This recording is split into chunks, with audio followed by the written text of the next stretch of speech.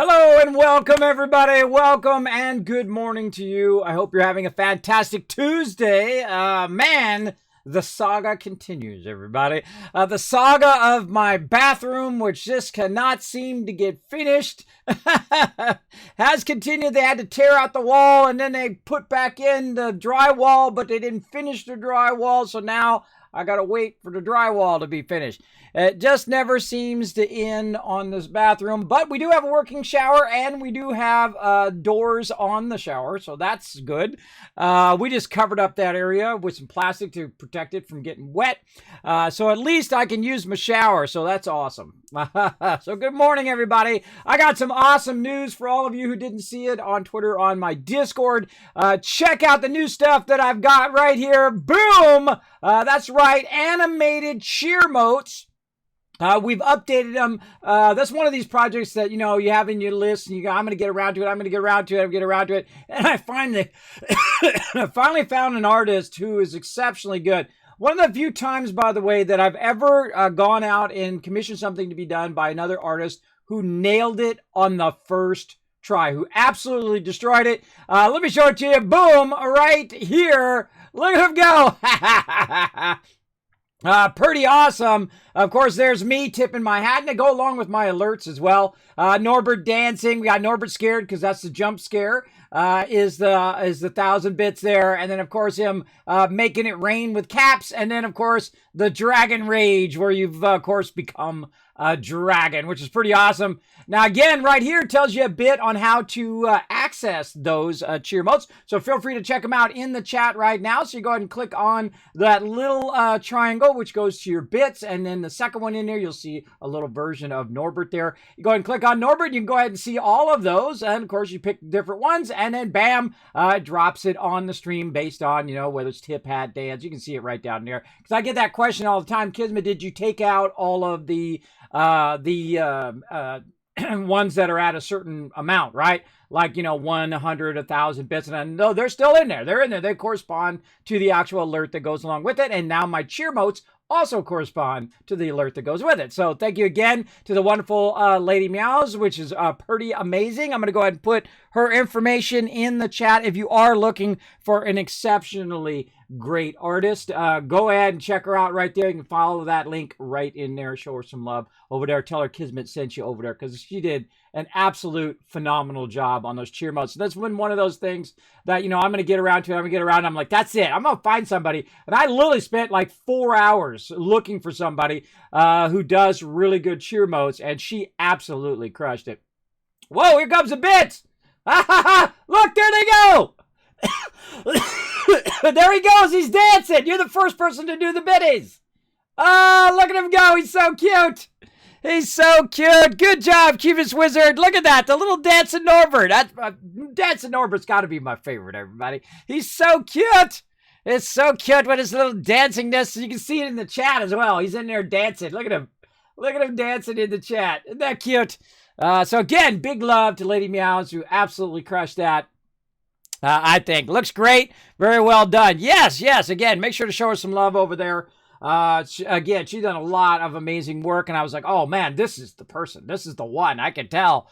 And again, I told her exactly what I need. I might have did a little over-explaining because, I'm an artist, so that happens. But I'm like, look, this is my character, Norbert. This is what I have for my alerts and whatnot. And I want to match my cheer motes to my alerts that happen. And I'm going to replay that alert again, by the way, Cubes Wizard, when I get in my main thing. So you can see Norbert dance along with it, too, on my stream. And so, yeah, so I did that, and then she's like, she asked some questions about, okay, what's your character, and why is he doing whatever he's doing, and had some ideas and whatnot. And I said, well, I'm looking more like this, and she's like, okay. And then literally she went away, and then like a day later, boom, here you go. And then just nailed it, just absolutely crushed it. See, I like to do that. I like to get as much information in the front, and so I know exactly, I can get it as close as I can possibly can. Like when I'm doing a design or whatever it is, a poster, billboard, whatever, as a graphic designer, I need to have the information as to why I'm making the ad, what it is that the components that's going to be in there, or maybe it's going to be a t-shirt, maybe it's going to be a comic book. I don't know. What's the components that need to be in there? How many pages is going to be? What paper it's going to be on? How it's going to be printed? I need to have all of that information so that I can design it so that it will come out wonderfully, right? And that's what a good artist does. A good artist gathers as much information as they can up front and then uses that information to make as close to what the client wants as possible. And very rarely do you nail it on the first try. I have done that I've done hundreds of thousands of projects. So I have nailed it many times on the first try. But sometimes not. Sometimes the customer will change their mind in the middle. They'll see it and they go, oh, wait, that isn't really what I want. That does happen. Or they'll look at it and they'll say, oh, well, you know what? I want to add this thing or I want to change this and whatnot. And you don't take that personally, everybody. You don't take that stuff personally. But, man, when you nail it the first try, you got some skill. I'm telling you. I love nailing it the first try. It's my favorite thing. It's just absolutely crushing it on the first thing. And they're like, whoa, man, that looks awesome. I'm like, oh, great. Is it approved? It's approved. Boom. Go for it. So that's what that was right there. Hey, Elite Gamer, what's up? And again, thank you, Cubist Wizard, for coming in, checking out. Thanks for everybody coming in here at the top of the stream. I'm going to give you guys some love just for being here at the top of the stream. Let me give you 1,000 Kids Cats for hanging out. Now, make sure to go out and retweet everybody. It does help me out a lot. Oh, that's the wrong button. There we go. Go ahead and follow that second link right there. Make sure to hit that like button, and that retweet button does help out the stream a lot. Big time. And I don't know about you guys, but I'm ready to play some games, man. I've been going back and forth. I've been working so hard on this stuff behind the scenes because, you know, all the stuff, I have to think up the idea. I have to go through and make mock-ups of all this because as an artist, I wanted to communicate what I want as best as possible. So I make mock-ups and people are like, wow, you're like the most organized person, the most organized person who has given me exactly what they wanted up front, right? Because that helps the artist because it's less time for them to try to figure it out. And then it helps me on my end so I get what I'm looking for in my art. Now, this is just... Now, you've seen I've already done so many upgrades already to the stream. You're already getting so much more benefit and love here in the stream. But guess what? Still more coming. I'm telling you. I'm taking it to a whole nother level up in this stream, everybody. Wait till you see the stuff I got coming. It's dazzling, man. It's dazzling. I got it already, some of it already over here. But you can't see it yet because it's not time. It's not time yet. Oh no, bringing the bombs away. I'm not in that screen yet, Elite Gamer, but I'm going to do it again for you. Remember that when I'm in this stream, this screen right here that I'm just talking to you guys, you won't see any of my alerts or any of the stream avatar stuff until I get into the other one. But you did see the Capagen for Norbert there. So very, very cool. But don't worry, I'll play it again for you. Don't worry, I'll do it again. I always look out for peeps. So let's get into it. Let's go.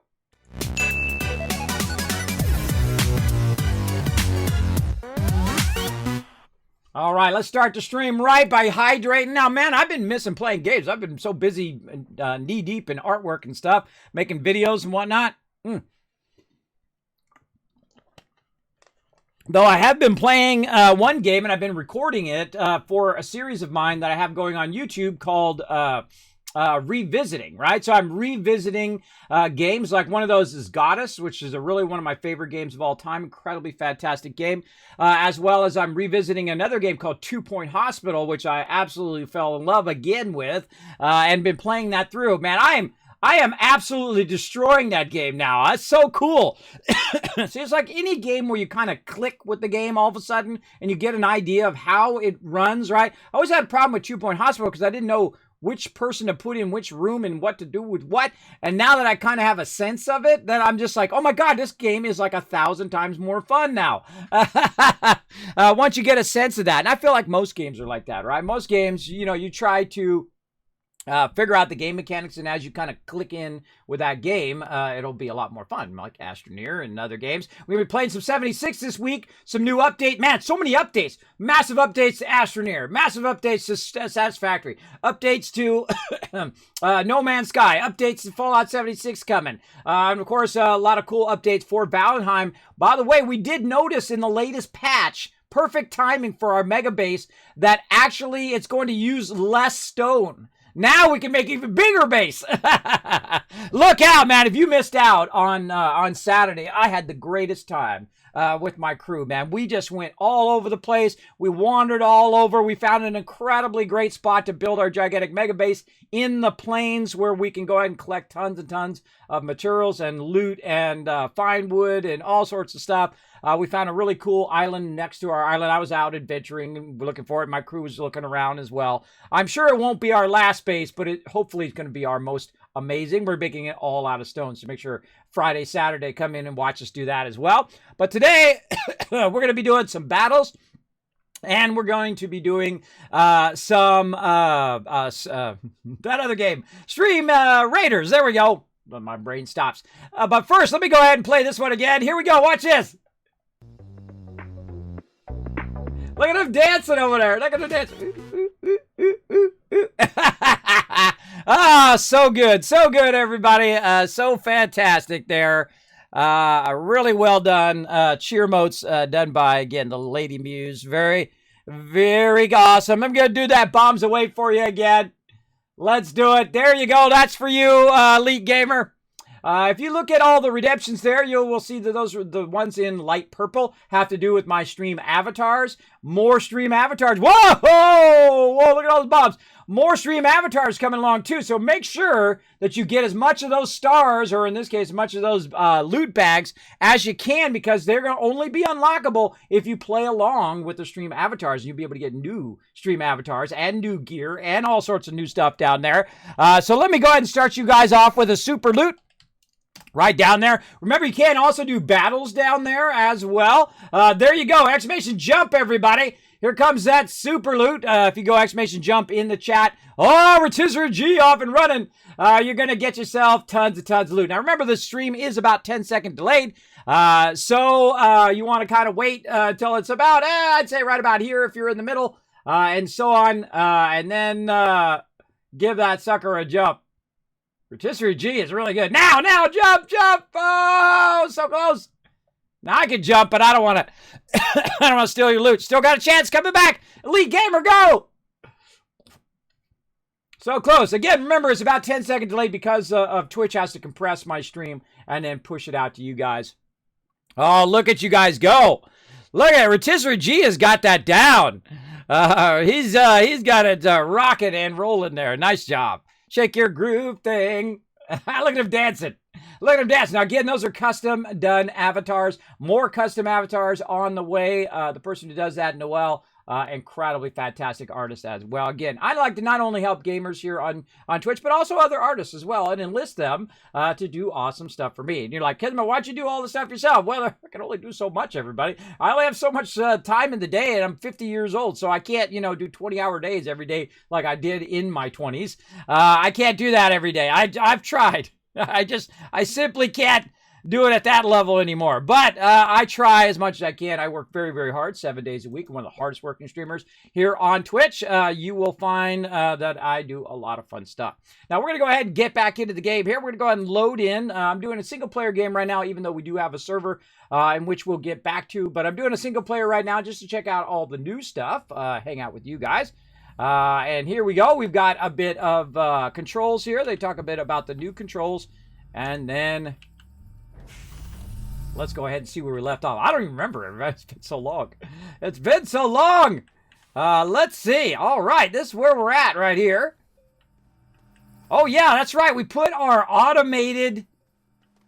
Yeah, our automated thing here. Now, what this is doing is this is grabbing... this, when it respawns, it's automatically putting it in the chain and then putting that into our research for us. So it's automatically running our research, and we'll run that endlessly on until forever, as long as it has power.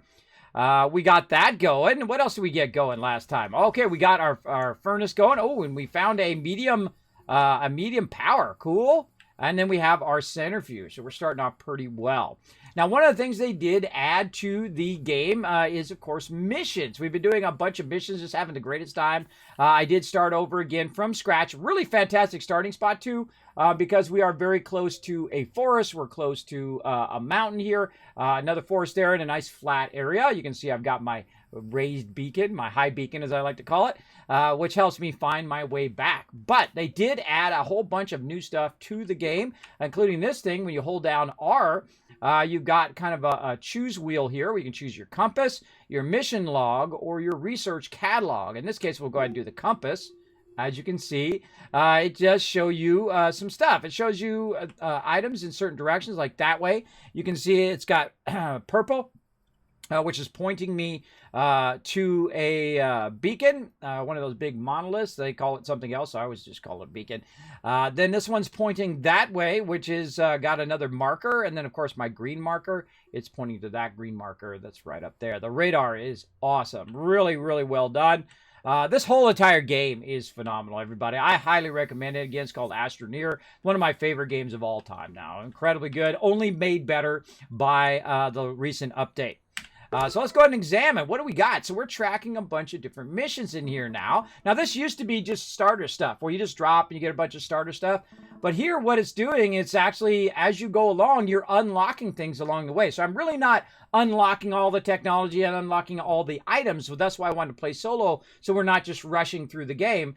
And so we want to see what gets unlocked as we go along and as we're doing different missions to unlock those things, right? So right here, we want to unlock an Exo Research Aid Unit. So let's go ahead and try to get that going on. Let's go in and unlock that. Now, that's kind of a mission platform. And I can't remember where this stuff is anymore. It's all moved around. There it is. Exo Request Unit Platform. Oh, it's already unlocked. It's already unlocked. We just need resin and ceramic. All right. Now, again, we're just getting started. So let's see. We got some resin there. Oh, I hate it when it puts those things in my backpack. Stop putting that in my backpack. No. Let's see. And ceramic. I don't think I have any ceramic. I think I might have used that up. But no worries. We've got a centrifuge. Now, centrifuge is awesome because you can go in, fill it full of dirt, and then tell it what you want it to be. In this case, we'll want it to be clay. And so we go ahead and run our clay. And again, this game gets even more awesome over time. Let's go ahead and pull some of this resin off of here. So we get all of our clay onto one stack. Now, one of the problems with this game, you can see it going slow. See how it's going slower? One of the problems is your power, right? You're going to have an issue with your power from time to time. And you might need to supplement the power. Maybe put this power down. Put that into there. And then turn this on. Notice it's going much faster now. I love that part of the game. I feel like it's really, really well done. One of the things we can also do while we're waiting is collect some more materials. So in the beginning, you'll find yourself throwing stuff on the ground. I do it all the time, and that's because what happens is you run out of inventory space quite often. Look at this, man. I got tons of stuff on my character. There we go. Anything over here? Yeah, look at the research sample over there. Put that back over there for it to work on. We got to do more research, too. All right, so while that's doing clay, let's go ahead and collect some more of our organic. Now, organic is going to help us power some of our stuff, and really easy on the first planet here. Tons of organic everywhere. You can just run around, collect it all. And I try to avoid hitting these right here, which are research things. You can actually just hold down F and get those, or you can feed them in your thing, which you'll get much more if you feed it in there. But I typically don't. And the reason why is it usually takes me longer to feed those in there manually than it does for me to get the larger ones and put them in there for like 20, 30 minutes. Those are much more efficient because then you're 20, 30 minutes, you're doing something else other than just sitting there feeding them in there, right? I don't want to do that for 20 minutes. I would rather be running around getting into all sorts of other trouble. Now, see, this is going to run out here, so I need to put that into there to give me a little bit of a boost. But I can also go over here to my forge and forge up a bit of stuff here. Put that back on me. Forge up a bit of carbon. Now that carbon is instantly going to be converted from the organic. It's going to drop on that side area, and then it's going to go to this right here, which is my medium power generator, right? So my medium generator here is going to run for a lot longer than this little one down here, and it's going to produce a bit more power. If we roll over, it'll tell us that it produces 9, and if we roll over this one, it produces 2. So wow, 9's much more, right?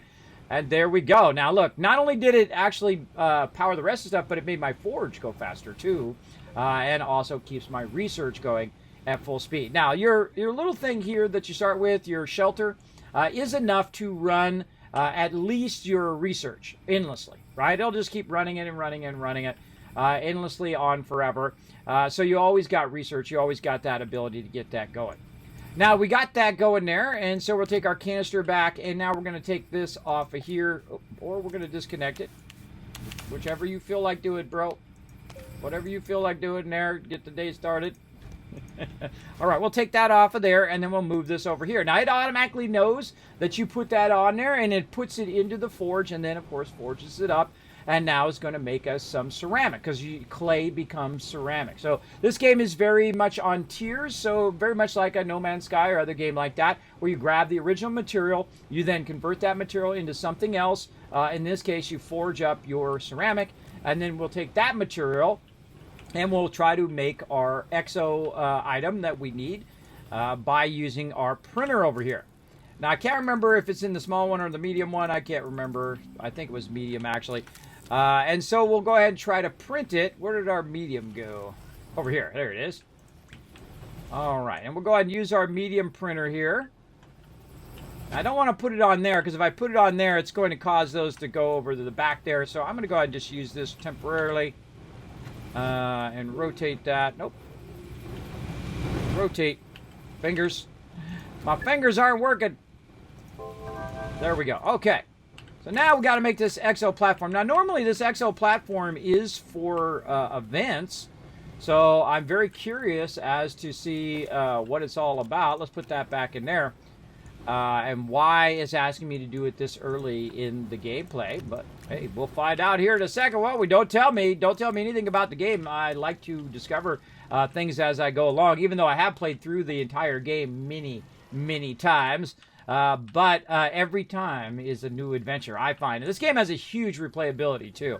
One of my things I hope they add at some point is foundations, a way of building your base with modular pieces. They do have a really cool thing that they already have that has all these different pieces and parts you can connect to it. I hope they add, I know they just came out with this, but I hope the next update is something to do with foundations and the ability to build your bases and snap them together. That would be amazing. There we go. Oh, hi, Minor Bat. Says, hi, how are you? I'm doing good. Oh, look at that cute little kitty. Look at that cute kitty in there. Is that a bat? Is that a kitty or a bat? It's hard for me to see. It's a bat. Ah, that's cute. Oh, it's a great emote. I love that. I am doing awesome. Hope you're having a great day. I'm having a great day playing some Astroneer instead of screwing around with my bathroom. They've been working on my my shower in my bathroom for literally 4 months. Not kidding. Not kidding. 4 months. It's still not done. They put in some drywall yesterday, but it's still got to be finished off and filled in and all of that. I'm hoping that gets done at some point. Now, look what happened over here, everybody. My thing has run out over here, my carbon. But no worries, I got some more somewhere. I can't remember where I put it. Right there we go. And we put that back in there. Watch the 3D printer here. Yeah, it goes much faster. Power is the most important thing in this entire game. It's really the most important in most building games, that you're actually using machinery and things like that. Whether you're playing a Satisfactory or Factorio or whatever you're playing, you definitely want to make sure you have lots of power. All right, there we go. We got that going. Now, again, the thing about this platform is it's special, usually for, you know, gear and cosmetics, things like that, usually for events. So we'll have to go over here, see if we got it done. Let's see. Let's see. The max server unlock an Exo Research and an Exo Research aid unit. Seek out and unlock dynamic. I thought I just did. Exo Research. Is that not the Exo? I might be doing the wrong one. Hold on. Exo Request Platform. Exo Request Unit. See, there's a little difference there. See that? Exo Request Unit. That might be a thing in there. All right. Again, don't tell me. Don't tell me. I like to not know. See, this is my favorite part of any game, is the discovery moment. Is when you go, oh, okay, now I get it. Now I understand what they're trying to say, right? So there's something there that I'm missing, because that's a platform and they're saying unit. So maybe we got to make a table, put that on the table, unlock something in that thing. Maybe something like that. We'll see. We'll see. Now let's go see what other, while we're waiting for that to print, let's go over here and see what else we've got. 2 parts unknown. We need to print a small shuttle. We're definitely getting into that today. Install an auctionator in a shuttle. They actually have the auctionator unlocked by default now. I never unlock the auctionator. Do you know that? I never unlock it because I typically just use a vehicle or I use resin because that's the more advanced way of doing it. But I rarely, if ever, unlock the auctionator itself, but now it's unlocked by default, so you don't have to unlock it. So cool. Print and attach a solid fuel thruster. Oh yeah, we'll get into all that. Tungsten. Refined tungsten from wolfrite. We'll definitely do that today. And oh, look at this. Look at this. And it's going to get us this QT RTG right here. When we unlock the oxygen tank, the power cells, the glow sticks, and the dynamite. Okay. Well, let's go unlock the... Oh, see, now again, see, I don't want to unlock stuff and then realize that that you also unlock it in there. Unlock and print a packager. Okay. Gather lithium. We're definitely going to do that. And then core concept, activate the planet's core. Oh, okay. Maybe we'll do the planet core early this time. Let's see. Print and fill a medium resource canister. Okay, these are all easy things for... we can definitely do that. Unlock the packager. Let's go. Well, I love the packager. I love the whole mechanic and the idea of the packager in this game. It shrinks stuff down so you can better utilize it. Here it is right here. Well, we got enough to do it right now. Let's do it. And there we go. We got the research packager unlocked.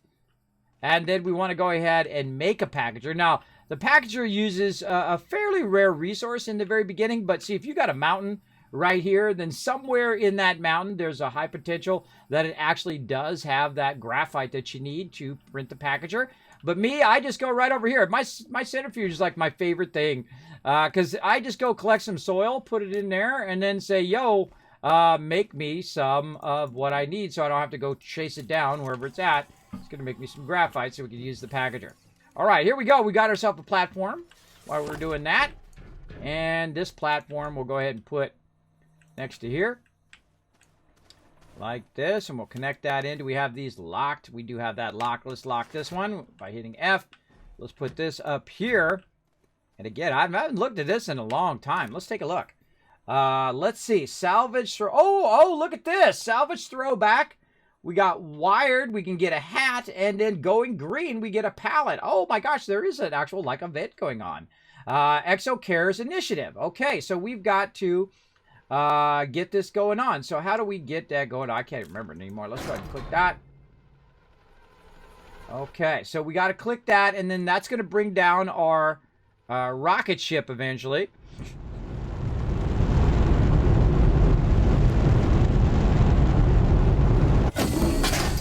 Okay, now it's got some stuff up there at the top, including some salvage and things like that.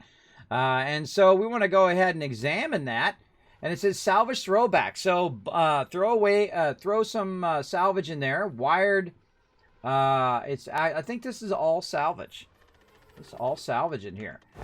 So let's see what happens if we put some salvage in there that I did see. I threw it down somewhere. Here we go. Right over here. Some scrap up in there.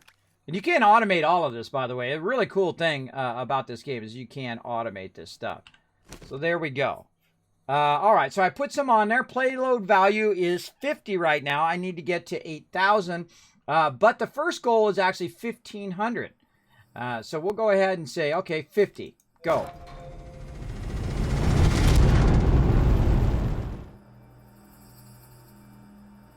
All right, off it goes. And so you can collect a lot of salvage, put it in there, and then launch it up there, and then you earn rewards, which are cosmetic rewards.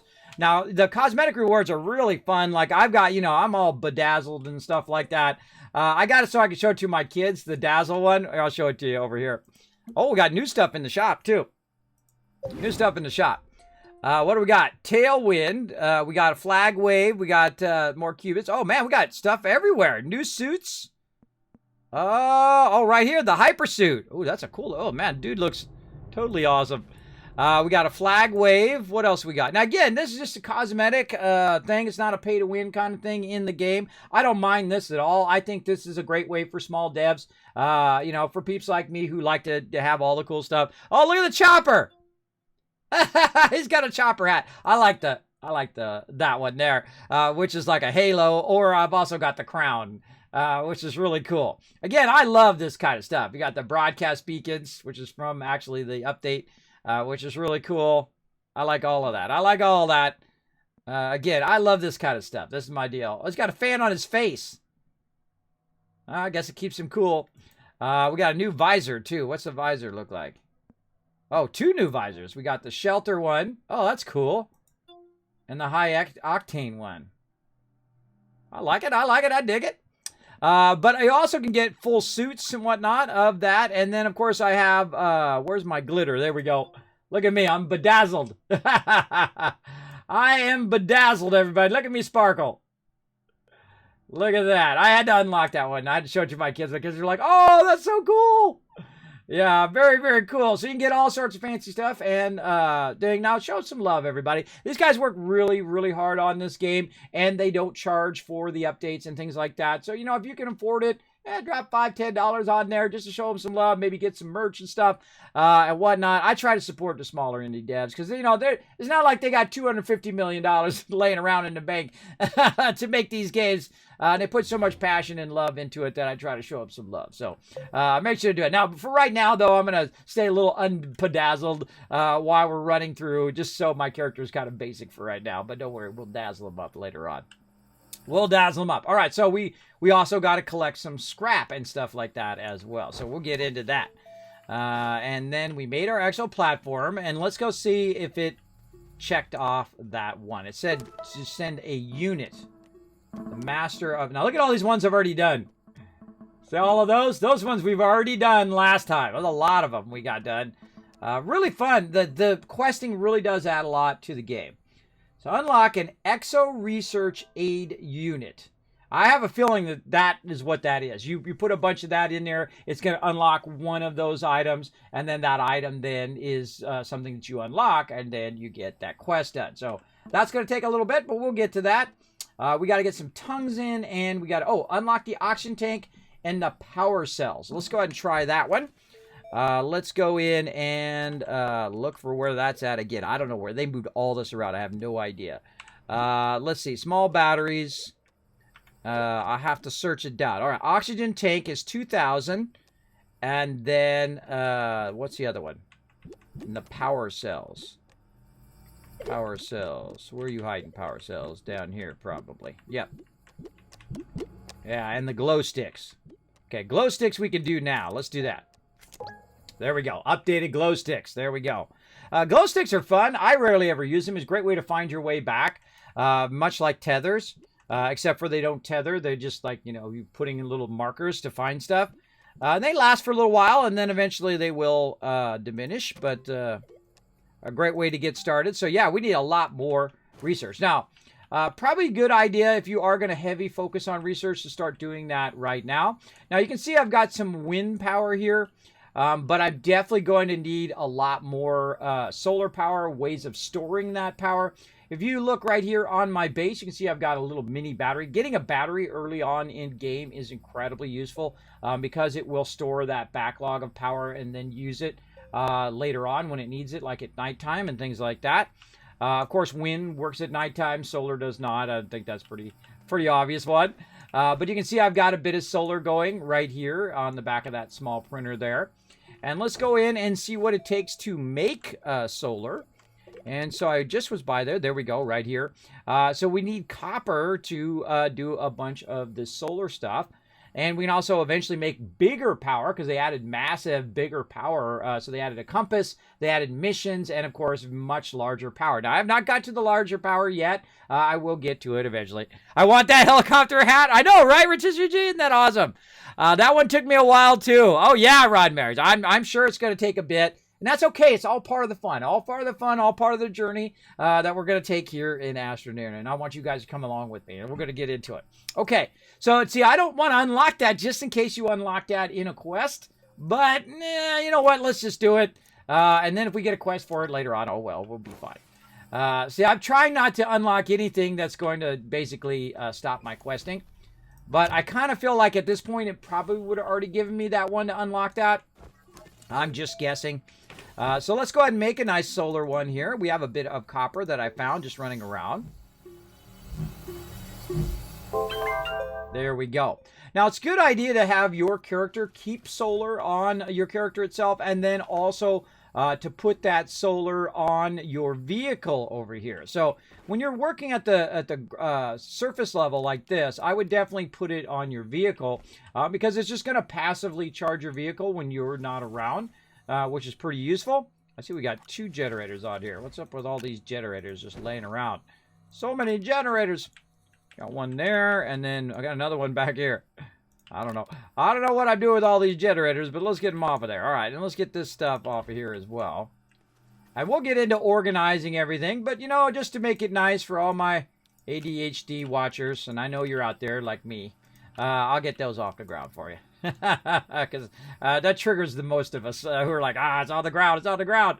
Okay, so now our next thing is to start to work toward our ship, right? We want to go ahead and get our ship going. Now, I'm at 172 bytes. I just used up a lot of my research, though I do have an infinite amount of research because this is going to just keep feeding this forever. But I've only got 1 going right now, which isn't going to go too fast. In fact, it's going to take a long time if I leave it just at 1. So we're going to go ahead and make ourselves some more items over here to try to get all this stuff a-going. So let's go ahead and get our platform a-going again. Let's go ahead and take some of this items off of me. Oh, these things always just feed right in my backpack. No, stop it.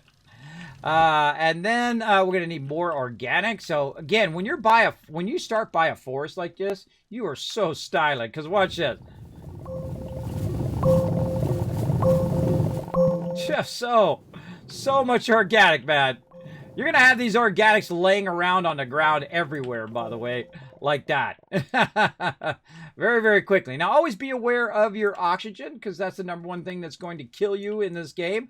In fact, when I first started playing this game, man, I don't know, a couple years ago now, basically, it killed me within 10 seconds. I mean, right at the very beginning of the game, because I didn't realize that you had to watch out for your oxygen. And I'm walking away and I'm looking at stuff or whatever. Boom, I died. I was like, wait, what's that noise? Why is it making that noise? Like, and again, those are my favorite moments, those discovery moments like that. Even if you fail, it's okay. It's all part of the fun. Now, what I'm going to do is I'm going to go ahead and feed some organic up there, and it's going to go ahead and make some organic. And then it's going to put that carbon right back over here. I could probably put 1 more on there. And after it's done with that carbon, it's then going to keep doing that perpetual thing, right? It's going to keep making the organic, which of course is going to keep making power and so on and so on. So it's going to take the organic, convert it into carbon, use my medium thing. Now the medium one is a lot. That's a lot of power in the very beginning of the game. Watch and see how everything's going slow. The second that kicks in, it's going to really make it go way faster. We'll watch it. We'll watch it kick in here for a second. You can see I've got some basics, some zinc, and other items right there. A little bit of aluminum and glass that we'll need later on.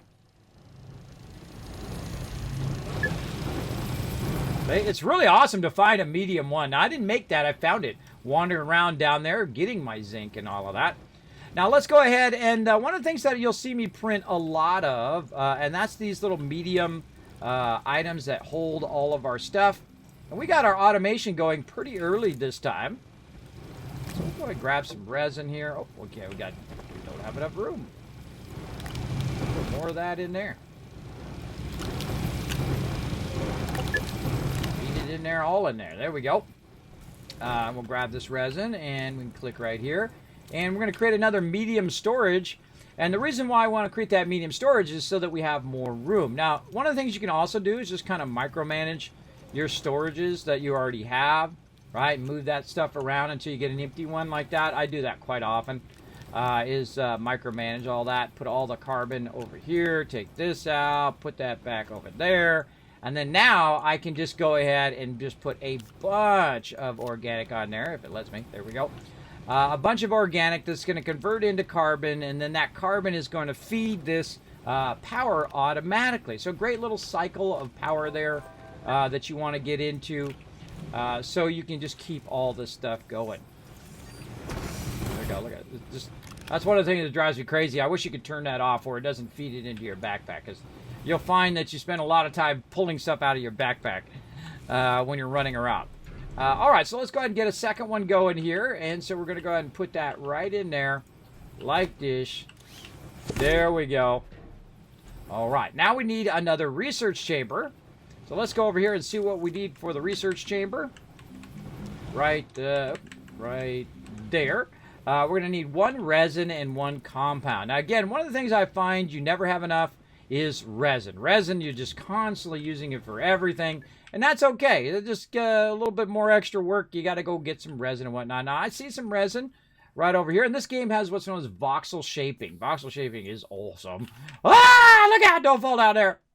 Voxel shaping is amazing because you can just go in. Just so satisfying, everybody. It's just so... I mean, I could do this for hours. Just shaping out the world and stuff. Collecting a little bit of resin. Now, of course, you saw I ran out of power there. Now, on my backpack, I have a generator, so I can hit V like Victor. It starts my generator going. Do that, and then that allows me to shape some more.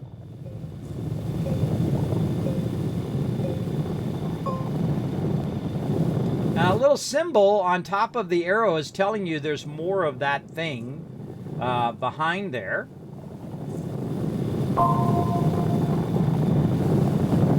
And so you just keep shaping. It's going to be somewhere around there. It's not necessarily exactly in front of your cursor, but it's going to be somewhere around there, and you can collect that out. Now, also, a byproduct of what I was doing there, not only was I getting the resin, but I was also collecting soil in my soil canister. And so I'm going to go ahead and run back. Well, you see I got a bunch of loot down there. And I'm going to go ahead and run back and bring both the soil and the organic materials that I collected, or the resin materials.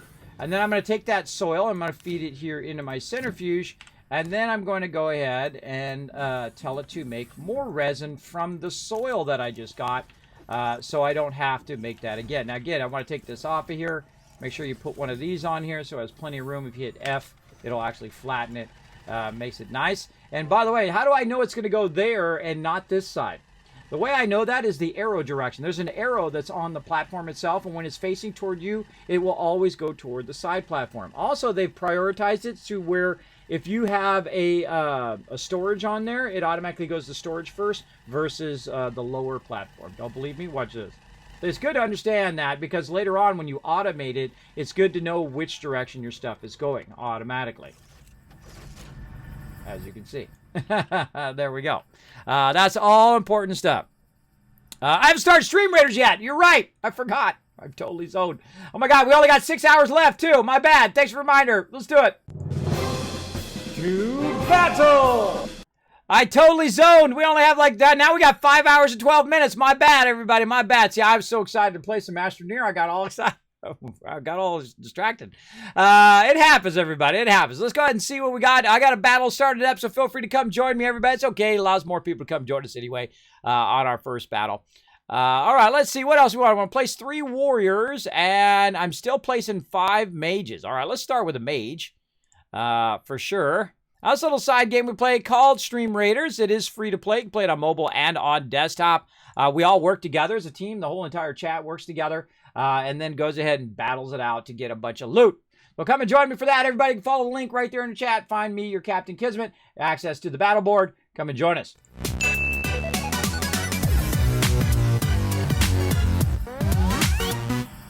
All right. Thank you to Rotisserie G who had my back there. There's 1,000 kiss cats for everybody in the chat because somebody was paying attention. Sorry. So I want to play this update. It's so fun. It's so fun. I get so distracted. All right, let's go ahead and return a dish away. Like dish. And then we'll go ahead and do this. Now, again, see there's the red arrow. That arrow that's on the front here is facing toward me, so I'll know which direction all this will end up. And then we're going to go ahead and put this way over here. And again, we're going to need some resin. We're going to need some compound. How many resin? We need 3 resin and 2 compound. All right. And what I do is I just put it on my backpack. And you can't automate all of this, by the way, and just have it actually feed all the elements in there, and it'll just keep running and running and running. You definitely can. In fact, you could actually put extractors down and have the extractor run it back to your base and then automatically feed it into your stuff. That's really cool. We'll get into that in a later game. But right now, we go ahead and get ourselves another research chamber. Now, another thing that I would do, again, is to block the back of this like this. I'm going to go ahead and just put these up here to block the back of my research chamber there. And that's going to allow me to go ahead and feed all these little things into there. Now, my biggest problem right now is that this platform is not angled correctly, right? I need to be angled a little bit more so it's also aiming at the same thing over here. And you can see we're starting to get a backlog of these suckers going over here. So we're going to go ahead and just angle it a little bit like that. There we go. And then we're going to need another platform, and we get 3 of them going at the same time. But right now, we'll just start with 2. We'll start with 2. And basically, we're automating the process of research, which is really fun. And there we go. All right. Now we're going to need one of these little auto arms, which you can see is over there. Again, the more of this stuff that you use, though, the more power it's going to take. So keep that in mind. So let's go ahead and click on the small printer over here. We're going to tell it auto arm. There it is right there. And we're going to need graphite and aluminum. Now, I was going to use this graphite for my packager, but let's go ahead and use it because we just have just enough to make another auto arm here. We'll go get some more graphite here in a minute. There we go. And again, look at my generator doing its job, right? It'll just automatically grab that, and thus that generator is a huge boon to the beginning of your game. I'll put that back behind there just to give me some more space. All right, there we go. So we made our auto arm. And again, you can automate the heck out of this game. They have even logic systems in this game that are pretty awesome. We'll get into that as well later on.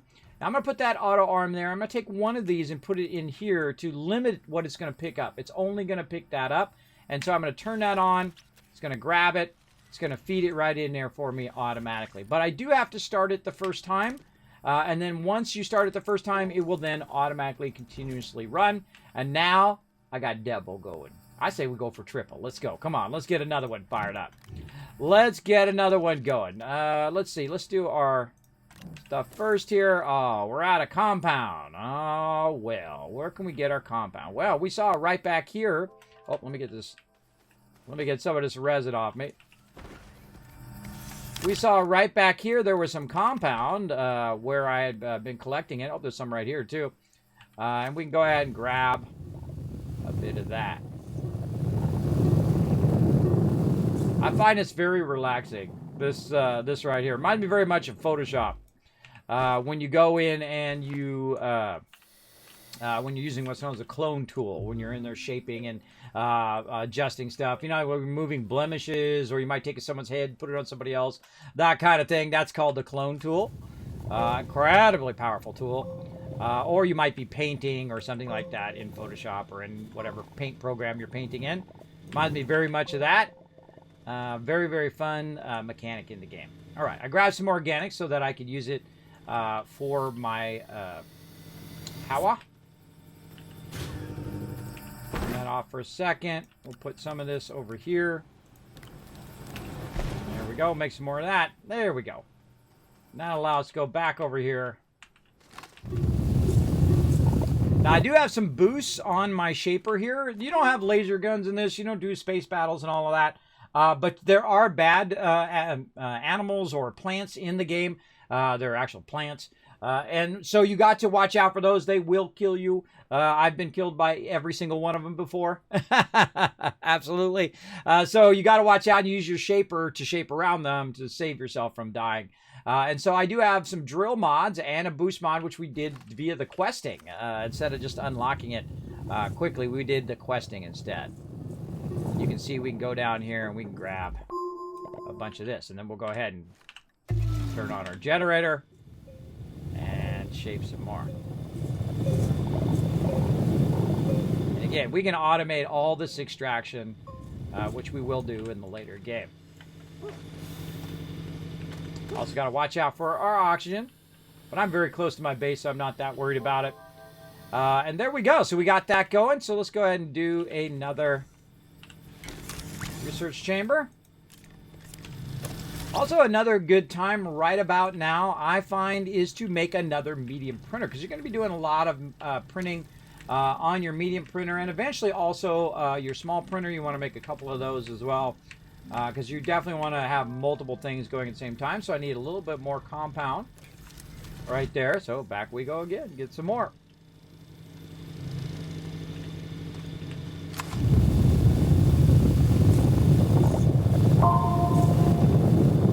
One drop. There we go. Take that edge out a little bit. Makes it easier for me to get out. Now this game is multiplayer. You can have up to 8 people playing at the same time. We do have a mega server, so when I get back to the mega server, you're welcome to come join me for that. We will go in and we'll work together. And when you're working together, it is so fun because you got people grabbing resources and they're updating, and we're doing quests and we're doing all that stuff, which we can all do together now as a team. It's probably my favorite type of gameplay now, is the team gameplay where we're working together, not where we're working against each other, not PvP and all of that, though I have done many hours of PvP, probably thousands of hours, if I'm honest, worth of PvP, but I don't typically like that in this type of game. When you're building and you're questing and you're doing all of that, I find it a lot more fun to do it as a team, because we can do stuff way beyond any single person can do, right? It's like when you're, playing Minecraft and you're trying to build a castle. If you got like 2 or 3 people in there helping you, man, you could build something really amazing than just to do it yourself. Unless you have crazy tons of free time, which I typically don't.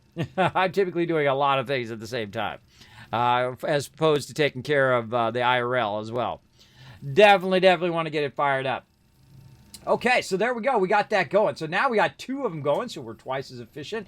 We're going to get 3 of them going, because it does look like it can support a third one, because I can see some more extra research samples there. And now we can also extend this out to include other ones that we might see along this area. Like I see one way over here. In fact, there's 2 of them over here. There's 3 of them.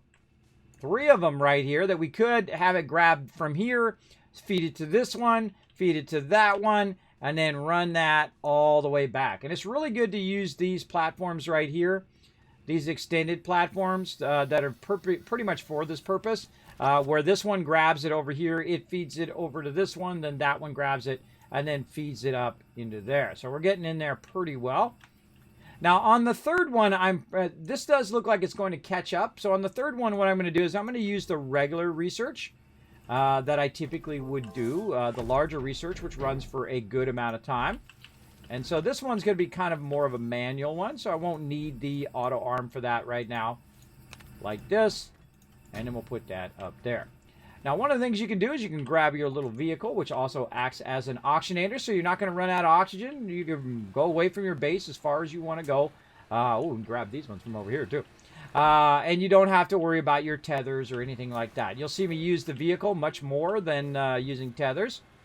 And so we'll go ahead and ride ourselves right in here into the forest. And this is one of the first things I do is I'll run into the forest, and I'll go ahead, put that right on there, and then we can run that back.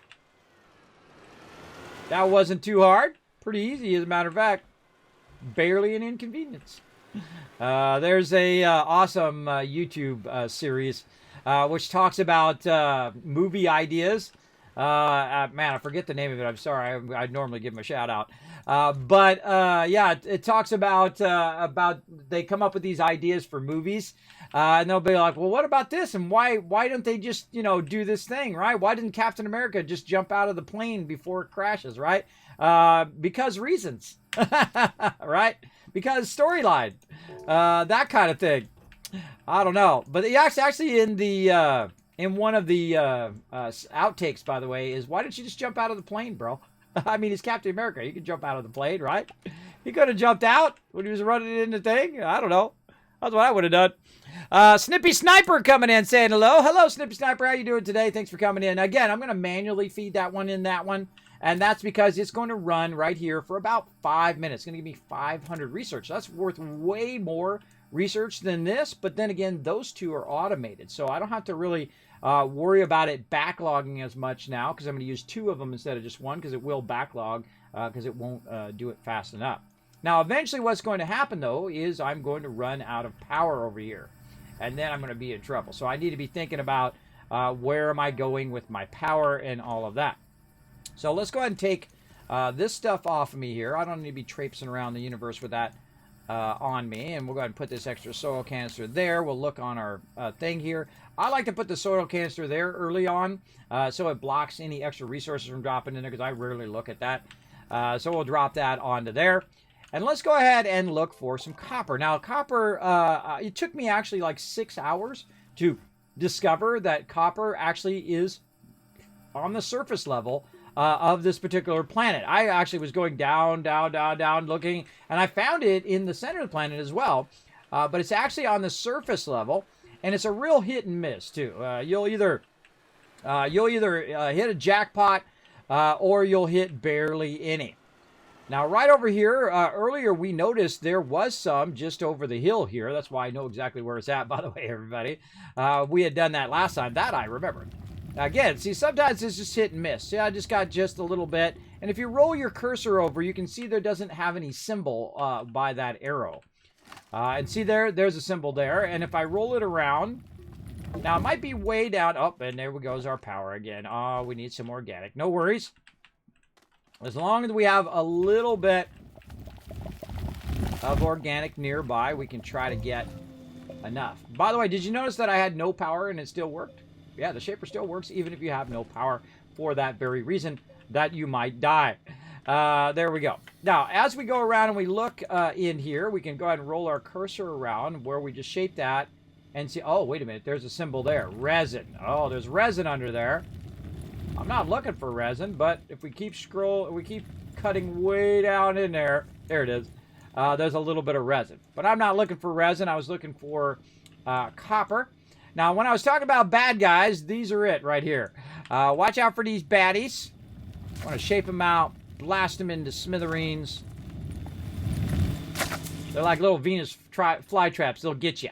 Now, over here, we got a research sample. We could run that back, but I find best thing to do, just hold down F, scan them right there. Then you don't have to lug them back to your main base. There's also some seeds that you might find, and I'll just hit every research sample that I see. I'll just hold down F, just more convenient that way. Now, we've got this here. We're going to look up that way. We don't see anything up there other than some baddies. I did see some more down this way. Now, because you have your shaper, this game is awesome in the fact that you can go like this and shape it out and flatten it out. Now, how am I doing that? I'm holding down Control. Control allows us to flatten it out and whatnot. Now, just for those new coming into my stream, this is not my first time playing. Sometimes I do get people who say, Kismet, do this, Kismet, do that. Make sure to watch out for that Backseat Gaming. I have played through the game. I've been playing it for years. It's one of my favorite games of all time. Incredibly fantastic game. I highly recommend it if you haven't discovered it yet. Definitely want to snatch it up. I feel like it's a steal. Oh, look out! Here we go. Taco coming in. Getting on a Kismet love train today. There he goes. Very nice. Thank you so much, Taco, for that 5 months of sub love. Show some love in the chat, everybody. These are the peeps to keep this stream going. Allow me to keep doing giveaways and fun stuff like that, and take my mods to TwitchCon and things like that when we can go outside again. I actually was going to send my mods to TwitchCon without me last year. I was going to raise funds to send them with a cardboard cutout of me. Because it was my 50th birthday that 2020, and I was going to go on vacation with my family finally, because I haven't been on vacation, I don't know, 10 years or so. And so I was going to go with my family for my birthday, for me and my wife's birthday. My wife is as old as I am, but she looks 25. Me, I got some miles, bro. I got some miles on me. You know what I mean. Some of you do. Some of you know what I mean. Look at that. Man, that's a lot of copper right there, man. Woo, making out like a bandit. Now, if I was really smart, it just dawned on me. If I was really smart, I would have brought a medium with me or a canister with me to kit. Because rarely do you find a lot of copper early game. Sometimes you do, though. Sometimes this is like Merry Christmas to you. Because you will find a giant node or cluster of nodes that are together. This one's not bad right here. This one's not bad. This is a pretty good one. Again, we're going to get in here. Uh-oh, out of power again. Again, even if you're out of power, remember you can still shape. You can still get enough to at least get an organic going on. Wipe these guys out. Get ourselves some research while we're waiting for our power to go back up. Everything in the world serves a purpose, whether it's just the dirt or the soil. You can convert that into something, or the animals. You can use those for research, or the plants, and so on. There's no animals. I keep saying that, but the plants that you go. I mean, there's no animals for now, but I don't know. Maybe they'll add them in the future. I'm not discounting that, but there's none in there right now, so I don't want to mislead anybody. Oh, right, the animals. Kismet, where they at? I was like, no. I just like brain. Now, if you notice that I'm not using tethers, that's because I very much rely on my vehicle to be my auctionator. And that allows me to basically be tether free and wander around all over without having to be tied to that. Oh, look, there's graphite. Oh, double whammy, everybody. Double whammy. There's graphite down there, too. All right, let's turn our power back on again. Oh, man. Not only is there copper, but there's also a bit of graphite here.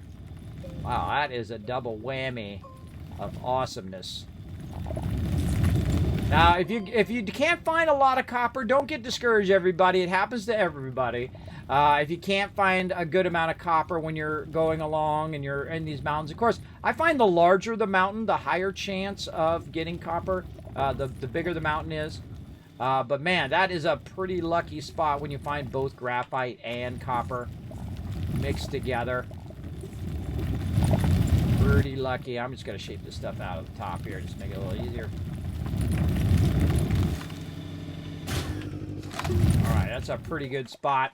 We'll see how we're looking. Alright, we're pretty full up. We're full up there. We're ready to rock. Now, see how I've got that high beacon? It allows me to see which way I want to go. Though they do have the radar. By the way, you can use the radar now in your vehicle. That's what I've been looking for. I want it where I can use it while I'm on my vehicle. That's awesome. But I still do go out and get lost, everybody. Don't forget to go out and get lost a little bit, too.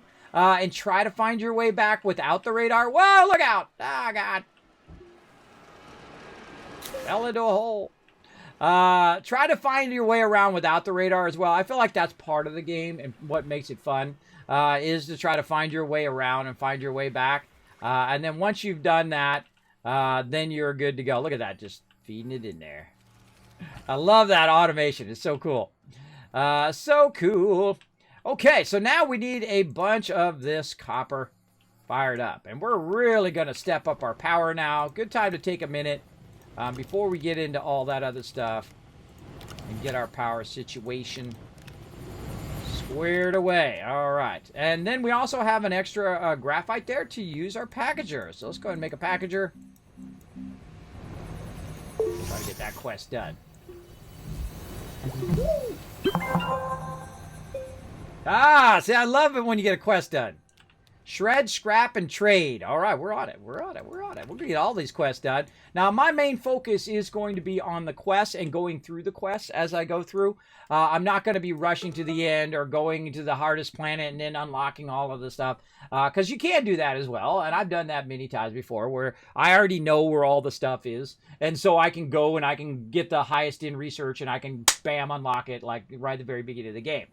Which I feel like if you're first time playing, you don't want to do that. You want to take your time and go through the planets as you go and get the full deal, right? Now, we also got a medium shredder, which the fact that we just got the medium shredder helps us with the other quests as well. So let's go ahead and get that going. And there we go. All right, so now we got a medium shredder. We could use that more in the early game. Cool. They really thought this out. Because a lot of time I don't use the scrapping at all because it takes a while to unlock it. Now, the smart thing for us to do is to take this off and put this right here. Now, you're like, well, Kismet, what does that do? Well, that's for other stuff. Now, great examples, I do have some extra items I could probably put in there, like the small generator. Gonna grind that up. Oh, I got it facing the wrong way.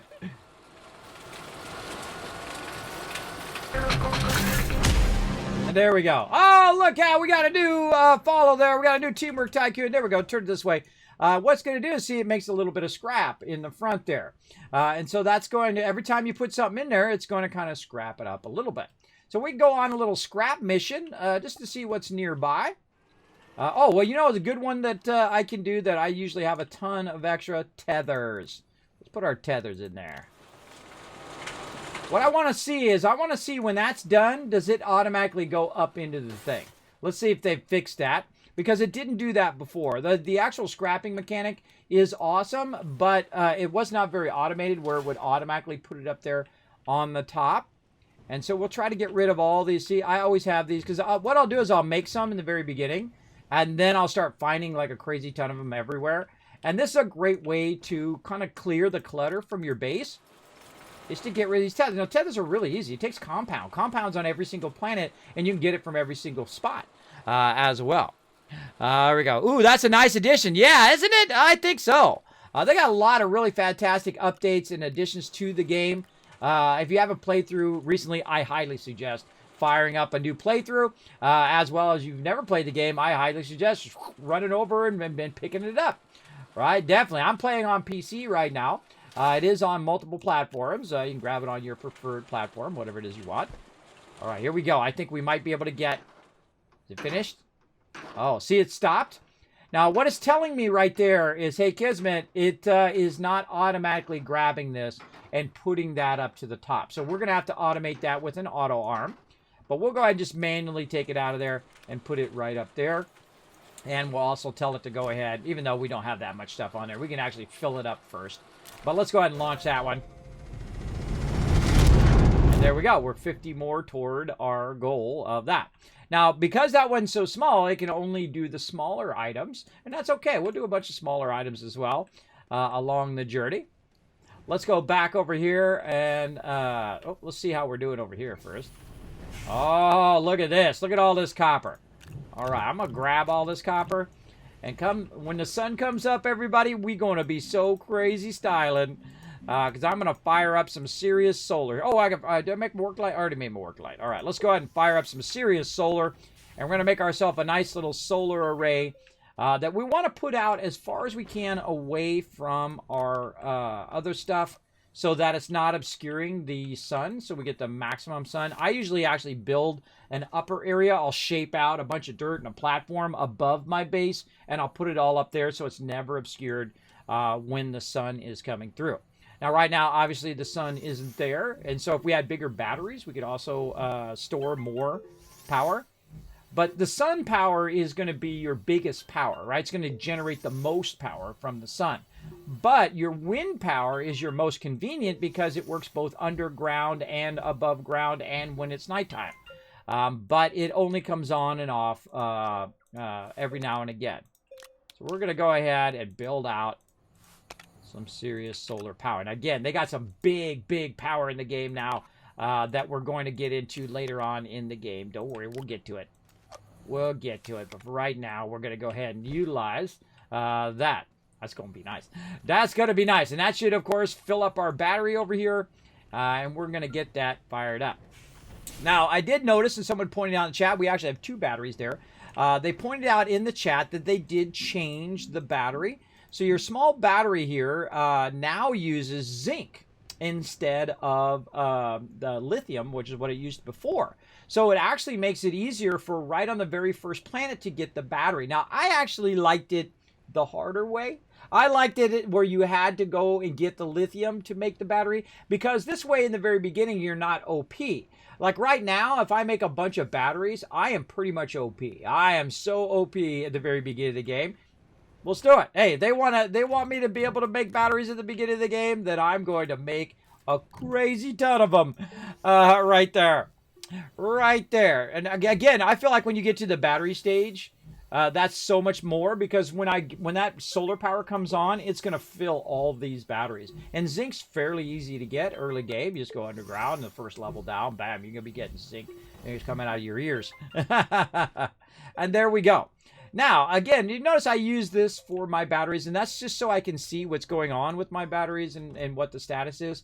But we'll create what's known as the Tower of Power later on, so we can manage our batteries. But right here, this is a good time to utilize the back of this. And you're going to see these things be fed forward. To utilize the back of this as as my solar. I'm going to put that back up there. As my power there. And we'll move that over there. And then the same thing over here.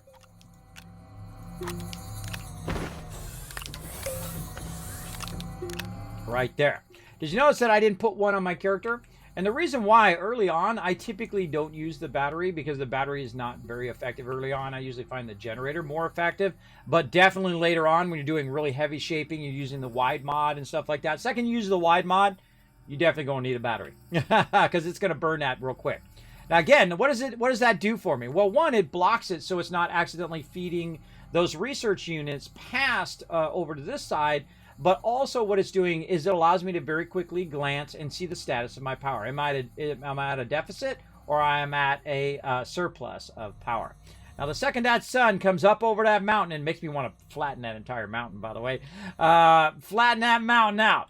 Now, where would it be better? Now, if I went over this way, see this? Where I can see the sun over here.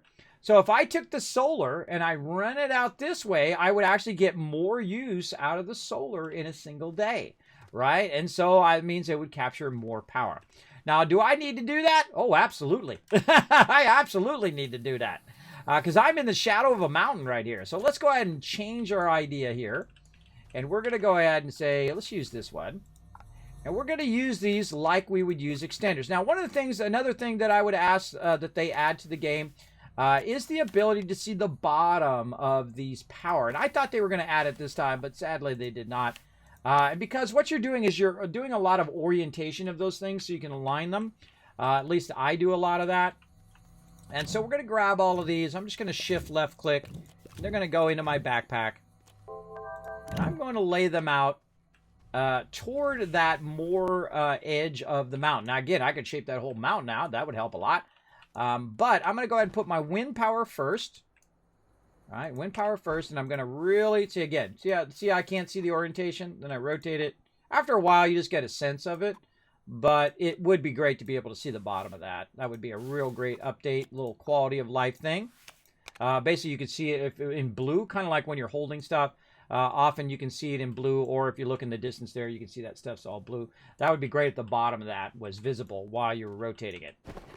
Very, very useful. Now, okay, we'll go ahead and use now our solar.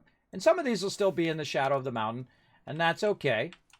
We're going to go ahead now and run our solar way out here. As far out as we can. Again, see, I'm orienting it there. I'm trying to find the kind of max distance in which I can plug them in. And so on. They don't have to be right next to your base. They can be way out here. And we'll get a lot more power in a day. Now, do I really need to do this? Probably not. Probably not. It'll probably be more than enough power that will run my base pretty well during the day at least. Over here.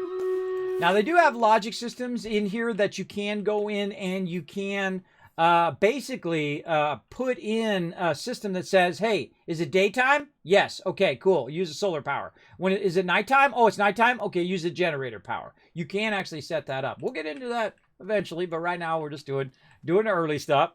Oh, it's time for a battle, everybody. Let's go ahead and do this battle. Let's go. To battle! And again, thanks, Shiner, for that follow as well earlier. Let's go ahead and do this battle, everybody. This little side game play called Stream Raiders. You can join us for free. Did you know that? For free, you can play on mobile or on desktop. This, everybody in the chat, you can see them all over there on the right side. Put down a whole bunch of units. We're going to try to get them tons of loot. We only got so much time left today on this event, so we're going to try to get as much battles in as we can. Let's do it. Blowing it up. Yeah.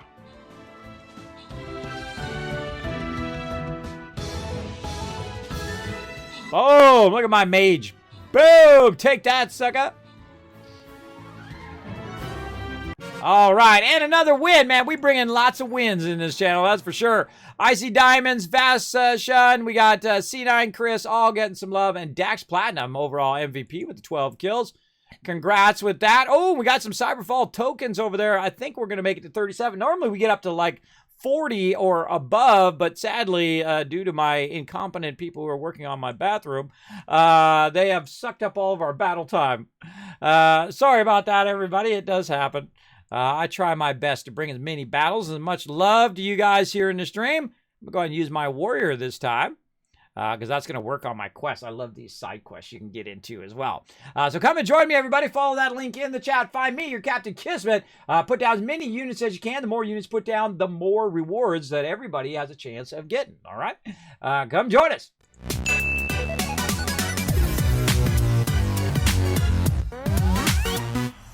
All right. And while we were doing that battle, the sun has gone down. And then when the sun comes back up again, we'll also get that. Now, obviously, we also have an obstruction of our trees. Now, again, I could build it way up there and use the solar way up higher, and thus it would have a longer day. I have actually built on the side of the planet where the sun never sets, by the way, and I actually took a mountain out for like 8 hours on stream. I took the whole entire mountain out just to see if you could have perpetual 24/7 solar power, and the answer is yes, you can. I actually put the solar power on all the sides of a monolith up on the top of it, and it literally just went around at like a 30-degree angle, and it would just have solar power all day. I mean, every minute of every day, because you're on the side of the planet as opposed to the front. Now, me, I like to be in the middle of the planet because that's typically where you're going to orbit the planet when you go to land. And typically that's where I like to be. I like to be in the center, and you'll see me maybe move my base later on. We'll see. We'll see how it goes. Now, we got a problem, right? We out of power. We have a serious power problem right now because it's nighttime. Now, how can we fix our nighttime power as well? Well, that's when we're going to look toward our wind power, right? So we need ceramic. Now, it happens to be that I have a ton of ceramic, and I believe that's a change too. There used to be glass previously, but now it's ceramic, and ceramic's not that hard. You know, finding it actually fairly tough. You just want to look for a forest like this, or use your centrifuge, which is what I did. So now we want to go ahead and also supplement this power with our solar power, so our wind power. See, look, our wind power is coming on too. There we go. Where is it? There it is. It's hard to find there. Hard to find. See, I actually don't unlock certain things just so I don't have to scroll through them, because I typically won't use them. So let's go ahead and boost this now. And again, we're just trying to progress through the game as intended, as opposed to I could just jump straight to the bigger stuff and make the bigger stuff and whatnot. I'm sure a lot of you out there already know a bit of that. No, you can't do that larger power and all that. So now what I want to do is I want to put this in the line, but look what happens. Right? So now I've got this problem of there's no further lines I can tie into with my wind power. But that's okay. We go ahead and create a little wind farm right over here. And it doesn't really worry about obstructions, by the way. So it will do the wind power even if you do have it fairly obstructed. So I'm just going to kind of put it off to the side here a little bit. Just kind of put it around this area. You know what? I'm going to move this back because we're going to be doing some quests. So let's go ahead and put that back that way. Again, they don't have to be perfect. You can just cluster them in there like that. And that's now going to provide some power for our batteries. So let's go look at our batteries. We've got 2 batteries. It's got a bit there, but oh, look at this. Look at this. Definitely diminishing, right? You can see it here in this battery.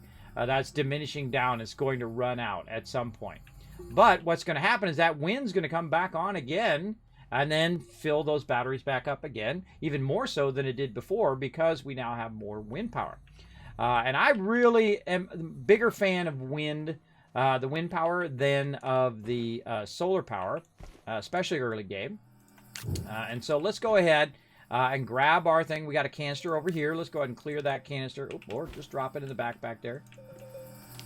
Sometimes my guy has a mind of his own, or just me poorly clicking. Right there. There we go. And then we're going to say, all right, make us some clay, right? Make us some clay. Over here, and again, this is why I love the centrifuge, right? You can use just soil to make elements that you might have to go look for around the game. Let's go ahead and switch that around a little bit there. Let's go. Oh, there's more zinc there. Oh, well, let's use it up.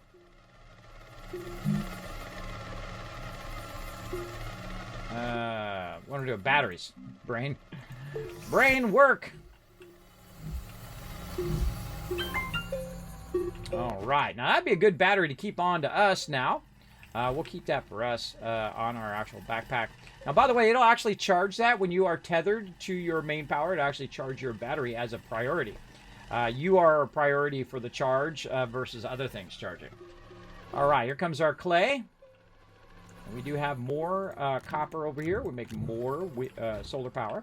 Now, later on, you'll see me grind up all of this, what we're doing right now. You'll see me get rid of all of this and replace it with higher end power. Now, again, remember, we do have our medium generator here that we can use for power. But we're going to try to make it where it's more automated, where we don't have to manually do it again and again and again. Where we got to sit here and just like, okay, well, I got to put more organic in there, more organic in there. You want to try to automate it as much as you can. Oh, here comes the wind power. A little bit. Very slowly. Very slowly on that wind power. A little bit of wind power there. All right, more solar. Oh, look, that solar's kicking in already. Look at it kicking in. I can tell because it turned it. Oh, yeah. I'm just going to keep... Because I have that mountain there, I'm just going to keep running it out. Way out here to get as much solar usage. Scan those. As much solar usage as possible. Now, of course, the smart thing, take that and put that on the top of the mountain. That's what I would do. Just make a ramp, put it on top of the mountain. The problem is when you elevate it, though, is when the sun's down here and you have it elevated, you have to aim it, you have to tilt it so that it sees it earlier. So the further down is actually better. It's better if you have it on the ground level and if it's a big, flat, empty space like that is over that way, right? It's a big, flat, empty space. You're going to get that sun much earlier and then it's going to run much longer. But now it's going to really go to town, everybody. It's really going to charge up our stuff. Once it's done utilizing our forge. Our forge is one of the most expensive things in the game when it comes to power. It's 5. Oh, look out! Neon Xeon coming in, unlocking that sub badge for 30 months in a row. Holy mackerel, unlocking your 30-month sub badge. Congrats, Neon Xeon. You got a brand new badge there. You know I have 8 years of sub badges. You sub to my channel, not only you're getting tons of emotes, but you also get 8 years of sub badges and all sorts of other perks. 3 times the kids caps, 3 times the chance to win the giveaways, all of that stuff. I do bring a lot of extra stuff, including, if you haven't seen it yet, if you missed it at the top of the stream, brand new animated cheer motes, everybody, which is over my face. Right here, let me go and make them nice and big. This is done by the amazing artist, Lady Meows. She did an amazing job on my cheer motes. You're like, Kismet, how do I check out those cheer motes? Here's what you do. You go ahead and you click on the bit icon down there. You'll find Norbert, who'll be the second one down there. And then you can choose your different bit level, including Norbert dancing and all of that fun stuff. And they correlate with the actual alert that goes along with with the cheer mode. So feel free to check those out. Have some fun cheering right there. She did an amazing job. She crushed those on the first try. I told her exactly what I wanted. I want this. I want Norbert dancing. I want him to give a tip of the hat if you do drop 1 bit, or if you drop 1,000 bits, it'll bring the lightning, and then Norbert will be all scared, and so on. So it does correlate with my actual primary alert. So very, very cool. I think very, very neat. Combination instead of just making them random. Or I used to have it where, you know, Norbert was growing up and he would come out of his egg and all that kind of stuff, and that's fun too, but I feel like it's much cooler if it coordinates with do something different than everybody else. Much cooler if it coordinates with it. All right, more ceramic here. We've converted, and guess what we're going to do? That's right, we're going to gear up some insane power here, everybody. We are going to gear it up. Let's do it. Oh, I could have made another solar there, too.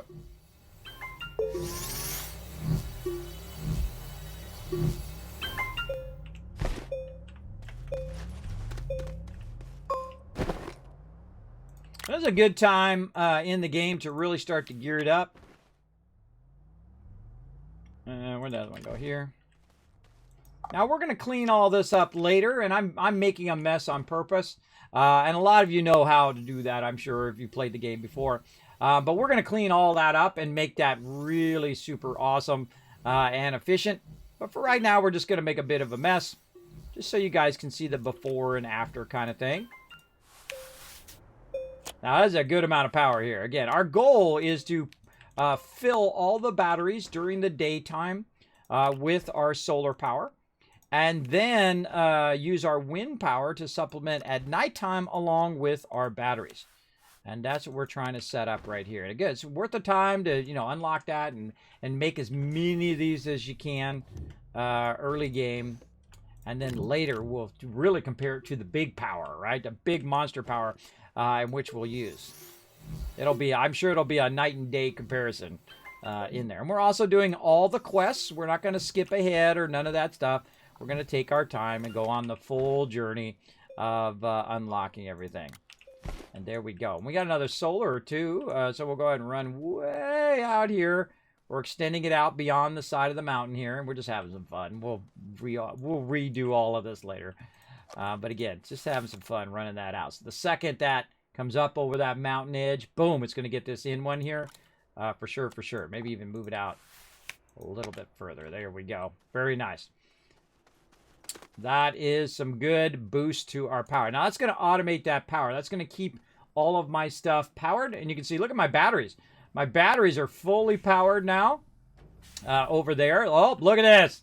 Fully powered over there. That's a lot of batteries. 6 batteries now at full charge. And look, here comes even more wind power. So they're not even using the batteries now. It's using the wind power. So very cool. And that's going to keep automatically feeding that. Now, as you can see, some of our things have stopped over here, so we don't have as much research going. And so we can go ahead and run over there and find some more research. And we're going to manually feed that in there. You know what we're going to do before we do that is we're going to go scalp one of these. I think we have more than enough now, at least for the early game. We're going to go ahead and scalp one of these over here. We're going to take this off. Yeah, I'll just put that back on my character. Right there.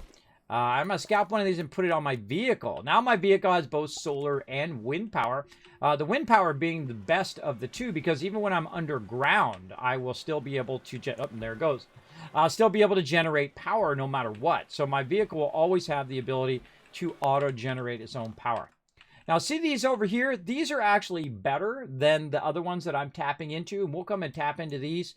Because look how many are on there. There's a whole bunch of them on there. And I'm on purpose not taking that out so I can utilize that for research later on, right? So very nice. We can automate all of that. Now, we've already come in here. Now, see this little bend in the tree? That's typically where you'll find your easiest research, just sitting in the tree line. And you can come in here and you can grab this, as well as you can manually do these. And you can also feed them in there. It does give you more when you feed in there. Now, when I move away from my vehicle, though, then my oxygen will start to go down. So I need to keep that in mind when I'm out here wandering around. I need to be able to find my way back to my vehicle as well. Normally, I will put a beacon on the vehicle so I can find my way back, because it is acting as my oxygenator, which is basically the thing that's giving me oxygen. But I can just bring my vehicle with me as I drive through here, and I'm looking for those certain type of trees. That's why it's great to have a forest right by where you start, so you can get additional research. And I'm just going to not worry about the small ones and just kind of tool around over here. Oh, look what we found. All right, we found some scrap right here as well. Now, sometimes you can find the smaller scrap, and this kind of larger debris, so we can't really grind any of this up, including this thing right here. I can actually hold down F, and it will tell me about how to scrap, which is cool. This is a great addition to the game. Alternate crafting, right? You can use your centrifuge. You can use your shredders and your trade platform. I love that feature that they have added. They added that a bit ago. That's not the most recent one, but they added that a bit ago. So you can just hold down F if you're wondering how to get that going on. All right, here we go. We got a research one here. Now, I did make a packager earlier, so I can take my packager and I can go ahead and package these up. And this is typically what I do in the early game, is I will go around, I'll make a bunch of packagers, and I will package up all the research that's close by. And that's literally thousands and thousands of research So easy mode right at the very beginning of the game. But I do have to manually feed them in. Oh, I see another one over that way. And I do have to manually feed them in there. So automating that feeding is also fun, especially early game. It's not going to give you a whole lot really fast, but you can get a bit of it. Now, of course, when you get into the larger vehicles, you can also collect a lot more and bring back. And I usually will collect, say, 10, 20,000 worth and then bring them back to my base. We're not going to do it this time. This time we're going to try to... oh, look at this ammonium right here. Hold on. We gotta take a little extra time to get some ammonium because we're going to need that soon as well. I love finding ammonium early on. Again, another thing you can find right here in the forest area.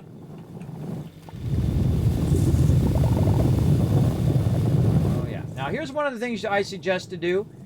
Leave some of that uncovered, right? If you're going to collect it and there's more left over, leave it uncovered so you can find it when you come back. Because sometimes what'll happen is you'll forget where it's at because you've shaped out all the stuff on the surface level. I usually will leave a little bit uncovered so that I can find it when I'm looking for it. Usually you can tell because you made a hole there, but I'll leave it like that. Oh, there's something right there. All right, that's good. We got that. We're out of here.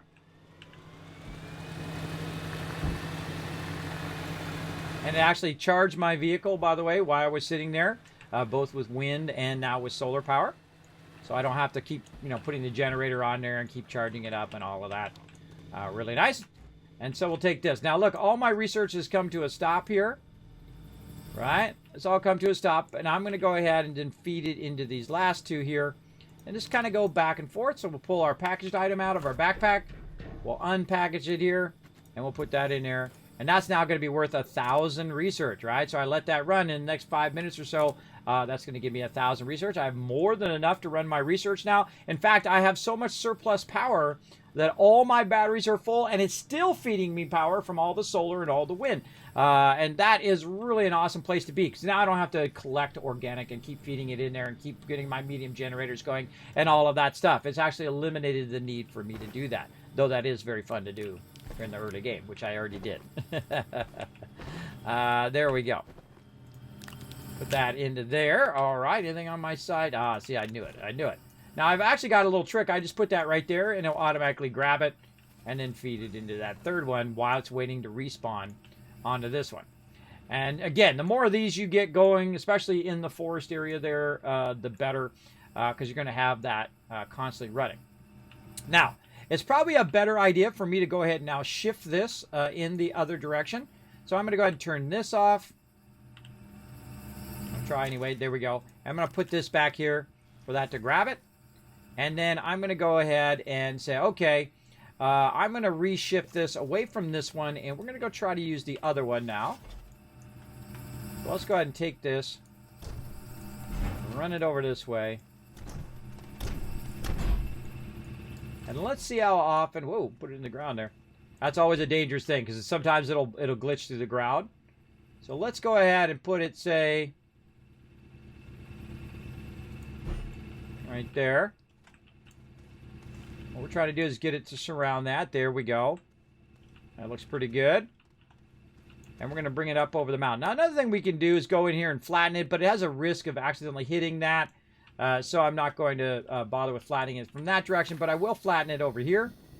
Just going to hold down Control. I have my canister, which allows me to flatten it. So I'll go ahead and try to go right off this part of my base here. And I'm going to flatten toward it. You're going to see it start to go up at an angle and stuff like that too. It's pretty hard to flatten. There is actually a flattening tool that you can use, but I do something like that. That's good enough. Makes it easier, at least on this side.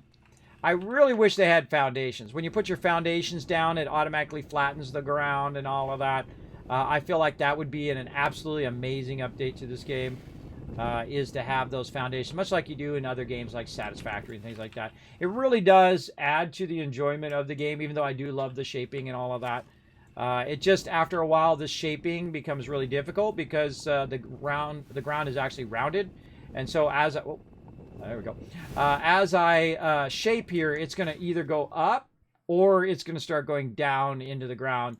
And I want it to be nice and flat, right? Because that's what you want on your base, because otherwise you got all this funkiness going on if you got it too awkwardly non-flat. Got a tree just falling down randomly over there. And there we go. So again, we're flattening out. And this is how you make your base foundation, is you basically just flatten the ground. Flatten that out nicely there. Okay, now what we want to do is we want to go ahead and shift this. Look, that just respawned too. Now what I can do also is I can manually grab this or run that over there. Or what we can do is we can get even like 200 IQ here. We're going to go ahead and move this forward. Unlock it. We're going to move this forward and put that right next to it. And you're like, well, Kismet, it's good. Those batteries are going to run out. They are. But watch this. As we go ahead and use our power as extenders. So we're going to go ahead and connect that in. Right there. And then we're going to use this as an extender that will chain into all of our power.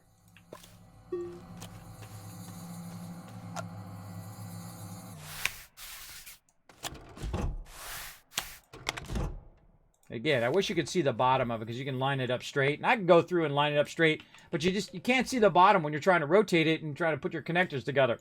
Again, hopefully they add that at some point. Now I'm going to go ahead and connect this to here. And now this is all now chained back together again. And so now I can just let that sit. I don't need that extra thing. I can just let those. And that one is just going to keep feeding into there all day, every day. Now, in the other direction, you guys already guessed it. I'm sure you've already thought ahead of it. Thought ahead, and you're like, I know exactly what Kismet's going to do now. You know exactly what I'm about to do. And that's right. Also utilize this for multi-purpose. So I'm a big fan of multitasking or multi-purpose of as many things as possible. And so in this case, we're going to multi-purpose the use of our wind power here. And that's going to allow us to chain our power off into this direction. Again, I'm not going to bother to make it straight because it just takes too long. But one of these days when they add it in there where you can adjust the things, maybe I'll make it straight. But for now, I'm just going to go with whatever it gives me at this point, even if it's curving in a weird way. Okie dokie. Now, I got all the way over here, which is where I want to be, and I want, look at all those. Those are already ready to go. And so I'm going to grab one of those out of there, and I'm going to put it right here just to limit it so it has that one thing. And that's going to go ahead and feed that right up into there. Oh, a little bit higher. Like that. There we go. And then it's going to go ahead, and now it has power, and now I can go ahead and grab it and start to feed that there, right? Now, another thing we can do is we go ahead and utilize one of our other ones over here, which I don't think are done yet. This one's not done yet. Let's see how much longer that one's got. Come on, cursor. This one has got no minutes left. How about that for perfect timing, everybody? That was pretty incredible timing, I think. And let's run this one over to that one. Keep that one going. All right, now we'll go ahead and take this, and we're going to dismantle it because we didn't lock it. It'll just automatically unplug it like that. Oh, I bumped my vehicle. And then we're just going to take... Again, it doesn't have to be right at your base. I feel like that's one of the biggest misnomers, is that you feel like you got to have it right next to your base. You really don't. You really don't. You can have these spread out all over the world if you want. And you can just go ahead and then tie this into this platform.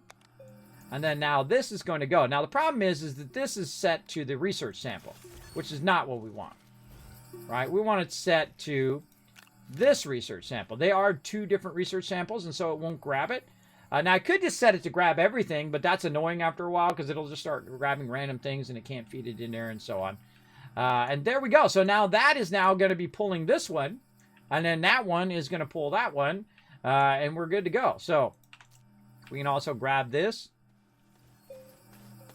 Just run that and put that in place so it knows where that's at.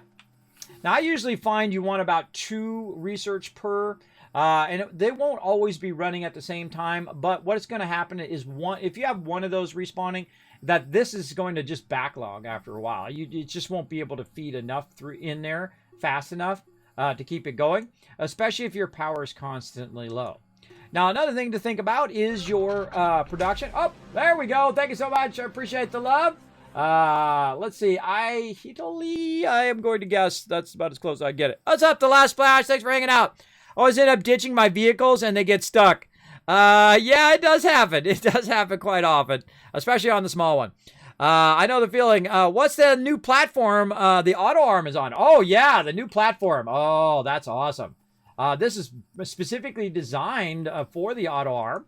It's right here. It is called the Large Extended Platform. By the way, you unlock that via quests now. That's right. You can go ahead and just quest, and I got that for free. I did a quest, boom, got that first one unlocked, and it gave me the recipe for it as well. I suggest to do all the quests first, and then come back and then unlock whatever it doesn't unlock. I feel like that's really my favorite way now to play, is to do the quests as you go along, as opposed to just rushing to the end and unlocking everything. Because I could be doing this at a 10 times this level, everybody. I could have 50 of these researches going. I'd go to the hardest planet straight away and get that going on. But again, it's also fun to play it as intended, or play through the progression as intended. And that's what we're doing this time, right? And so there we go. So that's now going to run that, and it's going to have more than enough. Now, this one is doing like 5 at a time, and the other one over there does like 2 or 3 at a time, which means that we could then automate this, because look at this, how it's already backlogged, right? It's already backlogged with that. But we're going to leave it like that for now, and we'll add more later on. Look at that. That one finished over there, automatically fed in there. Now over here we do have a third one that we can just automate. We can grab this one and bring that over here, in which we can manually feed it, or we can automate it. And since this one goes a lot more, we can go ahead and put this right in line like we did on the other side. And again, we're just automating this, right? The automation in this game is awesome. It's probably second to none. Second to none in this automation, right? Really, really good. I love the mechanics of it, the way it works, all of that. Really, really well done. Again, look at our base now getting nice and spread out, right? It doesn't have to be jammed up all up on. I feel like that's a mistake that happens both in Satisfactory and in Astroneer. Everybody tries to jam everything real close together. You got plenty of space. Give yourself the freedom to be able to walk around without running into stuff every 2 seconds. All right, so we're going to go ahead and need an auto arm. We need our small one for that. Let's go ahead and get our small turned around here. Let's go, small. And I'm going to put it right here on the trade platform, because I don't think I'm going to be using trade farm too much in the later game, but you never know. And so we want to make another auto arm here. And again, we're going to automate the heck out of this today. Get our power up and running, and then maybe even make a spaceship. We'll see. All right, now I need graphite and aluminum. Now, we found some graphite in the thing, but we ran out there. But we also went out and we got some soil. So let's go ahead and put that in our centrifuge right over here. Put those back on me. And again, I like to keep one over here so it doesn't... one over here so it doesn't end up putting a resource on there. I like keeping that there. Now, this one's ready to go. We want to go ahead. What were we making? I forgot now. We were making auto arm, which allows us graphite. There we go. See, I have sleep apnea, everybody. I have sleep apnea, so it's hard for me to sometimes even make sentences. So, yeah, it's very difficult. It's like getting 30 minutes of sleep every single day, right? Imagine if you only got 30 minutes of sleep. That's what it feels like to me. And I still function as a human being somehow, even though getting very bit of sleep. Even if I sleep for 8 hours or whatever it is, it still feels like I get very little sleep. Now, let's go ahead and yes, I've tried the CPAP and I've tried all that stuff. That's the first thing that people say.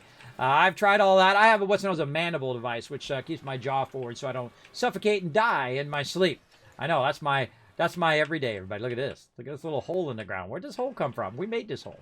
We made this hole. We ran some tethers out here, and we're going to go way down into the planet. Isn't that awesome? I love that. I love that. You can just go way down in the planet here. And explore the underparts of each and every planet. There's multiple layers, and you can get to the core of the planet as well. And the part of the main storyline has to do with the core of the planet. Now, look at these tethers running all over the place. Now, I don't remember where the heck my thing was, but guess what? We've got a brand new radar, which can help us out with that, or compass, can help us out with where it is. Now, whenever you see a red one typically for me means resource, right? And you can see that I've got the red beacon right here. That's where it's pointing me to this beacon right here. And now if I had more beacons, which would have been smart, I could also find where the heck I had my resources down here. I don't remember. So we'll go for a little run. Now, be careful you don't go too far, because you will run out of oxygen. I don't see anything that way, so we'll go ahead. Uh-oh. Whoa, which way we go, right? Very hard to find your way back, but I can see my ramp there. Whenever you see this gray, see this lighter gray, that's you. That's you. You shaped there. That's only from you doing that, from shaping on the ground. So dead giveaway that you might have something there. Let's follow these tether lines. See where these tether... Oh, this will lead me through here. Again, you'll see me just pick those up as opposed to lugging those back. Let's follow this. Oh, okay, we cut through here. We run around this way. Oh, look at all these resources down here. We got some compound and whatnot. But also, there's actually some bad guys. Watch out for these guys. If you shape these out and you're too close to them, they'll blow up and kill you. They've got me a few times. Let's shape those out. We'll do that battle here in just a moment. I did hear it go off. But we've also got some more resources down here, and that's this right here. Look at this debris, right? If I shift left click on that, it actually goes into my backpack, and you can see it says debris salvage. So I can go in and I can shift click some of these, but you got to release it first from the dirt, then you shift click it, and it goes in your backpack. Notice that one's not. That's because this one's too big to just drop in the backpack, right? I could package it and put it in there, but because the actual debris piece is too big, I can't just put that in there. Now let's go ahead and see what else we got down here. We got a little piece of debris there. Let's get that right here. And look at this little green thing. What's this green thing under here? Oh, ha, ha! There's a little bit of research hiding underneath there, and that usually happens under this here. You usually find that under these poles or under something that had research on it, something like this over here. There we go. Now look at this one right here. See this exodynamics research aid? I think this actually is what it's asking us. I just dawned on me. I didn't even know that's what was the name of it was. I just call it the box. But actually, I think it's this right here. Now, there's a symbol on there that we need. We need to put the appropriate resource in there to unlock it. Now, if you want to know how to do that, it's actually pretty easy. You do have some resources up here in your Astropedia, which we can look and see. Oh, wait, it kind of looks like the laterite one, right? I already knew it, but I'm just showing you guys. It looks like the laterite, right? What's laterite? What's that from? Well, it's found on every single planet. It says right there. So we can go ahead and look around for some laterite and maybe feed that in there and get that quest done. I think that's what it's asking us for our quest, so we'll try that. But as we're looking around, we'll do that. Now, also, we've got some quartz here. We can shape out some quartz. Like that. Now, we can also go ahead and make some beacons. Those are going to be useful.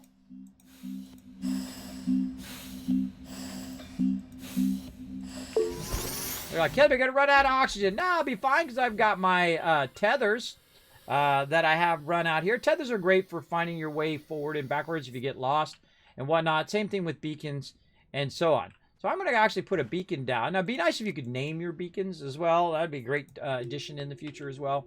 That would be very helpful. And I always make them red. I just make up the colors. There's no set colors. You can make them whatever you want. But in my case, the red one typically is where I have resources. So when I bring up my radar and I'm looking for resources, look at that. We've got one right where I'm at, which is in the center, and then one back that way. And now, of course, that new radar is going to help you find your way around if you're getting lost a lot in the game. If you just hit R, it'll also just go back away. If it is obscuring your vision and whatnot, help you out a lot. Now, let's keep going down our tether line here. Now, of course, I could also bring my vehicle. Later on, you can get a paver, which is going to flatten that out. Oh, look at this. We found some more stuff out here. Another good spot for another beacon. Let's get that going. And then before we pick this up here, we're going to go ahead and do that battle. So get down in there. Put that beacon.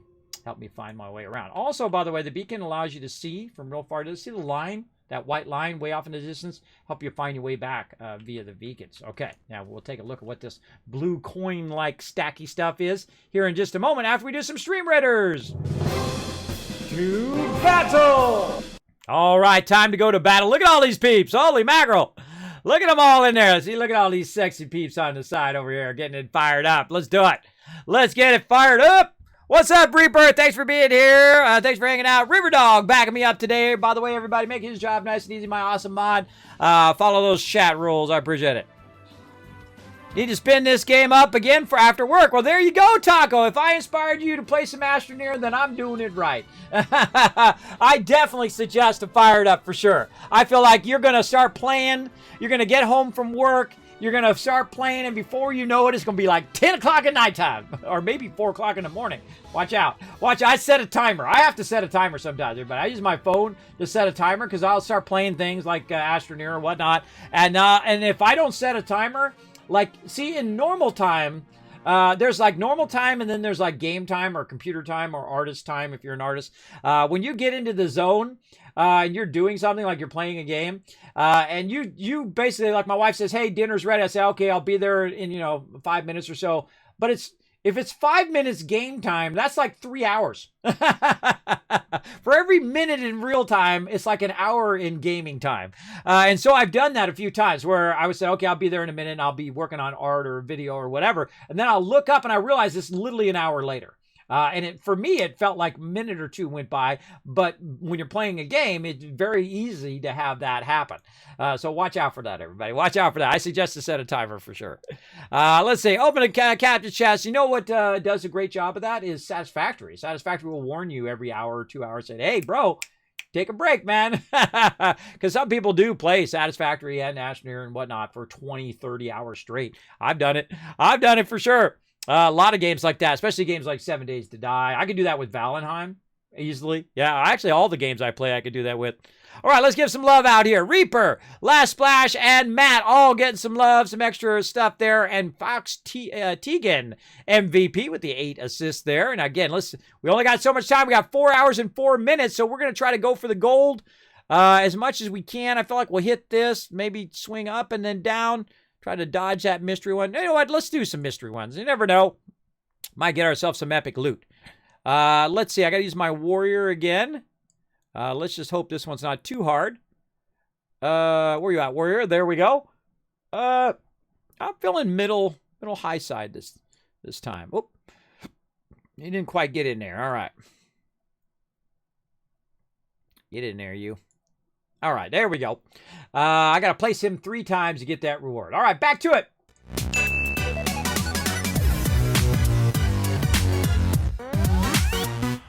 All right, now we got these resources down here, and if we go ahead and hit E, we're going to shape it out. It brings our shaper up, and we roll over it. It's going to tell us what that particular thing is. How convenient. That's laterite right there, right? Now, laterite, as you can see, it says on there is aluminum. Again, if you roll over it, wait for a second, a little pop-up is going to be up there. A little tooltip is going to pop up and tell you that, oh, that material is going to turn into the other material. And laterite is actually what we're here looking for, so that's convenient. Now, obviously, I've been down here before. We did have one previous playthrough, or one previous session in this particular playthrough. That's a better way of saying that. We have played for, I think it was about 3-4 hours before. Oh, I'm starting to drop stuff. You know you're done when you start dropping stuff on the ground. I try to bring it up here in case this way it doesn't slide and wander off and whatnot. Now, I'm going to show you a great little trick also for your resources. Is back here where you're here and you're wondering where this tether goes, right? You're wondering where that tether goes. You're trying to remember. What you do is you put some laterite right there, and then it will tell you down that line is your laterite. That's right. It does work pretty fantastic. I see there's some compound there, but that's a common resource. So I'm also going to grab some more of this, which is our quartz. And then I'm going to go ahead and run back along my tether line.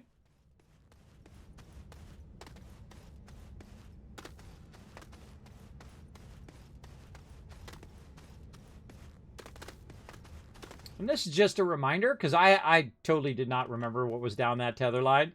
I did not remember, because that was like a couple weeks ago that we played for the first session. There we go. Now I'm going to put both of those there. Now, it'd be a little confusing if you put them right there. So I suggest to maybe put them a little bit inset here. Maybe even flatten this out a little bit. And just say, look, along that tether line is those 2 resources, right? So a great way to remind yourself later on. All right, we got that done. Let's get on our vehicle. Now, we could have came down here. We could have collected a lot more by using our platforms and bringing our vehicle and doing all of that. And we'll get into all of that later on. But we just need a little bit to keep us going here. Drive around the front side. Turn it around so we can go back that way. There we go. And now we have got it going on. Now, all of that was for a whole bunch of stuff. And we've made our wind turbines. We've made all of that. Now, see, what happens right about now to me, because I have a bad memory, is I forget what the whole reason I went down there in the first place. Don't tell me. Don't tell me. I'll try to remember.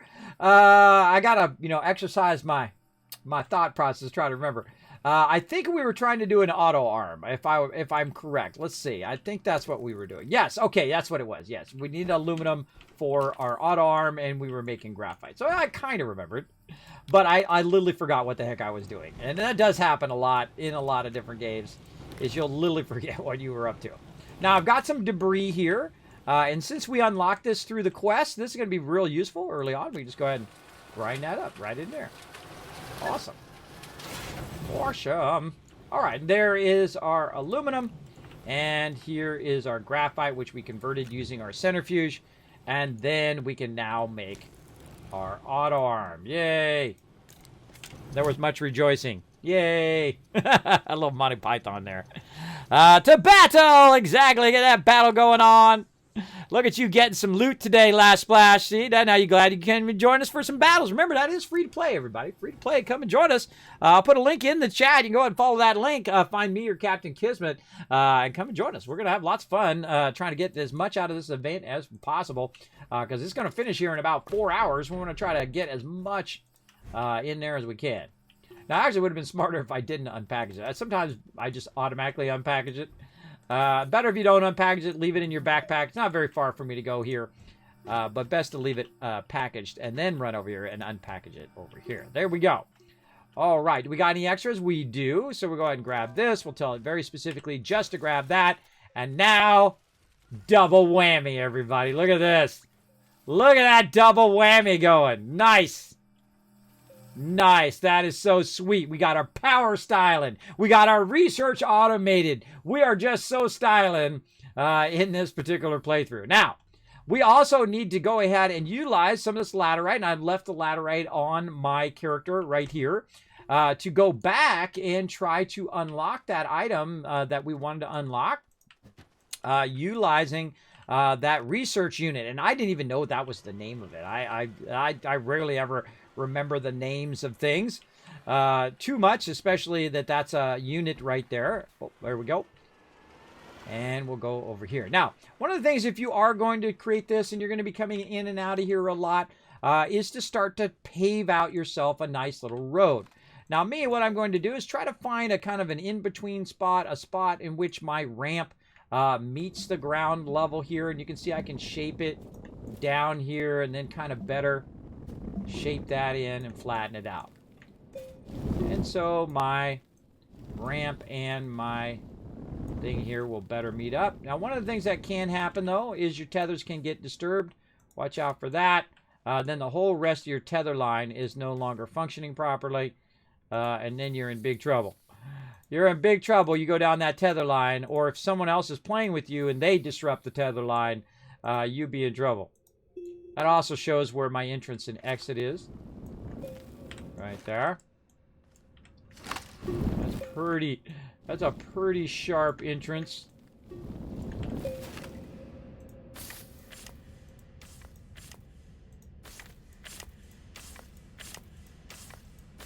See, I use my tethers are usually pretty close in the way that I use my tether. Oh, I knocked this tether down too.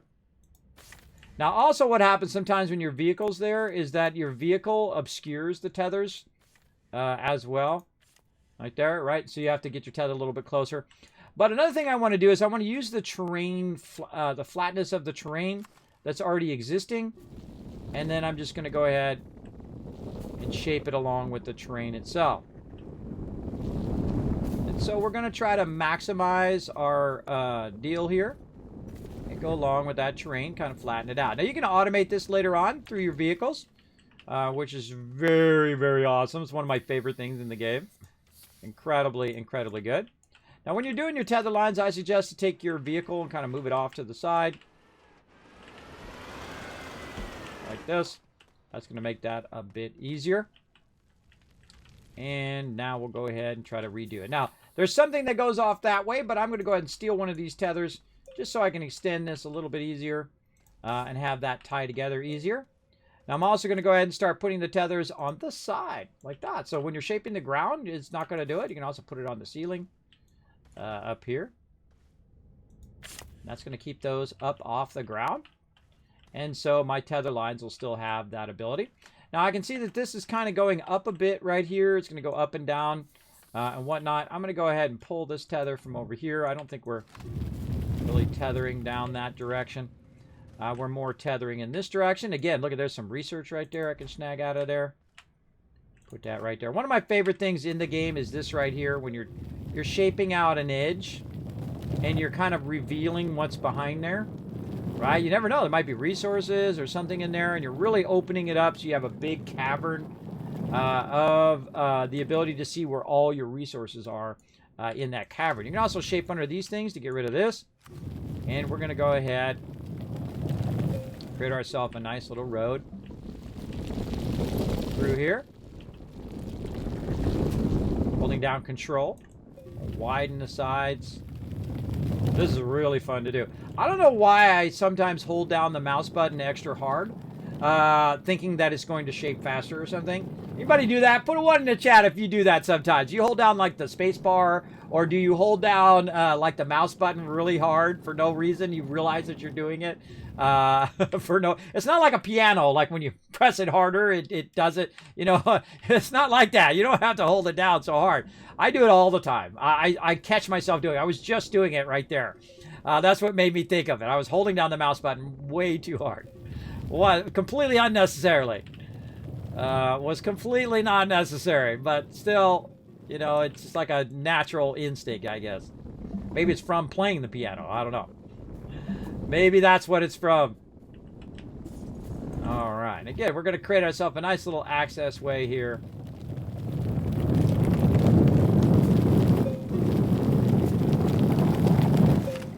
There we go. So now we've made a nice little tunnel there. We've kind of fixed up our tethers a bit. We're going to go ahead and attach our tethers now to the side here. So again, they're not down at the lower level. There we go. Kind of readjust. It's good to have your tethers up off the ground. The reason why is your vehicle will actually knock them over from time to time. Sometimes you don't even notice it. You knock them around and it's behind you. That it's actually doing that. And so I much prefer to keep my my beacons up off the ground, or my tethers up off the ground as well. And there we go. So now we're just going to roll up right to where our resource is, right over here. And that allows us to bring our vehicle. Now, again, later on, you could use your vehicle to just go ahead and drill through there. We wouldn't even have to use our shaper. We could just use the actual vehicle, as well as to pave the area here as well. And again, one of the things that I like to do is do the flattening, just to get rid of those little things that are going to be in your way. You run into those things a lot because the car drives a little wonky sometimes, and so you do your best, right? You do your best. So that's going to allow us to drive our vehicle through here super easy. Right up into here. Very nice. And again, we can keep going if we want to, but we're going to go over here, and we're going to, whoa, try not to fall down that hole. And we're going to try to utilize this right here. Now, you can't actually shape this out, so where it'll actually drop out of there. And you can actually fool around with it, but we're going to take our ladder right here. That's what that quest was. All right, so that opens that up. Normally it fires off. It didn't quite fire off there. Now we've got ourselves a nice research sample. Now, research sample is worth a lot more. Do not manually scan that. You definitely want to put that in your research center there. But this item right here is actually a scrap item now. See this? You can hold this down and scrap that. This item right here is not a scrap item. Notice it doesn't give you the option. It doesn't show you, say, hey, go look in the Astropedia. Again, we look over here. It says hold to open for the Astropedia. And then over here, it doesn't. This is not a scrap item. That item you cannot pick up or do anything with. But you can do this. You can shape it into the ground like this. And then cover it up and pretend it never existed. Like that. But this actually can be packaged and recycled. So very nice.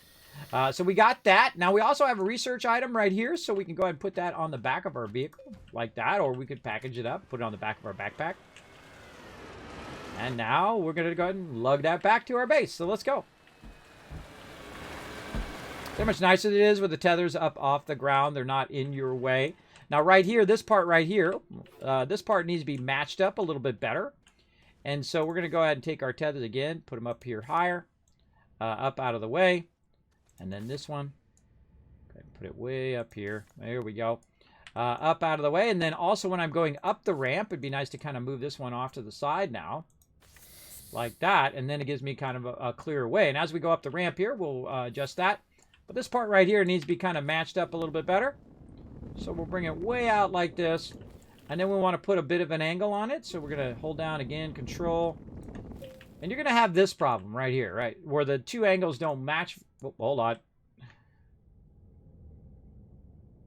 Hold on. I got to wait for OBS to catch up. It'll be a minute. All right. Put a 1 in the chat where you can see and hear me, everybody. That's OBS getting overwhelmed. I do a lot of stuff here in the stream. Poor OBS. Poor OBS. Put a 1 in the chat when you can see and hear me there. So you're going to have a problem with your multi-level, especially when they go into two separate directions. What I would do is I would just full-on fix this all the way across.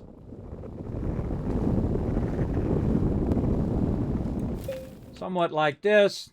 Pull our beacon out of there. Pull our tether out of there. And I'm just going to go ahead and make this go all the way across and match up. My ramp is now over on the side here. I can also make an angle down. If I do want to go down here, make a little ramp down into that area.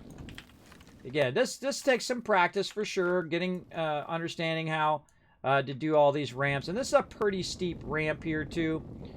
Normally when you're first doing your vehicle, probably don't want it to be that steep because it does massively slow your vehicle down. Let's go ahead and widen this out a bit. Down the side here. So our vehicle can go back and forth without disturbing our tether lines. Hopefully. And again, we'll bring this up. Something like that. There we go. And then we'll tie this one. Tie these two together. And there we go. Up off the ground. Isn't that cool? Very, very cool right there. I dig that. All right, we got another one here, too. I forgot about that one. And there we go. So now we're much easier to just go right up our ramp. Good to go. We're not obscured by our tethers being in the way, though I'll end up hitting them anyway, even though I made room. And so now we've got a couple research items. And look, this is still doing its job over here. Manually running that. Oh, these two are still running over here. Oh, you know what that tells us? You know what that tells us? Look, we got 2 of those running, and it still has 2 more. So these are a much better research, and plus it has 1 there. It actually has 3 more that it could be doing. That's telling us we need even more research things. And we got our power, we got our batteries. We need more research items. Let's go. Come on, let's fire up our research. Resin and compounds. So let's grab this resin. But we need to convert this into some glass. That's what I grabbed that extra for.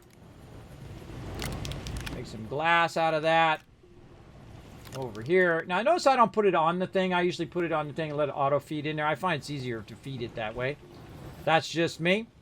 We need some compound as well. Let's go ahead and set that to compound. Let's take our dirt that we just collected. Put that up there. Let's get the one that's on the side one here. Pick those back up. And tell it to make us some compound. You're like, well, Kismet, there was a bunch of compound down there. They're true, but I'd have to run down there to get it, where I could just make it right there. That's way easier. Way easier. Oh, yeah, 1's in the chat. Thank you very much, everybody. Thanks for having my back again. Sometimes OBS gets overwhelmed because I'm doing battles. I'm doing stream avatars. I have a bunch of really super advanced alerts. It begs for mercy most of the time.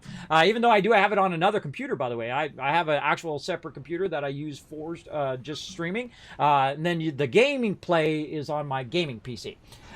Believe me, if you're going to do it as advanced as me and you're going to do all the crazy stuff that I do, you definitely want to have a separate streaming PC if you get away with it. Even if you're using just like a laptop or something like that, if you're playing on Xbox or something like that, and you feed it through your laptop, you're going to get the higher frames per second. So it's not going to eat up your frames per second of your main gaming PC and whatnot. And I had a series coming out on that, but YouTube screwed it up, so now I have to go in and fix it. I haven't had time to do it yet. I will get around to it eventually. Okay, so look at this. All right, we're starting to... We want to basically press the edge of how much power we can produce and how much stuff we can keep running at the same time.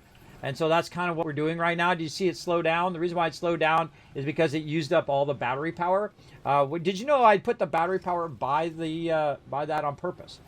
So that even if it does cut, the rest of this gets cut off, it still has as much power as it possibly can over there.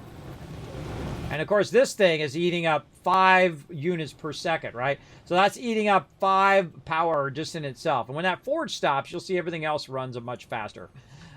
Usually the forge is your big eater of your stuff. This thing right here uses 6, so the centrifuge uses a lot too. But the forge usually is the thing I find is eating up all my power. All right, research chamber. Right there. Now, we're also going to go ahead and take this little shredder off the end here for a second. We really need to set up a whole area in which we're doing our printing. Where'd it go? Over there. A whole area and a whole table just for printing. But I've got this right here, so I'm going to go ahead and utilize it right there. And we'll grab our resin. We'll put our other canister back in there. Just let that run out. There we go.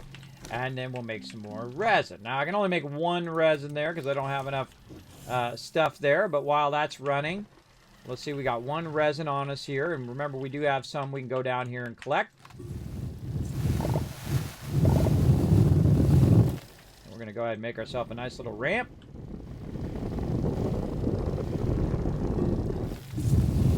Pulling down that control key. And so while it's making some, I can also collect some because it just happens to be nearby. I'm really looking for the resin. I get some compound lime out of it too, that's fine.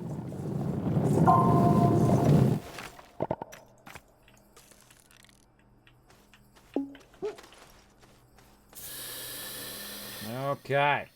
Which resin we got? Just enough. All right, perfect. Going to go ahead and make a platform for it. Now, again, you can automate this so that it is just doing all of this for you automatically. You can turn it on and tell it to loop. They added this loop button, which is so good. It's so awesome. It'll just keep making and making and making that item until it runs out of those resources. We'll definitely be tapping into a lot of that later on. Put that over there.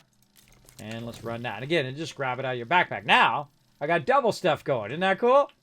I dig it. All right, we're going to go over here and use this one to automate a bit of our research, as well as to do it. Look at that. Look at those batteries filling up. Sweet. Now, I could have collected a lot more zinc down there and made a lot more batteries, which is definitely what I would also do at this point. Because if I see my batteries are getting full, that means I could use more batteries. And these batteries only produce 1 power.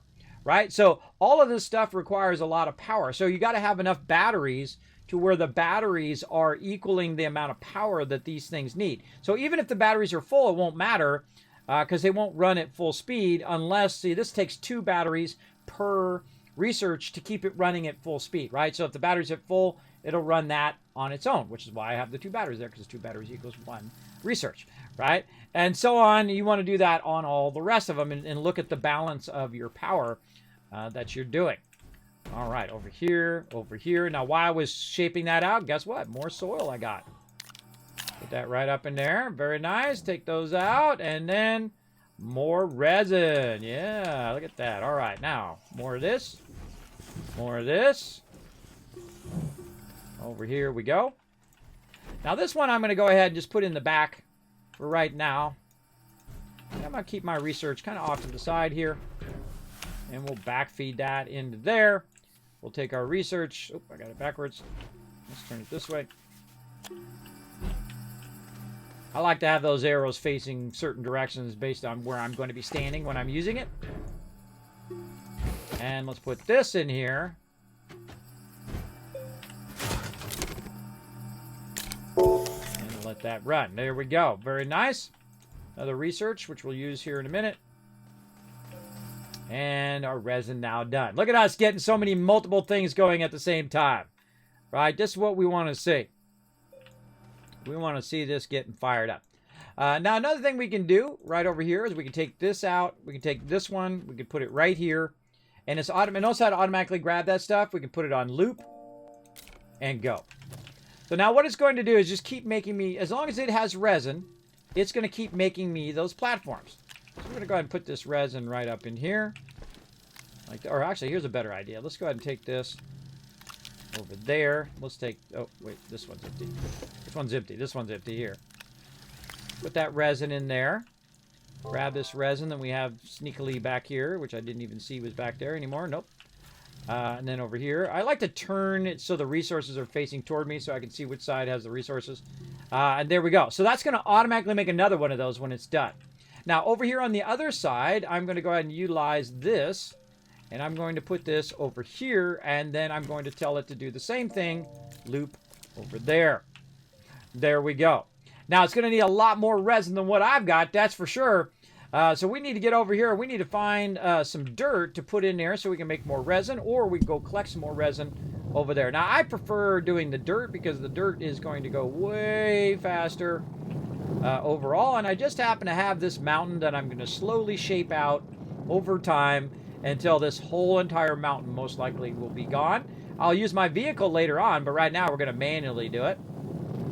I really want to use my wide mod, but I don't want to do it because it might be a quest that we might unlock along the way. We're just taking our time, having a good time. All good. Keep the stream going. Thank you, Bento. Yeah, hey, I'm bringing so much epic stuff. And hello to you. Bringing so much epic stuff to the stream. If you didn't know, I got brand new cheer motes. That's right, done by an amazing artist called Lady Meows, who did a phenomenal job on them for me. I do farm some stuff out. I'll go ahead and let you guys take a look at that. That's right here. Boom, look at them. They correlate with my alerts here on the stream, like Tip of the Hat or Dancing Norbert or Scared Norbert because of the lightning. Or if you do 5,000 bits, it will actually do Make It Rain, where he's raining bottle caps. And then, of course, Become a Dragon or Be a Dragon in those higher areas as well. You want to check out those cheer modes, you go ahead and click on the little diamond. Just go ahead and feel free to just take a look at them. You don't have to necessarily cheer, but you can look at them. Oh. There you go. See, it correlates with him dancing around the thing as well. But as you can see, you can go ahead and click on the cheer modes. You can find Norbert there. He's the second one. Click on him. You can choose your different one. And, of course, it'll drop in the chat as well as to cause a full screen alert at the same time. So there we go. Oh, and that one's done. And this one's done. And again, getting your research going early on is always a fun thing to do. Now let's go over here. Now again, we're going to be taxing our power, and this is always a constant, battle is to keep your power going versus keeping all your other stuff going, right? And so again, we'll line that up. We'll put this over here.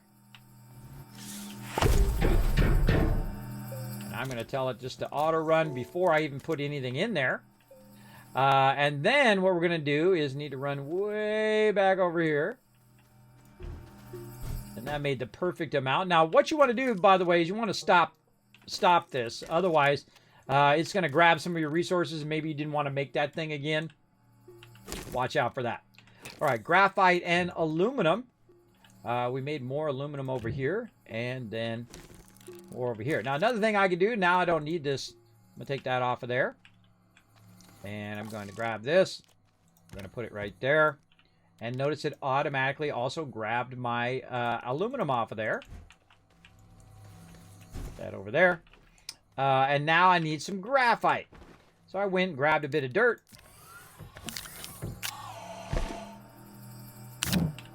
And I'm going to tell it to make me some graphite. Again, this does burn a lot of power. I'm actually going to get 2 graphite out of that. Let's go. Let's go. Let's get this powered on. I try to maximize the use of my stuff so I don't have to constantly be switching things in and out. But, I feel like it's a good idea to, instead of spending all the time collecting more and more resources, more and more stuff, is to maximize the use of your current tables. And I feel like that's probably going to be good enough. We're going to try 4 of these. See how that goes. I think it's going to be... I'm more estimating 3, but let's go ahead and try 4 and see what happens. All right, look at this slowness. Look at this slowness due to no wind power or solar power. But that's okay. Sun will come up tomorrow. Sun will come out tomorrow. It'll come out and come up over that hill, and we'll have plenty of solar power. And plenty of wind. Oh, there's our wind power come back on. There we go. Oh, and there's our graphite. All right, awesome. Now, I'm just going to take the graphite, and I'm not going to put it on the back of my character. I'm going to just go ahead and feed it right over here. Like this. And then it's going to automatically make 2 of these for me, because I'm going to tell it to loop. So once you're done with the first one, make me the second one as well. Now, I do have, while we're waiting for this to go, let's see how much longer on this one. That's got about 2 minutes. When this one's done, we're going to go ahead and check and see how much this one is worth, this research sample. Now, these research samples actually can be automatically fed in there. The big ones cannot. The big items cannot be automatically fed, but the research samples definitely can. I have done it many a time before. Very, very cool. And this one over here, just working completely autonomously. Nothing we need to do, just feeding it in there. Now, by the way, while we were busy doing all of this, it's been doing a ton of research, right?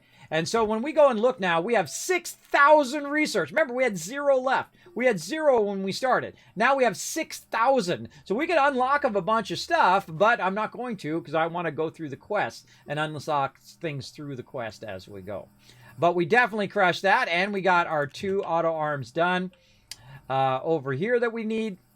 And so let's get over here and let's get our auto arms in. Right over here. Again, these auto arms use a lot of power as well. We're going to put that in there. We're going to angle this just a little bit better. Roll over it to see if we're close enough. All right, that looks good. Let's go ahead and lock that into place as well. Let's go ahead and grab one of these extras.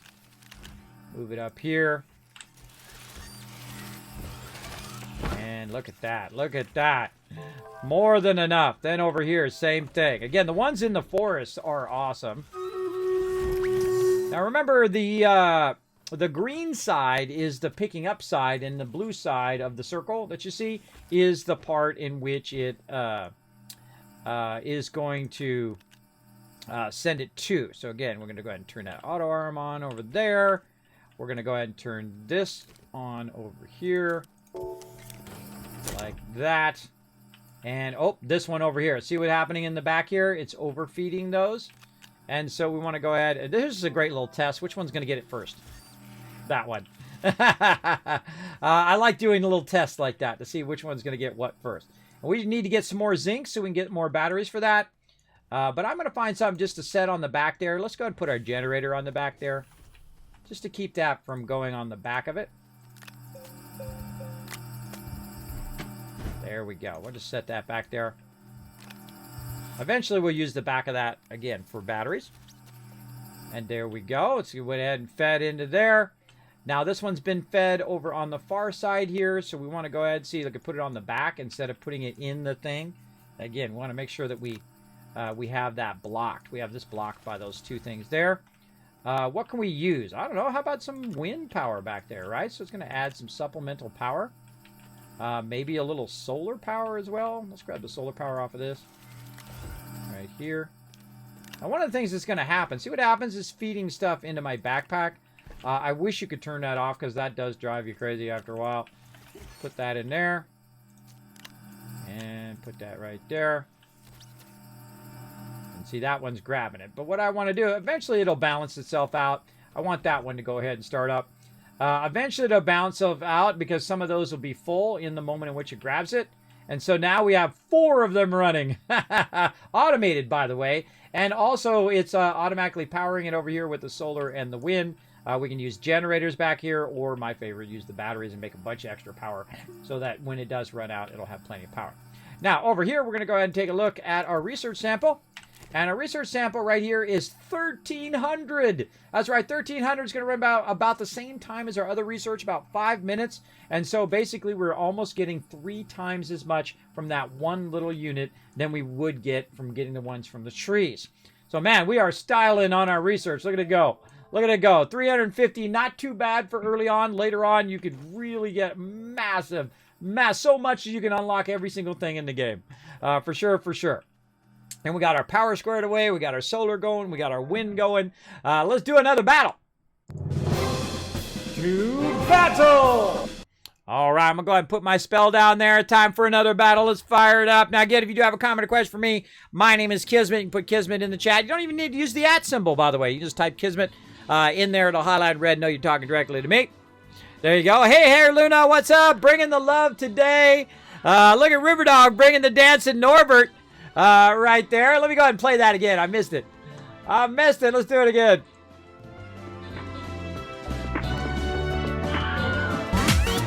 There we go. There we go. I have to actually still update the bits that drop down into the actual bit cup with that new dancing emote, which I will do eventually.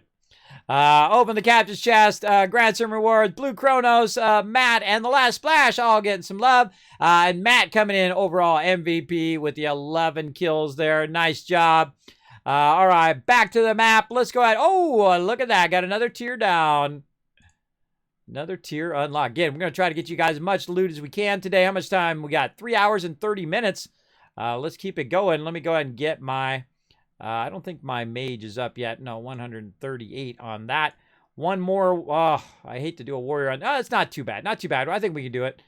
I think we can do it even just with an epic warrior. Oh, or was that a rogue? That was my warrior. Okay, good. For a second there, I thought I put the wrong one down. All right, let's collect some more gold there and kill one cart. That's what we got to do there, and then place mages. All right, cool. We got this. We got this little side game we play called Stream Raiders. It is free to play. You can follow the link in the chat and come and join us.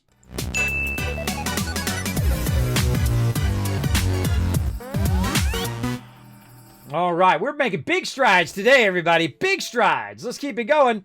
Let's keep going on our quests over here. Now, we did figure out which one of those it was. It was actually unlocking one of those things where we got the research sample out, and now we got the Master of Unboxing. Let us go. All right, now this is something I rarely ever use, and that is the buggy. Ha-ha! I love the progression. They really thought out the progression. I love that. All right, so we got the buggy now, which is going to help us get around a little bit faster, though I do actually prefer the tractor. And I'll show you why here in just a second. The tractor, while it goes much slower, the tractor comes with a seat already built in, and you can also use trailers with it. The buggy, notice it does not have a connector for the trailer, but we're going to go ahead and utilize some of our stuff over here that we've got some extra. We got a wind there. And then we're going to run way out here. We're going to grab our furthest most one here. Right there.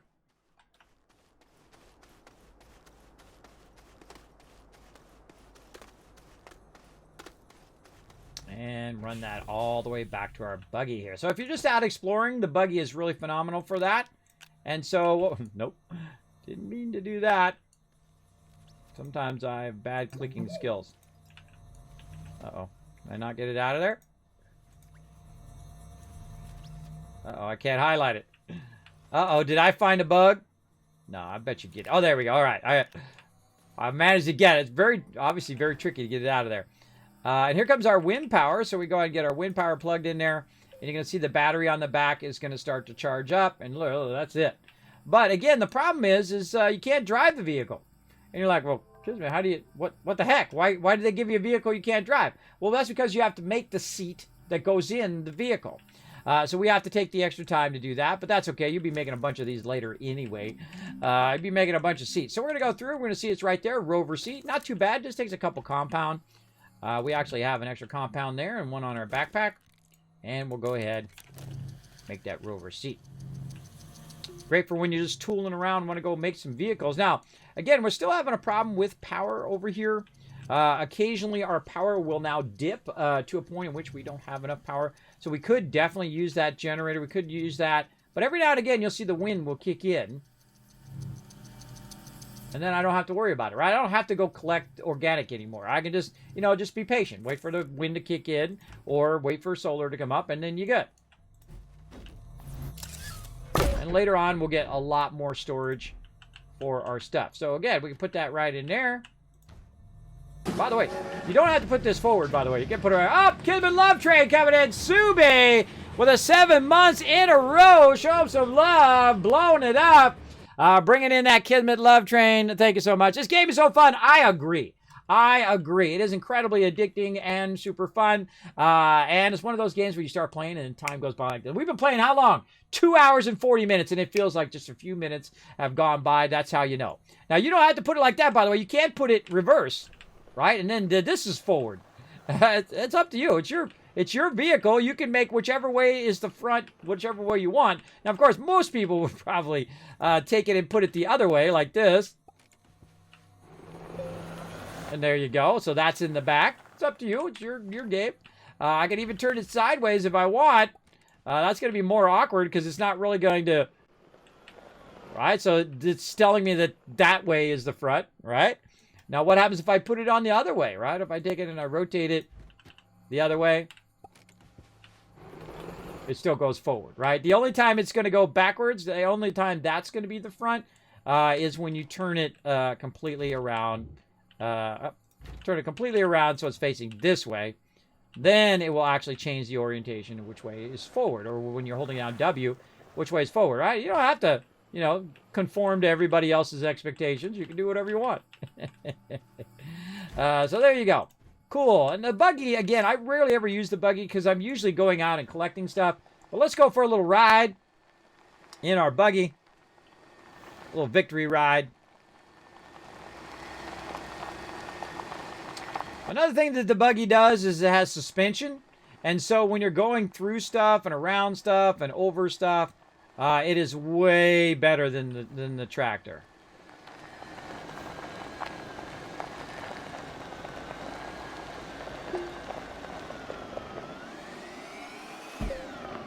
That's fun every time, everybody.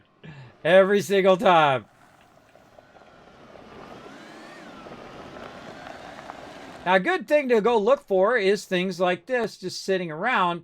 Now, I can't grab any of this, and the reason why is there's nowhere to attach it to my vehicle. So it's not like I can do that. If I had a packager, I could package it up and whatnot. You can't shift-click on it because it's too big to put in your backpack, but you can just pick it up in your hands. But I really want to get the stuff that can go in my backpack. So let's just go look for some debris while we're around. Don't see anything there and anything here. Now, another thing that I suggest to do, big tip for you, whether you're playing Satisfactory, Subnautica, whatever you're playing, is to tag it that you've already been there.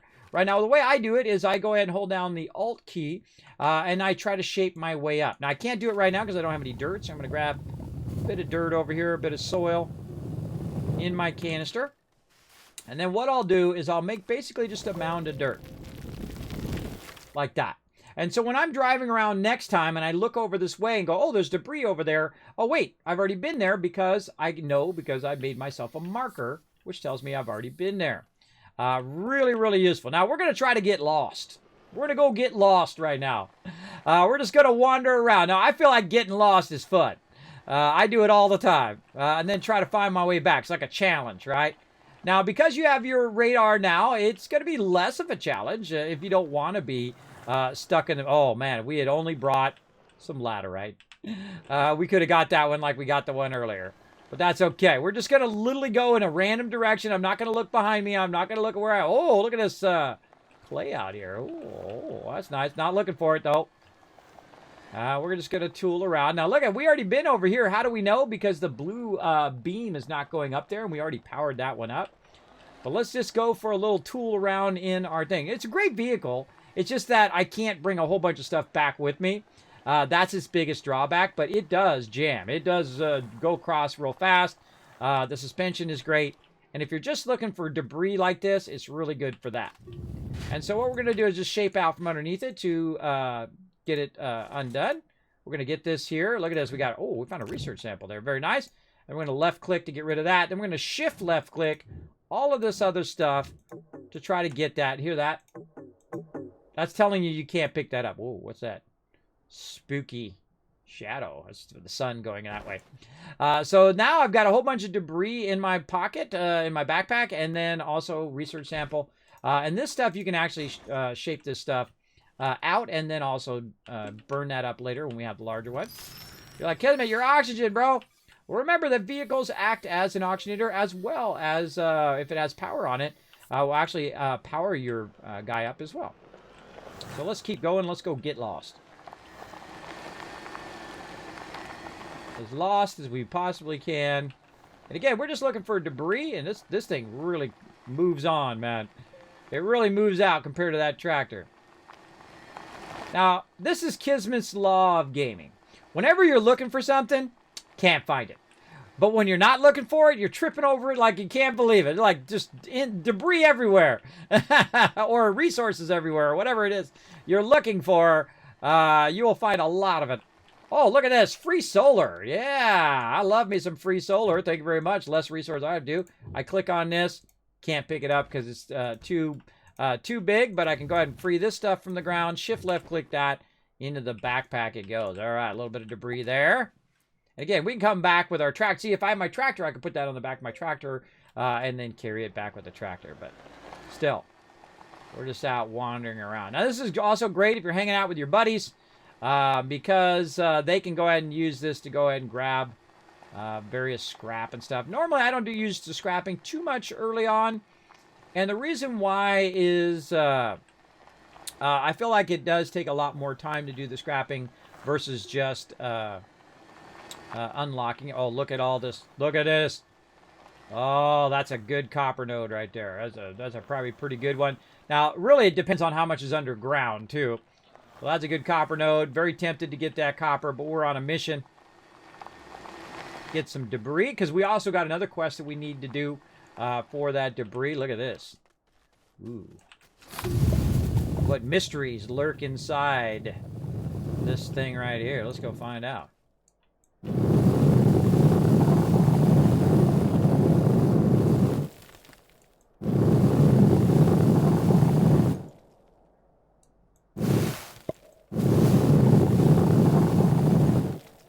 All right, looks like we got some copper in there. Glass. Ah, see? Now, right now, there's a zinc. Definitely use that. Glass, which is nice. I'd say the most thing in here is sulfurite, which is also zinc, or the copper. Now, what do I want to get rid of to bring that item with me, right? Because now I can't hold it because I don't have a vehicle that can hold it, and I can't put it on my vehicle. I don't have enough space. You know what I'm going to do? I'm going to take none of that. I'm going to take none of it. That's right. I'm going to leave it there. Now, I could put a beacon down if I had some quartz. I can't do it with glass, but I can do it with quartz if I ran into some of that or I took some of that. Now, another great thing about this vehicle is you can try to navigate your way through the forest. It's going to be real tough, but when you hit these rocks, you can try to go up and over them. Got to bump your way over. There we go. Bump, bump, bump your way over. That's what I do. Use that suspension to your benefit. Oh, we're coming up to a scary area. Come on, turn the corner, bro. We're getting up to a scary area up here. This is where you start having your mountainous area, where you start having these drop-offs right here. Look at this. Whoa. Whoa, that's a potential death right there. Oh, there's graphite right there, too. Oh, man, graphite right there in front of me. Oh, so much stuff. I can't take it with me. Again, this is the torture of the buggy. Is you'll see all these resources that you'll want to grab, but sadly, no storage. Now, there is a way to actually add more storage to certain vehicles, and we'll get into that later. But I'm just showing you the downside of the basic buggy here. By the way, I have my graphic. I'm playing in 4K right now. It looks phenomenal.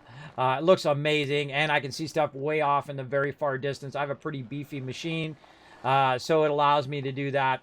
But you can only see it in 1080 because it's being compressed and sent to you, and that's the only capture card I have. Hopefully, one of these days, my buddies at Elgato hook me up with that 4K, and then I'll pump 4K out to you guys.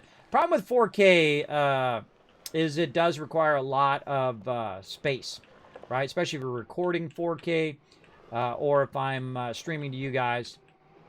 That does require a lot of resources of my computer as well. But I do have enough computer power to definitely stream 4K. Whoa, look out for that edge. Woo! Catch some air. This one you can really catch some air in. Reminds me very much of the Doom Buggy, also in Satisfactory, which you can just full on just go, go, go. See how much less stuff we're finding? I'm telling you, when you're looking for it, hard to find it. Hard to find it when you're not looking for it, man. You just debris everywhere. All right, here we go. What else we got? Oh, and some free wind power, too. All right, nice. Oh, double wind power. And again, at the beginning of the game, this is a good idea to go and explore and just grab a bunch of the free power that you'll find, like this wind power. Now, what do I want to give up for the wind power? Oh, I can give up this tether. I definitely give up that tether. I got more tethers here that I don't really want. Let's go ahead. Oh, wait, we got this one's just battery over here. Let's see if it's like we got to keep it sustained battery or just fill it up. Oh, this one's just fill it up. So what we can do is we can take our generator. We can plug it into there. And what it's going to do is just fill it up. Now, so some of these you got to sustain a certain amount of power and then it opens. But this one, you just run it. Oh, the thing's not working. Normally it fires off of there.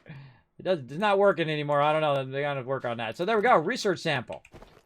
And then we'll grab this back over there. Very nice. All right. And now we got that research sample out of there. And they're different ones based on different resources and stuff like that. So I don't need the tethers. I don't need all of that. And so we got to make some hard choices here. Hard choices. What do we want to leave behind? Oh, man. What do we got? Oh, we got some research sample on me. Over there. See, that's why I usually put the canister right there. But that's okay. Convenient in the moment. Now, I've got as much as I can carry. I don't want to get rid of anything else. Oh, wait. I can just sample that up. All right. So now I am lost, right? I don't know where the heck I am. I'm in the middle of nowhere. I am out here. I don't know how to get back to my base and all of that stuff. Now, the first thing you want to do in the old school way of playing the game is look for a nearby mountain, right? To try to find a mountain nearby. Now, if you do get lost, you don't want to roam too far away. The second you realize you're lost, you want to stop and try to find your way back. Now, they've added a way where you don't have that much problem anymore, and I'm not going to use that right now. I'm just going to go look around a little bit and see if I can find myself a nearby mountain. Oh, there's one off in the distance over this way. So let's head toward that mountain. And I'll show you some old school ways of finding your way back. And then we'll go ahead and try out the new school, the new stuff that they've added. And we're going to go ahead and just drive our way up. This vehicle also very great for mountains, man. This thing just like takes on mountains like nobody's business. Whoa, hey, hey. Uh-oh, that's a problem. F for flip, just like in GTA. Just flip you over, you're good. And then up to the top of the mountain. Very rare do I ever bring my vehicle to the top of the mountain because they're real awkward with the trailer. But the buggy does a great job. All right, now look at me. Oh, look, there's a medium. Oh, there's a medium wind right there too. Now look at this. You got a much bigger view from the top of the mountain, but I cannot still see my beacons from here because I am very lost. And I like to get lost. I feel it's kind of fun to find your way back. Now, normally I would have not roamed this far away. I would have roamed only a certain distance and then been able to find my way back. Also, you can go ahead and use your north, south, east, west in the old way, where you roll over your feet and it will tell you which direction north, south, east, west is. Oh, super loop! And that as well. But they have added the compass now. So if you don't want to get lost, you can just do this and it now points you back to the green beacon, which is now in that direction, or in this case, it would be kind of south, a little bit east, but pretty much south from my direction. It's way off in that direction. Now, there is a medium thing down here. Am I ever going to find this medium thing again? Probably not. So what I'm going to do is I'm going to come down here and I'm going to grab this and I'm going to go ahead and just throw this down the hill. Now, why am I going to throw that down the hill? Well, that means if I run over there real quick and I run back with my tractor, I could probably pick that up. Now, finding exactly where that was from before is going to be extremely difficult. I could use the mountain as a reference, right, and whatnot, but trying to find that again is going to be pretty tough. But we'll go ahead and give it a try. So we're going to go ahead and grab our buggy. And now we can also hit the radar while we're on the buggy, by the way. So very cool. I'm going to go ahead and flip it. Back over. There we go. Don't be afraid to just go crazy, everybody. You can always flip it back over. And so now our radar does help me. So if you like that, you're like, I don't like getting lost, bro. I just want to be able to go back to my base. Well, there you go. Now you got your radar. You're good to go. I usually aim myself in the right direction, and then I go for it. Oh, look at this. Look at this. More loot there. We'll leave that there. It's over this way somewhere. Over the rocks. And through the woods. Backwards. Again, it's a little wonky. Oh, look at that research there. Look at that research. Oh, Pumpkin King starting up, everybody. Let's see. Exclamation. Oh, well, you already did it.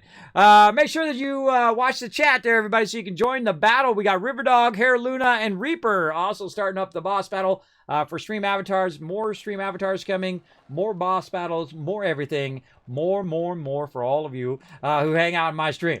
Now, I can see my beacon just a little bit over the hill there. You can see it, the little green beacon there. I don't even need the radar anymore. It kind of aimed me in the right direction. Oh, we got to come back for that laterite this way as well.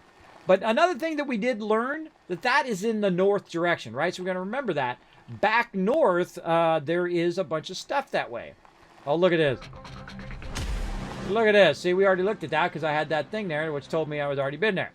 There's a great way to get across the whole entire world very, very quickly with the buggy. And so we're back. And now over here, guess what we got? We got the ability to take our nice research sample, put that in there.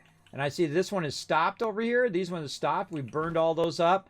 No worries, because we can just manually feed that in there. Or we can just auto feed it in there as well if we want to.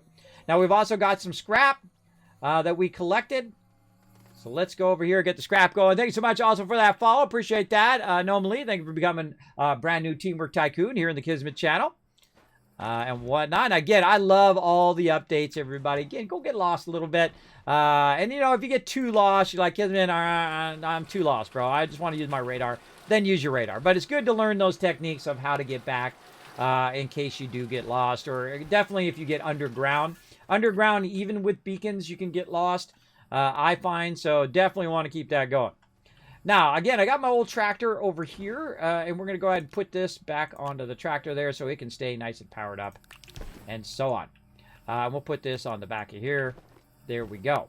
And we've also got an extra solar, so let's go ahead and put that extra solar there, so that'll keep that going. That'll feed into our overall power plan here. Now, again, if I want to go back and get that wind power, in which I do, I'm going to go ahead and use this vehicle instead. Now, because the wind power only goes sometimes, I'm also going to grab this solar off of here. I'm going to put that over there for right now. It's good to have one of each on both vehicle. And so now we're going to try to head our way back. But, man, where do I go, right? Where do I go? Well, see, there's north that way. So I can use my radar on the vehicle at the same time. And that's really an amazing addition. One of my biggest additions I wanted to the game is the ability to use your radar. Not just the beacon stuff, but your radar while you're on your vehicle. So you don't have to get off your vehicle, roll over your feet, then get back on the vehicle, and then drive, and then get off the vehicle. And you do that kind of cycle over and over again to try to find your way around. Much fun, more fun with the radar while you're on your vehicle. You just hit R very easily. Now, you saw me throw that thing down the hill. Again, where the heck is it? Where the heck did I throw it at? I don't know. We'll have to look around a little bit, I think, to see if we can find it. If it was even over here. See, it could be on any side of this mountain. Who knows where it was? Could be up the way a bit. Let's go up the way a bit. I feel like it might be this way.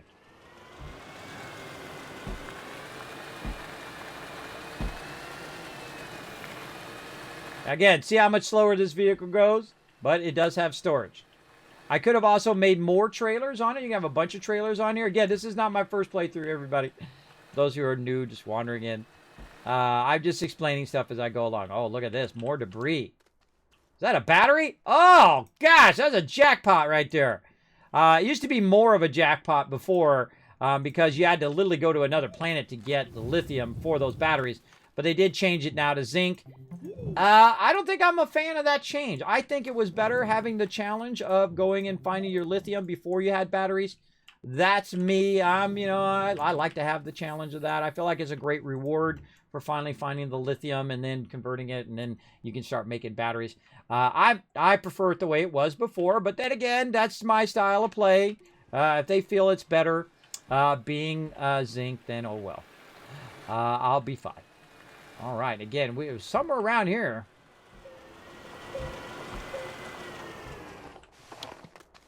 Again, I like to give myself little missions, right? Little side missions. Now, remember, we went to the top. Oh, my God, there's a solar, too.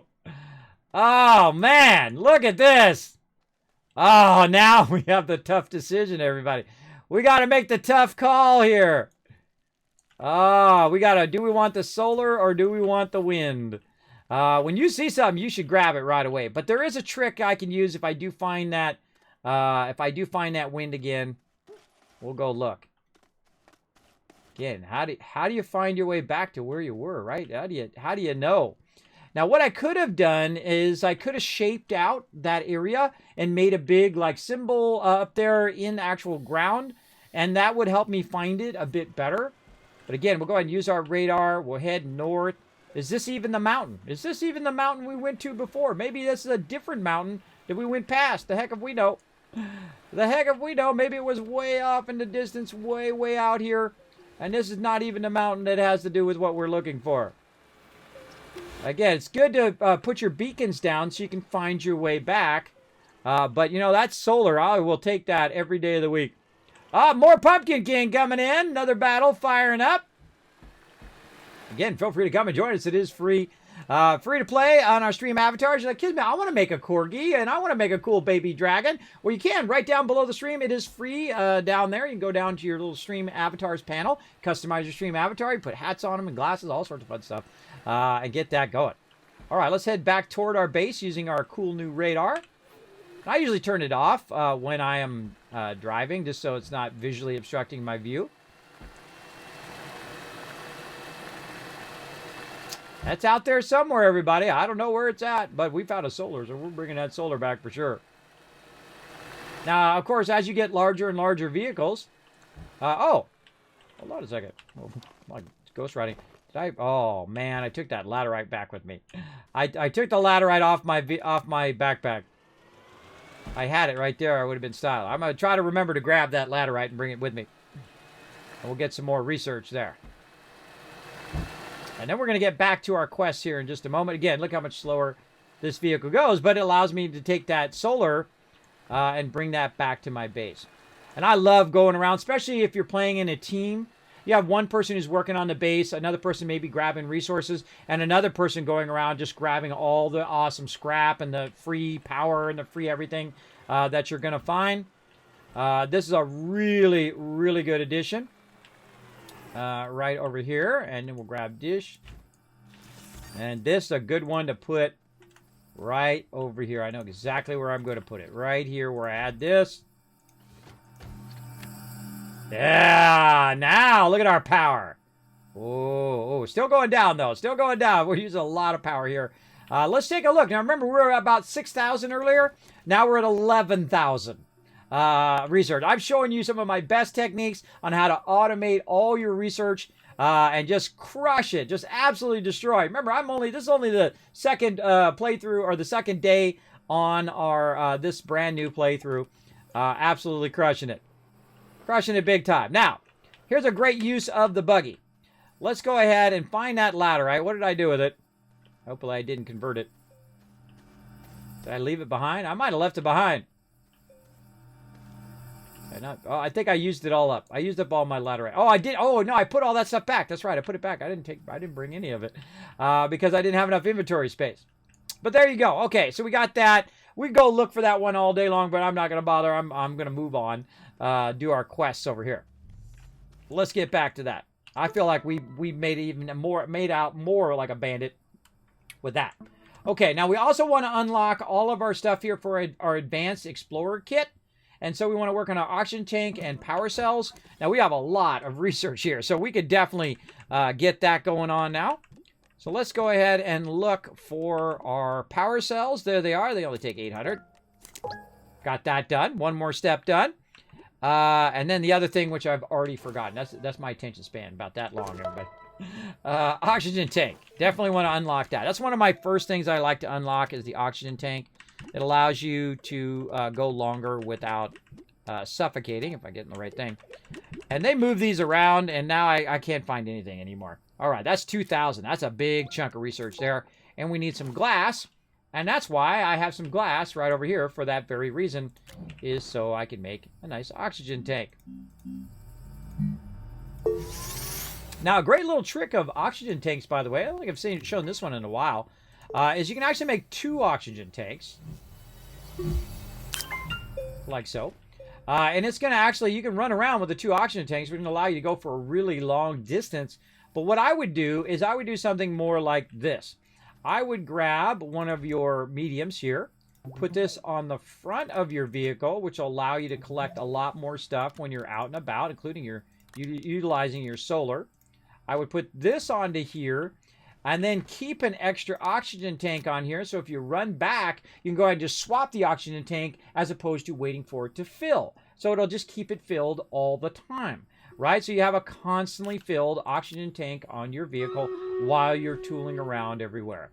Now, the same thing also with the back of your vehicle here with your trailer. You can also put that on there so you can collect more materials, unless you grab a big item, which, of course, would not go on there because it would be obscured by this, which is sometimes why I leave that off, right?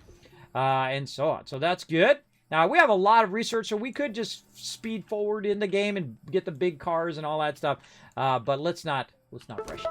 Let's not rush it. All right, now we need to unlock dynamite. All right, let's go in here. Now, I don't think I've ever used dynamite this early or unlocked it this early in the game, but this will be the time. Where is our dynamite? Hiding in here somewhere. We will find it. Again, I don't even remember where it's at. I have never unlocked it this early. Inhibitor mod. There it is right there. Dynamite. All right, and we're going to need explosive powder. We got it done. We got it done, everybody. All right, let's get it. Oh, that's right. It's the brand new RTG, QRTG. And so we have basically unlimited power. That's right. It's going to have 1 power every minute of every day throughout the entire game. Right? This is a rare item that you get in the thing via questing or maybe finding it around the universe. I'm not going to tell you where because I haven't discovered it yet. But here's another thing that it does is it actually fits on your backpack. That's right. Do you need this anymore? Absolutely not. Get rid of that. You don't need that anymore. You now got a mini RTG for your actual backpack, which is really cool. Now, I don't need to keep it up there. I'd actually keep it in my backpack itself. So that it would then continuously keep my backpack powered. Let's go test it, right? Let's see. Where's my canister? My canister's already full. Let's go ahead, empty out our canister, and give it a little testy test. Right over here. Let's go shape out this mountain a little bit more. In fact, let's go up the side of the mountain.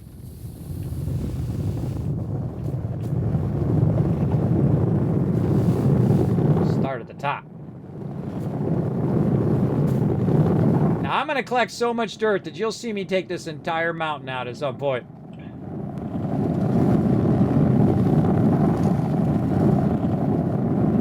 That's enough to keep shaping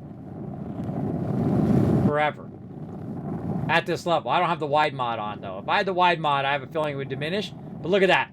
I don't ever have to do my power now. My power is styling. Now, coupled with the auctionator, which you can also put on your backpack, I wonder if it's perpetual. If you can perpetually, look, I don't do nothing. That's an awesome, awesome addition, especially when you played the game for a while. I kind of feel like that should come in the later game, though. I feel like that might be a little too early game. But then again, I already know some of the mechanics to unlock those things. So someone who's playing through for the first time might not understand how to make all that stuff and how to unlock those particular ones as quickly as I did, because I understand how to make the research going. But I really feel that should be way way later game. That would be my feedback, is that now just made me massively OP. But hey, I don't mind. I don't mind. We'll try it out, right? We'll try it out. One in the chat from Dovey. What's up, Dovey? Thanks for hanging out. Appreciate you hanging out in there. Oh, there we go. Just ban them, Riverdog. Again, anytime someone starts doing that, just ban them. I don't know if, sometimes people say, hey, Kismet, no, I'm just kidding. But to me, it feels like a bot, right? Anytime someone puts 4 or 5 things in my chat, I'm just going to set that as a rule. Anytime you put 4 or 5 things in my chat in a row like that are just weird random words, you're getting an insta ban every single time. I'm just going to set the precedent now because I don't know why you're doing it. There must be some sort of funky, weird way, or you're using a bot to do that. I don't like that in my chat. I don't want to have my chat spammed by your inability to know what's being a decent human being. Right? Don't be spamming people's chat. Don't be doing stupid stuff like that. Cheating, shortcutting, glitching, spamming chat, being a troll, all that stuff. If your parents haven't told you yet in your life, that's called being a jerk or an a-hole. Don't do that. That's not cool, bro. That's not cool. Be a decent human being. Use the talents that you were given, and you've got plenty of talents. I know you do, even if you don't think you do. You got plenty of talents that can make you into an awesome human being. At least care enough about other people at that minimum level 1, right? I'm high level in real life, everybody. I'm high level in real life, not only in age, but also in the way that I treat others. So don't do that in my chat, or I'm now just going to tell my mods to insta-ban anybody who does that. And then, of course, they log every single one. So don't come back later and say, "Give me, I got banned for no reason." I'll be like, "What? Nope, you got banned for a good reason."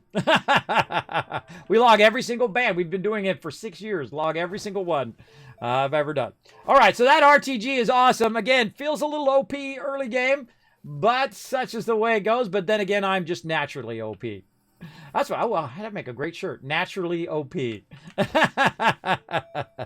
There you go. That'd make a great emote, too. Naturally OP. There we go. I better write that down before I forget. I better write that down. That's a good idea. Throw it in my just countless ideas that I've got over here, which I may or may not get to. Naturally OP. All right, you heard it here first, everybody. I came up with that idea. Naturally OP. There we go. All right. Oh, we got a retweet on Twitter. Remind someone sending me a message. Raz doing the retweet. Thank you, Raz. Appreciate that. Great way to support the stream, by the way. And everybody in the chat is to go ahead and retweet everybody. We're at 3 retweets right now. We're trying to get to 5. And then we're going to give you guys some more Kiz Caps. But we're going to go ahead and do a battle for right now. Let's go. To battle! All right, I already put my spell down. We're ready to battle. Let's see how we do. Now, you smart peeps, put your rogues way back there in the corner and watch what's going to happen. We're going to drag all the peeps onto us. Meanwhile, your rogues are going to try to slip by. Oh, those rogues got by. Oh, nice move on those rogues. Look at them go. Those things are going double fast, too, because I gave you a speed boost. But these other rogues over here look smart, way in the back. Going to sneak their way in there. See, they survived. Oh, they're going to get the most of the loot. See, using that Kismet technique. Look at you guys getting that loot. Let's go ahead and finish off these mobs and take this loot home to the bank. Oh, I like that kind of Pharaoh unit you got there, Lone Wolf. Pretty awesome. We got DW coming in with his epic, as well as Reaper bringing an epic rogue as well. By the way, Sparkle Dog, wonder if it's in the store yet. Wonder if it's in the store yet. They said it was going to be Friday. But we're going to take a look here right after this. Let's go ahead and give you guys some love. First, Reaper and Matt getting some scrolls. We got Subi 50 gold and Last Splash getting some scrolls as well. Reaper coming in MVP. Whoa, 26 kills. Way to go, Reaper. Big numbers on the board there. All right, let's go ahead and get our next one going. We have no choice but to go to that one. That's okay. And we already did our warrior, so now we're going to get back to working on the archer. Trying to get many units up to 30 as I can. There we go. All right, let's go see if we have got it in the store here. Oh, we can get some scrolls, too. I forgot my scrolls today. Rogue, not tank. Flag bearer, yes. Oh, archer, getting close. And warrior, all right. So if you go here into skins, you can search for skins that help support the stream, help support the Kismet Love Train. And you can search for it right in here. Now, right now, we've got Norbert, who is a healer. He's looking awesome. You got me right down there as the Wasteland Tycoon. And we are waiting for the Flying Rogue right here to be put in the store of the Sparkle Dog, brought to you by all of you guys. We're going to get a brand new avatar. So not only are we getting new avatars down there in Stream Avatars, we're getting new Stream Avatars in Stream Raiders, as well as I do have new bit thingies, or new, what is it called? Cheer motes, also you can check out as well. Subi coming in again, Numbly, and thank you very Maximum for that follow, becoming a new Teamwork Tycoon. Look at that cool dragon flying around. Isn't that neat? And there we go. So let's go ahead and get back to some battling, though. Let's get that going. Oh, here comes the bombs. Bombs coming down. Someone bombing them. Maximum coming in, bringing in the bomb, blowing up all of them stream avatars down there. Real fun thing to do in the stream is play. Whoa, look at him go. All right, back to the game.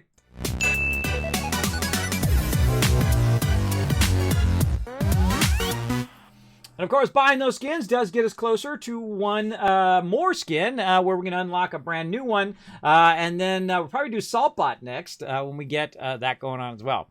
So the second Sparkle Dog is in there as a Flying Rogue. I will let you know, Sparkle, my real-life dog, she is an English-Welsh Corgi, which is why we have Corgis down there, by the way. I had those custom-made. They are exclusive to my stream, where you can make your own Corgi in the stream avatars right down there. You're welcome. As well as a little baby Dragon Norbert down there as well. I love to make little characters. These are all characters that I've made up and then utilized on my stream that were basically organically done over time. Like Saltbot became because I had Nightbot back in the day before I had Stream Elements, which is way better. And would randomly ban people and randomly time people out in chat for no reason. And I was like, why does it do that? And I go, man, that bot is so salty. And then the Saltbot was born right there. That was 6 years ago. That was a long time ago that we came up with Saltbot. And then, of course, Sparkle Dog came along. And then I wanted the little dragons because I'm into dragons. I love dragons. And I saw this baby dragon. I was like, oh, man, I'm going to make me a 3D baby dragon. And thus I did. And thus was Norbert was born as well. I like characters that are born of as you go along, right? That's what I like to do. And now I have my own characters and me in Stream Raiders. So I actually have a character that I made in a game. Isn't that cool? It's one of those dreams you have as a kid. One day I'm going to have one of my characters in a game. And then today's the day, right? Or, well, actually, been there for years now. Some of those have. Especially the one with the fedoras, which is something you'll see here on stream. I do wear a yellow fedora and I have my full outfit. That's why you see that on my logo right down here, because I'm known as the Wasteland Tycoon. I play a lot of Fallout and other building games and games like Satisfactory and Astroneer here that we're playing. We do a lot of fun stuff up in here. We're going to be playing some Fallout this week, and of course some Valheim. What else are we playing this week? We're playing, of course, Satisfactory tomorrow. No Man's Sky as well. So much updates, so much awesome games right now, everybody. There's so much awesome updates to the awesome games that you already have, maybe in your library. If you don't have it, I definitely snatch up Astroneer here, get it in your library, try out all this new stuff that we're testing out, including questing, which just takes it to a whole nother level. It's already a 10 out of 10, but it's like a 10 plus now. Really fantastic with the questing and the radar and all the new stuff. Okay, so now we're going to work on our shuttle. So we need to print a small shuttle, an auctionator, and all of that. We need to go get some tungsten, which goes along with that as well. And we got those tracked. We got a bunch of other quests that we have down here we're going to get to as well. So how do we get the shuttle going on? Well, first thing we need to do is we need to have a bunch of research, which is why we've been working on that today, is so that we can get a bunch of research so we can unlock our shuttle. Now, our shuttle is actually done in the large printer. We need to, did we make a large printer? I don't think we made a large printer yet in this playthrough. So we want to go look for our shuttles. They're way here at the bottom with our large vehicles. So we're going to unlock our first large item here, which is our small shuttle. There we go. Unlock. Just like that. That's what's the great thing about having tons and tons of research going on, especially if it's all automated research. Now, we're going to go ahead and go over here to the medium printer, and we need to use the medium printer to make a large printer, and we're definitely going to need another platform as well. Now, what do we need for the large printer? Oh, mouse, come on. We're going to need 3 compound. Do we have any compound? I don't see any compound here, but we do got some dirt. And you're like, well, Kismet, what do you mean you got some dirt? What does that mean? Well, that means that I can go ahead and use my converter right here, my centrifuge. Make me some compound. Just like that.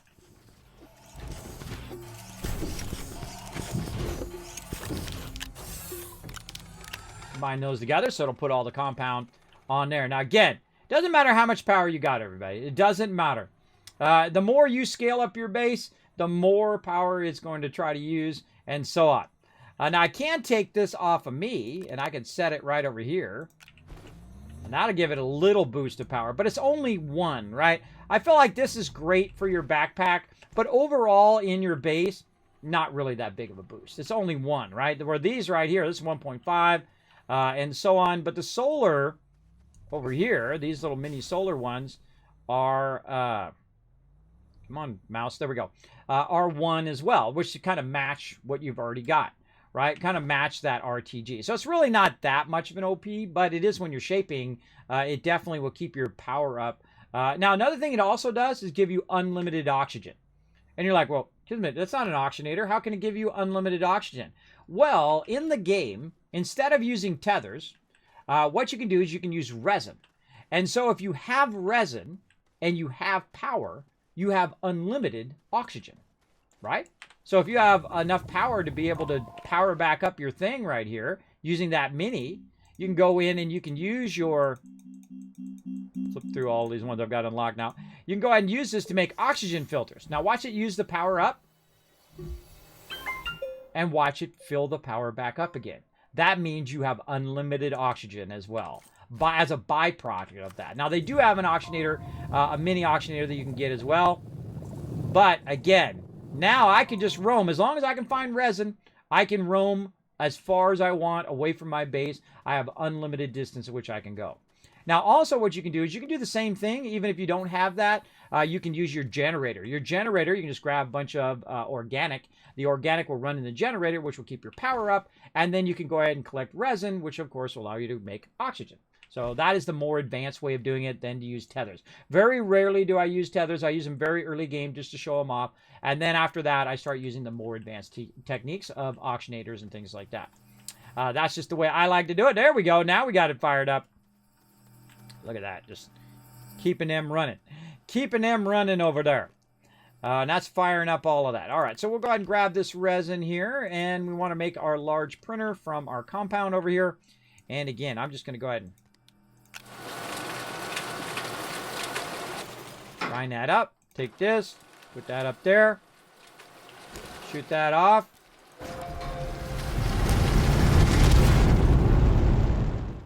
Another one off and running. Then we'll take this off of here for just a second. And then we'll take this. Put that over there and I'll automatically grab it. And large printer it is. Okay, we'll move our vehicle out of the way a little bit here. Okay, now while we're doing that one, since we do have a bunch of power and we have a little bit of resin here, we're going to go ahead and tell it also to make us another table. We're going to need one more resin. All right, we'll go ahead and use our... where'd our second canister go? That is a good question. Oh, ship coming back. Where did it go? I put it down somewhere. Oh, right here. All right. Back. See this whole mountain? I'm going to shape the whole thing out at some point. You will see a little by little. And then a lot by a lot later. But again, since we have that thing now, we can just shape all this out.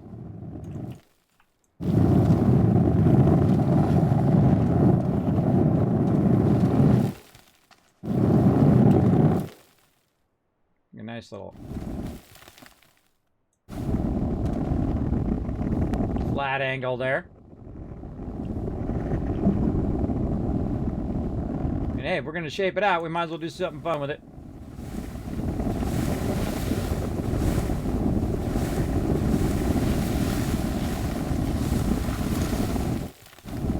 So definitely worth doing the quest, everybody. Absolutely. Whee! I love the sliding in this game, too. The sliding is fun.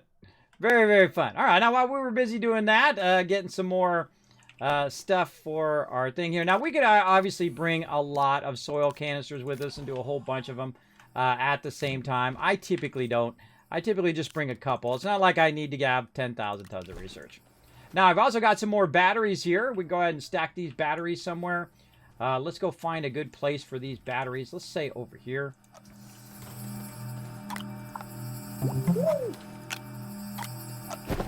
Again, stacking them behind our research. These we don't need right now. We'll leave those there. We've got some more scrap on us there. Let's take care of that. Man, we are really scaling up nice. And then we need a platform over here. Oh, almost made a mistake there. Almost pressed the button. There we go. Making some resin. Get the resin going. We want to go ahead and take this back off. This is an empty. Oop. That over there. Put this back up here. And grind that up. Nice.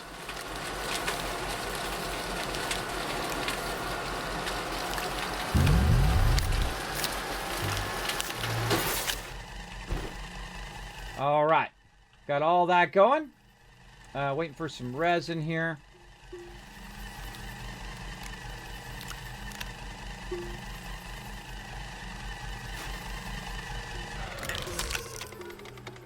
Boom. See, I'd automatically put it over here as well.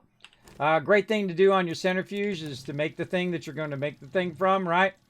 And not only we can do that, but we're going to tell it to loop this. So it's going to make multiple of those tables because we're definitely going to need those. Now, we got a nice big open area here where we can make big stuff. And so we're going to go ahead and put that there. We're going to undo that. Put this on the back of this. We're going to pull this out of here. Now, with these things here, these are not obstruction. You can just drive right over those or through those or however you want to put it, which is great. I think that would be really annoying if those were an obstruction. Also, by the way, when you have stuff on your tables, they did make it now where you can just go right through it, right? And you're like, well, Kismet, it's normally transparent. No, it's not. Now you put it down here on the ground, you run right into it, right? So real brilliant idea. When you put it on here, then it doesn't clip. You can clip right through it, which is really useful when you have a lot of bases and stuff like that. Just think of it as you're phasing through it if you need a little RP. Like, hey, that's not realistic. Just RP in that you have a special suit and you phase through it and you go through it. How about that? How about that? That's for sure. Now, I know a lot of you are coming in. Good to lurk while working. That's true, General Sev. My stream is awesome for lurking. I do not call out lurkers. You lurk away. I'm a big lurker myself. Now, if you do have a comment or question for me, my name is Kismet. If you're new to my stream, I can see I'm getting boosted right now by the recommended tab here on Twitch. So if you do want to come in and hang out, you like this type of games, you like building games or Fallout or battle games or teamwork games or any of that kind of stuff, really any type of game, make sure to hit that follow button right up there. Hang out in the stream. If you have a good time today, if you learned something, you laughed, you cried, you had a good time, consider hitting that subscribe button or using your Twitch Prime, which is totally a free way of doing it. You already got Prime anyway. Might as well use up that Twitch Prime on someone's stream to make their day as well. Help keep supporting the Kismet Love Train. Now, I don't do this for profit, everybody. I do this because I am partially disabled. I've been a graphic designer for 30 years. That's right. I work for some of the top companies and the top companies in the world doing graphic design. I have 100% achievement in real life. In graphic design, I've done posters, billboards, cereal boxes. I've done t-shirts and comic books. I've done the Star Scrolls that you've seen in there, magazines. I've done it all, everybody. And I've had an incredibly great career, no regrets as well. And I used to work for Apple also as a senior tech for many years as well. I did have to step down from that because of my disabilities. I did go to the doctors for over a year and a half as they tried to solve my problem, which they eventually said, Kismet, sorry, there's nothing we can do. Go lay down and die. And I thought, no. That's not the way the Kismet goes out, bro. No. Not at age 45. I don't think so. Kismet ain't going out that way anyway. I ain't ever giving up. I don't give up. I'm relentless in everything that I do, including streaming, which is why I have that purple check mark right down there. That's right. I'm a partner streamer. I'm 50 years old, partially disabled, partner streamer here on Twitch. Tells you could do anything in your life, everybody. If this old guy can get it done, you can get it done too. So get out there and chase those dreams. Chase that passion. Don't let nobody's negativity bring you down. I'm living proof. Living proof that you can get yourself up out of the bed. I went to physical rehab to learn how to deal with my conditions every day. I'm still dizzy every single day, every single moment of every single day. But that's not going to stop me from doing what I love to do, which is hanging out and talking with you guys, playing some games, bringing a little bit of joy into the world. That's what I plan to do for the rest of my life, is just spend those moments doing fun stuff like this, right? And I do a lot of giveaways and things like that. I do have a lot of sponsors here on the stream, big ones too, like Bethesda and Elgato and so on, that I do, of course. When they send me something, like when Mountain Dew sends me a case of Mountain Dew, says, Kismet, got a sponsor today for Mountain Dew. I'm like, awesome, we'll send you a case of it. All right, cool. I just give it to you guys. I just give out stuff to you. Like, I got this awesome thing that Bethesda Gear sent me. It was Mr. Handy. It was $150, man. It's really nice. And it spins around. It's all articulated, and it makes noise, and it says lines from the game and all of that. I so wanted to keep that for myself, but you know what I did? I gave it away to you guys. That's what I did. That's what I did with it. Because I know it'd just be sitting over here, and you guys get much more enjoyment and joy out of it than me just sitting here off to the side. And some people do build like a big thing behind them, right? You know, on the stream, they'll build like a big rack of, you know, various different stuff behind them. I don't typically do that. I prefer that you guys see more of the gameplay than me blocking off this extra section, right? That's just me. That's the way I prefer to watch streams as well. I prefer when people don't have a background, when I can just see them and there's no distraction of the background, and I don't have, you know, then it's not obscuring as much of the stream itself and of the gameplay. That's just me. That's the way I like it. Well, work away, General Sad. Thank you for lurking. You research Astroneer yet? No, shh. Don't say anything. We haven't got to that yet. But we have not got into that yet. I don't know anything about it, and I don't want to know anything yet. No backseat gaming. No reveals. We are playing through this update for the first time. I have played through the entire game before. So if there's any new changes, like you're saying something hinting there's something new about Astroneer, don't tell me. Again, I appreciate it. I appreciate you having my back. But again, as I like to play through the game, the discovery moments is the magic I find of games, right? Is when you go up over that hill and you're like, oh, okay, awesome. Or if you click that thing and you're like, oh, that's how that works. Oh, okay, that's how this thing does the other thing. Those discovery moments are my favorite parts of any and every game. I feel like once you've done every single discovery moment in a game, then the game becomes less entertaining for you. And especially if you go look stuff up on a wiki, or you shortcut, or you try to cut to the very end of the game. I'm not that type of player. I am old school. I'm the OG, the original gamer. From the 70s, everybody, when gaming began. That's right, I'm talking about the Magnavox Odyssey, the very first gaming console, which you probably never even heard of. Back in the day, before you were born, or before you even heard of gaming, Kismet was in there using paddles. Back in the day, you moving a little white dot through the ghost house, through the haunted house back in the day. I'm talking before Pong. I mean, back in those days, man. I saw Pong when it dropped and played it when it first dropped back in the day. I've been playing games ever since. Been a gamer since then.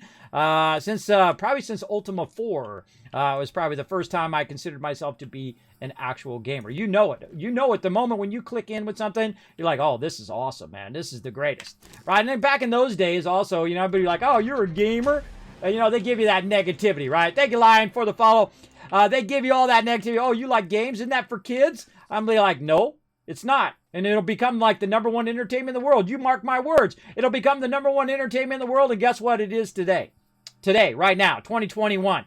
Gaming is the #1 entertainment in the world, everybody. More than football, sports, other stuff, even soccer and other places. Gaming is #1. So be a proud gamer, everybody. Be a proud gamer. Don't let nobody put you down for what you love to do. Hey, if you love to sing in the shower and you love to dance and you love to do all that stuff, don't let nobody tear you down. Just go with that negativity. That's what I do. I try to bring the positivity, because you got enough negativity in your life. You don't need that in your entertainment as well.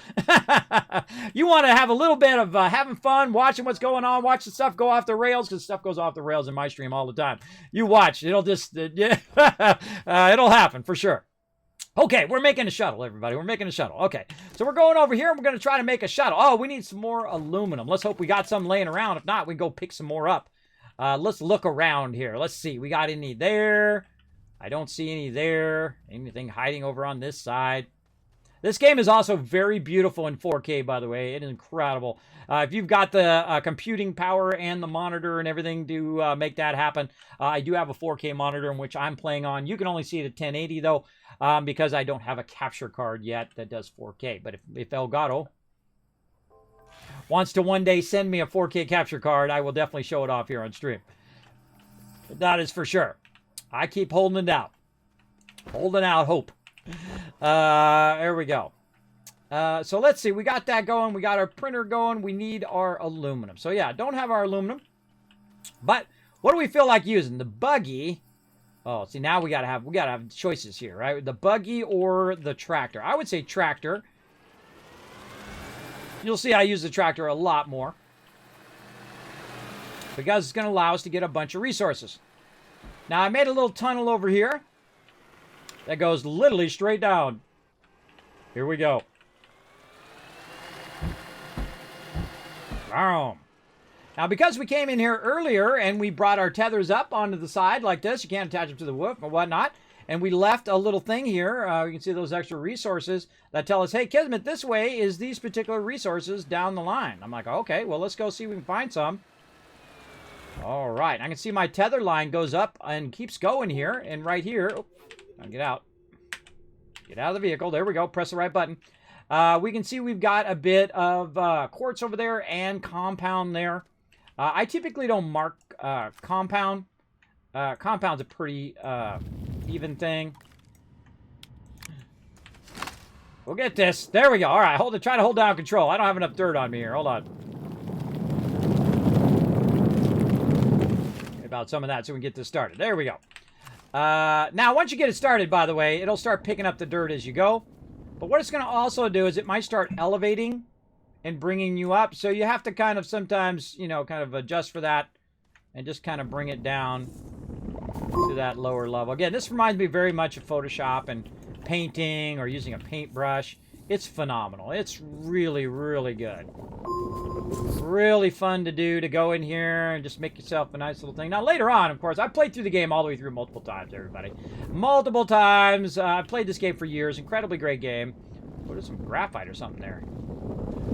Just saying, tell me there's graphite there. And so we're playing through now in the very latest update, which is the compass, the other thing, which now went just totally out of my brain. Power. There we go. What is the name of this update? The mission, power, and update. There we go. Oh, man. It sucks having sleep apnea, everybody. It sucks. It affects my memory. It affects my ability to say stuff, to make sentences. It's a torture I would wish on no one, to be constantly dizzy every day. But again, in life, you can't give up. You can't give up and just lay down, because I could have just laid in the bed. I'd be making just as much money, which is none, sitting in the bed doing nothing right now. I could just be sitting in the bed. Wife is out taking care of the family, so she's paying them bills. And I'm just here, take every single penny and then a whole lot of our pennies and put it back into the stream here in the form of giveaways and things like that. But I haven't really done anything in my career for money, because I feel like once you do stuff for money, eventually that thing, because you're doing it just for the money and not for the enjoyment of it, will just become a terrible thing in your life. It'll bring you down after a while. And it's nice having lots of money. I've made more money than some people make in a lifetime, everybody. Not bragging, just letting you know. Just giving you a heads up that if you're not enough without that money, you're not going to be enough with it. I got like $10 in the bank now. In those days, I would literally walk around with like $3,000 to $4,000 in cash in my bank, in my wallet.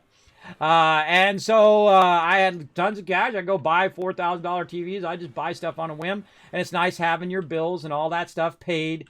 But don't be discouraged if you're not in that income bracket. And by the way, when you make that much money in California, they are taking a huge chunk. The government's taking a huge chunk out of all your overtime and all your stuff, like 30%. Like a lot. They're taking a lot out of your check. A massive amount. But then again, you're making lots of money and you're having lots of fun partying at the river and all that stuff. I did when I was young. But again, it's not all about the money. Sometimes you got to do stuff because you enjoy doing it. And that's why I do streaming, because I enjoy doing it. It's something I look forward to every day when I get up and I hang out and talk with people, and I meet new people all the time that come in the channel and say, oh, Kismet, man, why haven't I discovered your channel earlier? And so on. I love that. That's one of my favorite comments. And so on. I have thousands and thousands of what I call inspiring quotes or nice things that people say. in my chat that inspire me every day. I read 5 of them every day when I get up, and it inspires me to add more stuff, like more stream avatars and more benefits and more giveaways and more stuff. And more videos for YouTube and stuff like that I put up there. Of course, you can help out the stream a lot by going onto Twitter and hitting that follow, and then going onto YouTube, hitting that subscribe. Help support the stream that way as well for free. It's free. It just takes a minute. Just press that button and you're good. Hey, Gabe Thomas, how you doing? Welcome to the stream, man. Thanks for hanging out in here. Appreciate you coming in, lurking and saying hi. We are collecting a bit here now. Oh, we're getting into danger now. Oh, that was this stuff. Brain. Work with me, brain. Laterite. Laterite. There it is. There it is. Now watch out. I can fall down below there and I'll be in trouble. Sometimes you die, but sometimes you make it. I've actually made it through there a few times. Now, we're going to try to grab as much as we can, but I find that sometimes it's just not worth it, everybody. It's just not worth it to risk it, and then you just like, okay, forget this.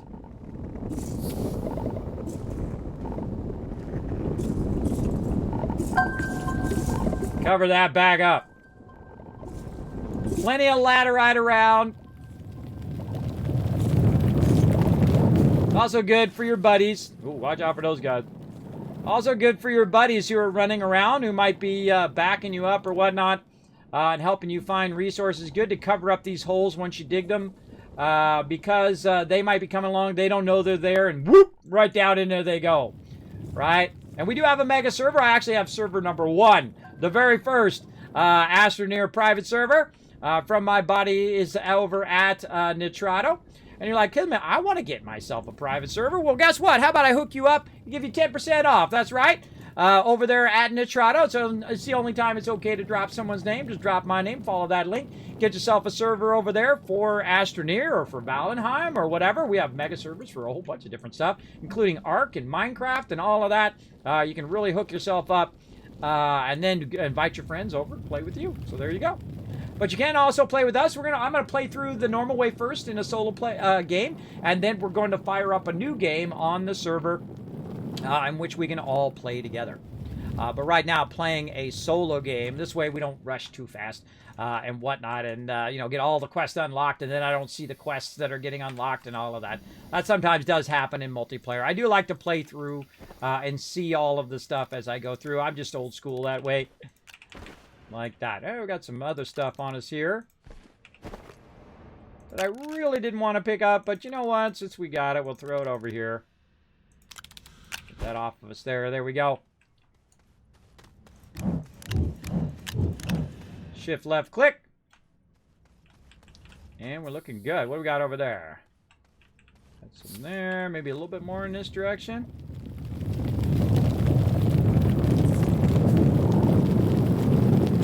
Now, at this point, you kind of have diminishing returns, right? Should you keep digging this out when you're just going to have a node here and there? It's not going to be a whole lot. Sometimes you can get back into a big node area, like right there. That's a good example right there. You can get back in that node area. I find it's usually not worth it to keep going after a certain point. When you just get to the last little bit, it's not like you can't find that again. There's plenty of it all over the place. We can certainly find more of that just by wandering around. It's probably in a larger cluster of it too. Sometimes you can find 4 or 5 clusters together, and man, you're just getting that particular resource like crazy. Tons and tons of it. Well, I feel like that's probably pretty good. How much do we need right now? We want to get our stuff fired up. We made ourselves a nice little road in here.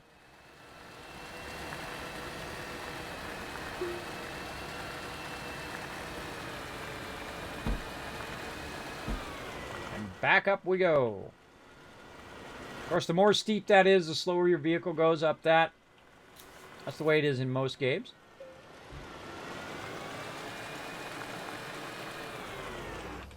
All right. Now, one of the cool things I like that it does is what I call clearing your items here. I'm just going to scan that. It's clearing your items. So what happens is you take this off, right? You put this on here, it'll grab that off of there, and it just cleared all that off. Now you gotta do is just take this one compound out, you got a nice clear area. I love that about it. It also does that with the canisters and other things. It'll grab that off of there and clear that off. Makes it pretty great. Now, I've also got some more on me here, so I'll go ahead and feed those in there as well. This I'll try. I'll be real precise. There we go. And then we'll go ahead and grab some aluminum there. And we've already got that going. We've got this going. And again, we're going to need 2 aluminum for our small shuttle. Wait for our second one to come through. We'll start this going. And this is like a monumental moment in the game when you make your shuttle. Very, very cool. Now, while that shuttle is firing away, we have plenty of power now. Man, our power is just absolutely styling. We got all of our automated research. Again, look, I'm back up to 6,000 again. Automated research is the bomb.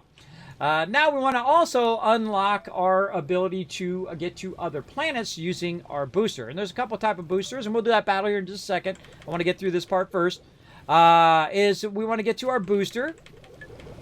And there's a couple boosters. There's a solid fuel booster and then the hydrazine booster. We'll definitely use that one later. That one allows you to reuse the booster. Where this one's kind of like you go there and you come back and boom, it breaks. But that's okay. You can take it, you scrap it, and then use it to get more resources. So always get a good cycle of research or recycling.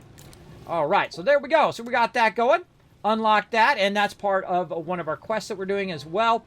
And we see that we need aluminum and ammonium. Now, earlier, we were smart. We ran past some ammonium, and we grabbed it. So now we've got that ammonium, and we've got now our aluminum. So we got both of those done. Oh, look at this Sour Patch Kid coming in, riding the unicorn. Thank you very much for becoming part of the Teamwork Tycoons here in the Kismet channel. Welcome. Come on in, relax, take it easy, everybody. We're having some fun today. Playing some Astroneer, one of my favorite games, incredibly fantastic. I highly recommend it to all to try out. Okay, now we got to make our thruster. Let's go ahead and put our thruster in here. Let's get it going. Solid fuel thruster, off and running. Our vehicle almost done. Oh, power problems at nighttime. Power problems at the nighttime. But the second that's done over there, this will speed up over here. You'll see. Now again, when our wind power comes on, that'll help us as well at nighttime. There it goes. I don't even need to look. I can tell you, behind me right now, my wind power just came on. Right? I don't need you to look, but I can tell you it did. That's because everything started to speed up. All right, we got our vehicle. We're going to take our vehicle and put it over here on this launch pad. I don't know how smart it is to put it on the launch pad now that the actual quest things drop on there. I don't know. I don't know. We'll see. Put that on there. And then meanwhile, while we're doing that, it has now made our solid fuel thruster. So it's going to use up our solid fuel as we go.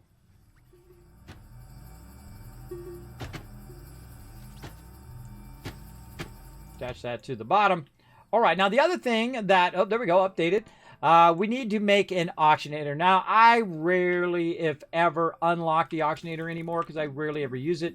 I only use the auctionator typically on a base. So if I'm standing by the base, working on a base on another planet, then I will use the auctionator. But in this particular case, it is part of the quest, so we're going to go ahead and do it early on. We need some ceramic. And so you're like, Kismet, you got to run off and find some ceramic. Well, I had some, and I think I used it all up over here. But if you understand the game mechanics, it's really not that hard, right? So you're like, oh, wait a minute. I could go ahead and use some of my soil right here in my centrifuge. This is why the centrifuge is so powerful, by the way, is all the basic stuff that you normally go look for, like clay and stuff like that, right there in your thing. And all you got to do is just dig up some dirt. Also, if you don't notice, but right over here at the bottom, I have the brand new little mini RTG, or the QT RTG. It's so cute. RTG, which actually giving me more power. We got that from our questing. I'm not going to tell you which quest, but you'll have to go figure it out for yourself. Now, while that is centrifuging, let's go ahead and do another battle. To battle! All right, time for another battle, everybody. Let's go! Let's do it! That's another little side game we play called Stream Raiders. We don't call this the Mega Stream for nothing. We do a lot of stuff up in here. We play not only games, but we also play side games. We do a bunch of giveaways, all that kind of stuff here in the Kismet channel. We're going to blow it up. We also got stream avatars going down there as well. Lots of fun things to entertain you here in my stream. I work very, very hard on it, 7 days a week. Working on videos and other stuff like that. Also for YouTube, working on upgrades and whatnot. As well as we got some brand new cheer modes, which I'll show you here after this battle. There we go. Just added some cheer modes for those just rolling in the stream. We'll give you guys some loot first, and we'll check those out. We got Reaper, Riverdog, The Last Splash, Hair Luna, and Subi all getting some love. And Storm Queen MVP. 14 kills there. All right, what else we got? How much time we got left? 2 hours. We got plenty of time. Come on. Let's go mystery. I'm feeling mystery on this one. Let's do it. Oh, this one. Oh, yeah, definitely the archer, so we can try to get these guys right away. All right, let's say something like that. Let's do it.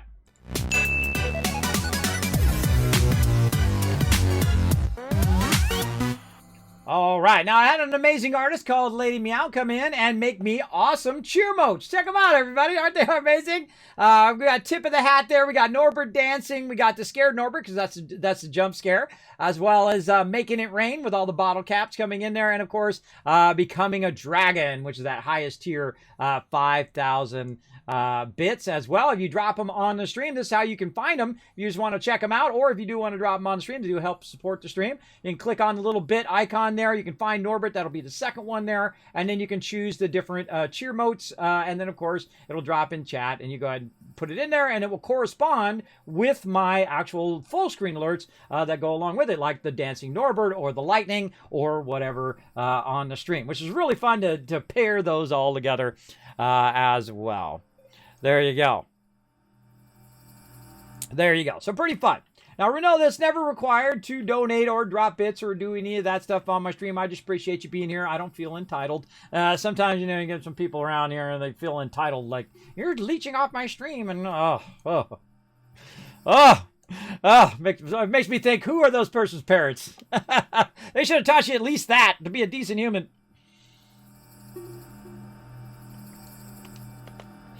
To know that not everybody has $5 in their pocket. I know that all too well, both when I was young and nowadays, that, you know, $5 is a lot of money to some people. That's a good amount of cash.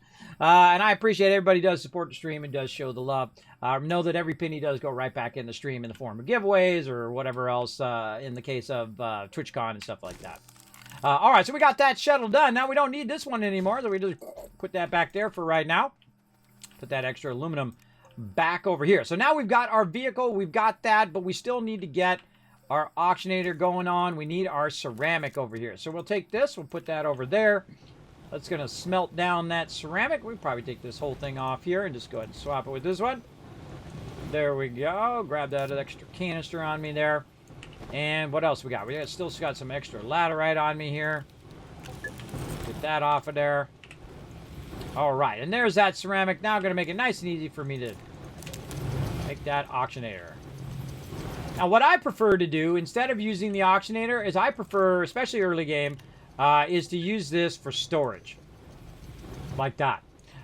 Then to put the auctionator in there. I'm just going to do it for the quest, and then the second that quest is done, I'm going to pull it out of there, and I'm going to put that in there. That's exactly what I'm going to do. And there we go, auctionator. And we'll put the auctionator in there. All right, to parts unknown, complete. Now let's see what happens when we claim stuff for our quest with our ship on there. Let's find out. Parts unknown. Oh, whoa, it dropped a bunch of stuff. Medium generator, a floodlight, and whatnot we can get next. What is this? Oh, it dropped me another solid fuel thruster. Cool. Oh, a little field shelter. Oh, I don't want to unpack that. That's cool. Oh. A second one! No way! Oh, it's on like Donkey Kong, everybody. It is on like Donkey Kong up and out. I wish I had left that solid fuel thruster thing, because I like to have an extra solid fuel thruster when I'm running around, just in case you screw up, which I often do. So I'm going to go over here. Oh my God, we got 2 of those now. Oh, that is so awesome. All right, back up on our mountain, everybody.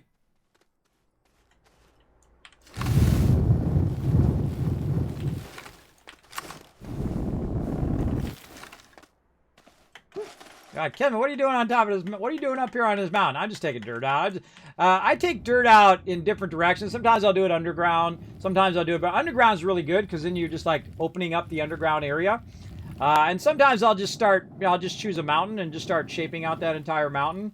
And eventually the actual benefit of shaping this mountain out, well, not only that we're getting tons of resources or tons of soil that we can turn into resources, but eventually it's going to allow the sun to see my solar power earlier.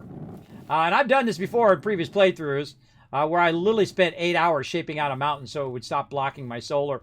And this will do it eventually. At least we're trying to get the top of this off of here, which means we're going to have our solar, hit our solar stuff down there faster. And sometimes I get so fixated on doing it that I forget that, wait a minute, my canisters are full. I'm not getting any benefit of that. Not getting any benefit, it just wastes that extra soil when I forget to stop. Again, it's very good to get focused, but also can be a drawback. Okay, so we got ourselves some nice dirt. And we're going to go ahead and take that sweet soil. Again, later on we'll come back and we'll use our larger vehicles to do that. This one back. And now, once again, we're going to do some graphite. We can go around and look for graphite. We saw a bunch as we were wandering with our buggy. But we'll come back to that. Okay, so we got that done. Now, the first thing I'm going to do is immediately grab this oxygenator out and just stick it right over there. And I'm going to put this up in here. Now, what I really want to do is I want to take this out of here. Like that. And I want to prep myself for an adventure, right? So what I'm going to do is I'm going to wait for this graphite to finish, and then we're going to retake this solid fuel thruster and repackage it. I probably should have left it packaged. It would have been smarter. But in a minute here, when our power kicks back in, look at that research just churning away, everybody. Completely automated. Okay, so we'll grab that, and then we'll make some packagers, which is a quest we did earlier, which is pretty fun.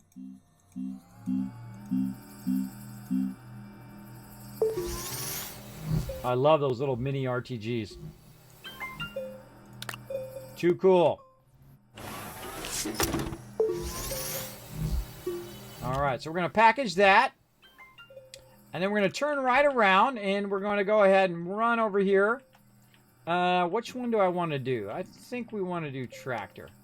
I was going to bring my buggy, but I'll leave my buggy here. I'm going to go ahead and grab this tractor right here. Now, I can make a new tractor, but I feel like I always kind of upgrade forward, meaning that I bring the cheaper stuff to the new planet, and then I'll make myself a better vehicle here on this planet. That kind of thing, right? I call that upgrade forward, meaning you start from the first planet, and then you move your way forward to the next planet, and so on and so forth, after you've upgraded the first one. There we go. So we got that done. Now, look, I have a bunch of stuff I had on here from my vehicle. I'm going to go ahead and just put that over there. Now, this is stuff I probably want to take with me, right? I got an extra oxygen tank and a whole bunch of stuff. I'm going to probably leave this. That's easy. Oxygen tank, I'll leave that behind. Don't need that right now. I already got an oxygen tank on my character. And again, when you run out of oxygen, really easy just to take the tank that's already full and put that onto your character. Of course, it wasn't full there. It was pretty fine. And then we'll go ahead and put our tractor on there. We've got our solid fuel thruster. Solid fuel thruster you probably keep on your character. Probably safer to do that. Maybe an extra canister there, which means I don't have to collect the resources for those particular things when I get there. Now, I've got some room here for a couple more items in which I can bring with me. What else would I want to bring with me? Well, I could actually bring an oxygenator with me without it being like it is now, right? So I could actually go in here and say, you know what, hold on, let's make some more. Let's use the rest of this. Where are my canisters? Oh, I put them over here. Let's use the rest of these canisters over here. And we'll go shape out some more.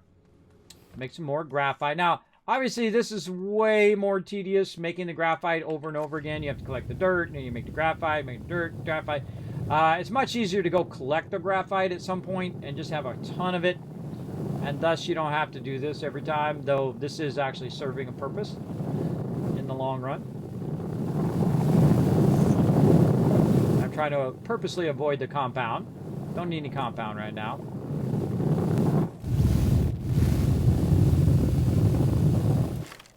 All right, good enough.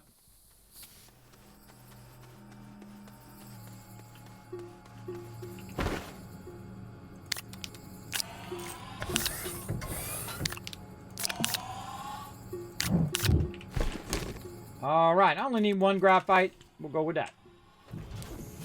Now, again, instead of making this thing take up the whole entire space, I feel like it's a better idea to go and package that back down, and then it will actually fit in the slot over there, and then I can just put it in there, and I actually get to take the auctionator with me as well. So it's kind of like 200 IQ thinking there, everybody. Thinking, using the game mechanics to get it going. There you go. There you go. Bye-bye, whoever you were. I didn't even get to see what you said. Bye-bye. Someone else got banned too. Wow, look at that. My mods don't mess around. You're going to be disrespectful in my chat. My mods are just following my rules. You want to read those chat rules before you come into someone's stream, because you're just going to get banned. I don't play around. I ain't your papa. I'm not here to wipe your nose and wipe your butt for you and teach you how to be a decent human being. If you can't be a decent human being yourself and you're coming in and you want to put other people down and all that kind of stuff, it doesn't say anything about me. It says everything about you and what kind of person you are and your low self-esteem and all of that, right? So if you can't be a decent human being in life, you need to do some introspection, right? You need to figure out why you have to bring other people down and why you have to treat other people poorly. It's not other people, everybody. It's usually you. I like who I am. I'm a decent person. I treat people with respect. I don't care if they treat me with respect. I treat them with respect because that's on me. What they do is on them. It ain't me. It ain't me telling them to be disrespectful. And if you're disrespectful, I ban you, and you are banned forever. I don't mess around. I give away literally thousands of dollars worth of free stuff here in the stream all year long. I'm not kidding. I give away crazy tons of stuff. I give away nearly $9,000 stuff away. I think it was 2019. $9,000 worth of stuff here in the stream. My accountant went, "What the heck are you doing?" I said, "This is not for profit, bro. This is for bringing people moments of joy here in my stream. If you can't be at least a level 1 human being, be respectful of others, then don't bother. Don't bother. Go somewhere else. I'm sure everyone else will just love to have you around." He says sarcastically. Love having you around being a jerk. There you go. There you go. I didn't even get to see what... See, the real funny thing is when people do that, because my mods are always Johnny on the spot. I don't even see what they say. I don't see what they say, so they typed it for no reason. I'll never see it, and it'll be gone forever. So they just wasted their time. But hey, you know what? Some people, they got time to waste. What can I say? They got time to waste, go around making, trying to make themselves feel better by tearing other people down. I can tell you, I used to do that when I was young, and it's a dead-end road. It leads nowhere. It leads to other people not wanting to be around you and not wanting you around. That's where that leads. It doesn't make yourself feel any better inside. It only poisons your soul. I'm going to get deep here for a minute, everybody. It absolutely poisons your soul and makes you even worse of a human being by being mean to others and tearing them down. And I know it's tough. I know it's tough. Sometimes someone's mean to you and you're like, I'm going to be mean back to them. It doesn't do you any good. Remember, what you do is on you, right? What they do, that's their fault. If someone's mean to you, it's not about you. If someone's being mean or bullying you or that other stuff, it's nothing to do with you. It's to do with them. That they feel like they got to bully you to make themselves feel more powerful and make themselves feel better about themselves. This is the truth of life, everybody, is that when someone else tries to bring you down, they have low self-esteem. They are not leveled up human being enough to know that that is wrong and that you don't have to do that. You don't have to prove how amazing you are to other people. You don't need to do it. I'm telling you, I tried it. It doesn't work. It doesn't work. We used to call it burning when I was young. You go and say, "Hey, man, what's up with them pants over there, man? Well, you waiting for a flood to come in?" Right? And you go around and you treat people like that. And those people won't want to be around you, and they make them feel bad and all of that. And your friends are laughing. And, of course, now you feel like a big man because you made your friends laugh and all that stuff. But I can tell you, those friends ain't going to be there. Because you know what they're doing when you're not around? They're tearing you down as well. Just so you know. All those friends who pretend to like you and who like it when you burn other people and you burn them down, guess what? They're talking about you when you're not around. They're talking about you, and they're talking about each other when they're not around each other as well. That's how that begins. That's how it was when I was young. That kind of stuff leads nowhere. It leads to an emptiness inside, and it leads to a dead end, right? I can tell you can't fill up nothing that you have inside with more nothing. It doesn't work. You know what works? Creating little moments of joy, being kind to people and caring about whether they live or die. It fills you up in there. It makes you feel better about you. You're the hardest person on yourself in your life ever. There will be no one who's harder on you and no one who's more, oh man, I can't believe you screwed that up and I can't believe you did the wrong thing than you. No bully in the world is going to be more bullying you than you are on yourself. And you want to get to a point, thank you very much, Walter Frey. You want to get to a point in your life where you don't care about what anybody else thinks. I don't care about what anybody else thinks. I don't take their negativity and set it right here or put it in some sort of negativity backpack and carry around their negativity. Set yourself free, everybody. Set yourself free from that. It ain't your job to carry around other people's negativity. And the second you do that, life is a wonderful thing. Doesn't matter what you're doing, everybody. It doesn't matter. It doesn't matter. People shouldn't be telling you what kind of socks to be wearing today, unless you're a little kid, and I guess your parents. But when you're an adult, they shouldn't be telling you what kind of music you can like. They shouldn't be telling you what kind of clothes you can wear. They can't tell you whether you should sing or not, whether you're a great singer or not a great singer. Sing anyway. If you enjoy it, do it anyway. If you like to dance and you're a terrible dancer like me, I still dance with my kids. They cringe. It's okay. It's okay. It's okay not to be great at something because you're never going to get any better at it if you don't try it anyway. You're never going to get better at anything in life if you don't take the risk of failing, of making a mistake, of people going, oh my gosh, you're a terrible dancer, right? But you know the flip side of that, great story for you real quick before we get back into it, is I used to I still do, go to the father-daughter dance with my kids, right? And I'm a terrible dancer. I'm not going to win the dancing contest they have every single time. I'm not going to win. I'm just not into it. It's not my thing. But I still dance anyway with my kids. Absolutely. Absolutely do. Why? Because it's not about me. It's not about me and what I want when I'm at the father-daughter dance. And I see all the fathers over there, and they're like, well, I'm not a dancer. I don't dance. I'm like, you're at a father-daughter dance. You realize why you're here, right? You're here to support your kids. That's why you're here. You're not here to tell everybody, well, hey, I don't dance, so I'm just going to sit here and watch my daughter dance without you interacting and being part of that experience, right? That's not what you do. That's not what you do with your kids, right? You gotta be there for them. You gotta show them that, look, even if you're terrible at something, you still want to try and give it your all.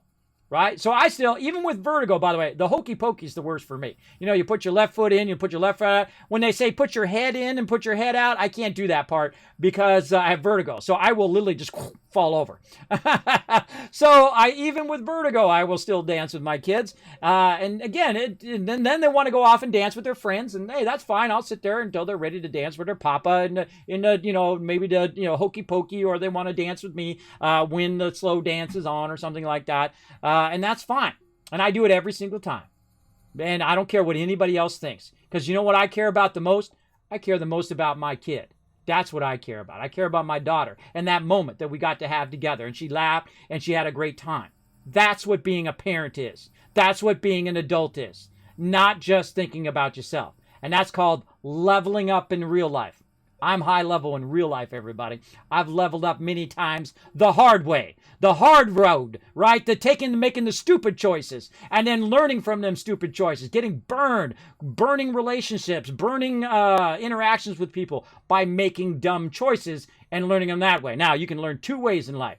You can learn it the hard way, which I did, or you can learn it the easy way by looking at other people's mistakes and learning from that. It's up to you. They're your life. It's your life choices. I never take people's choices away from them. They're all on you. So make them good ones. But again, they're your choices. They're all on you. So there you go. There you go. Remember, it's not about you. Walter Frey said, hell yeah. Exactly right. All right, just in time for some Kids Talk. There you go. That's right. That's what we call Kids Talk. Sometimes I take a moment to inspire people, everybody. Don't worry, we're going to be doing plenty of gaming, plenty of giveaways, plenty of stream raiders, plenty of fun here in the stream. But I feel like the purpose of my stream is to bring a little joy and bring a little inspiration in people's day. You got to find the purpose, not just playing games. Playing games fun too. I do love doing that, and I do love talking to my chat, but inspiring people is my goal. And so that I always keep in mind. And sometimes people come in the channel and they are still that level 0 human being, and they come in and say, Kismet, just play the game.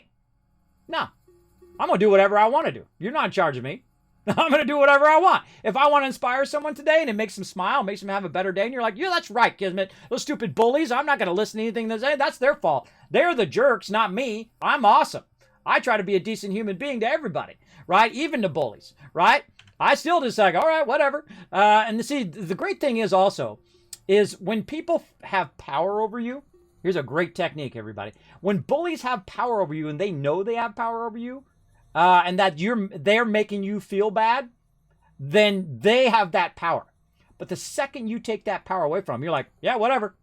Then they have no power. You've taken their power. Now you have the power, right? So when they come in there like, oh, you're so ugly and you're so this, you're so that, you're like, yeah, whatever. I don't care what you think. And you look at what you did there. See how you changed the dynamic of power there? Just instantly. And you're like, doesn't bother me at all. You say whatever you want. That's on you, bro. Right? See how you've shifted the power? Now you have all the power.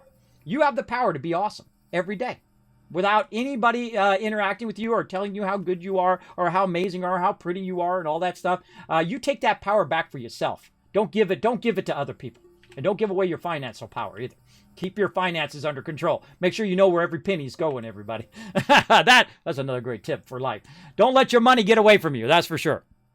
Dude, I had to hear this today, and it was just passing by. Thanks. You're welcome, Walter Frey. By the way, love me some Game of Thrones. I know that's from Game of Thrones, for sure.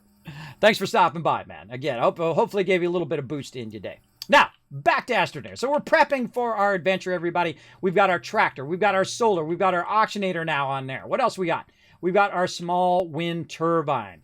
Now, something you never have enough of, I find, is resin. Resin, it just never seems to be enough. So let's go ahead and get some more resin fired up here. Let's see. What did I do with those? I don't see them there. Man, I put them somewhere while I was talking. What did I do with those canisters? See, this is sleep apnea right here for you, everybody. That's sleep apnea. I had those. I don't see them there. I don't see them up here. They're on my backpack. They're already in my backpack. See, I was looking on the side wings. I usually keep that one right there. Okay, there we go. We found them.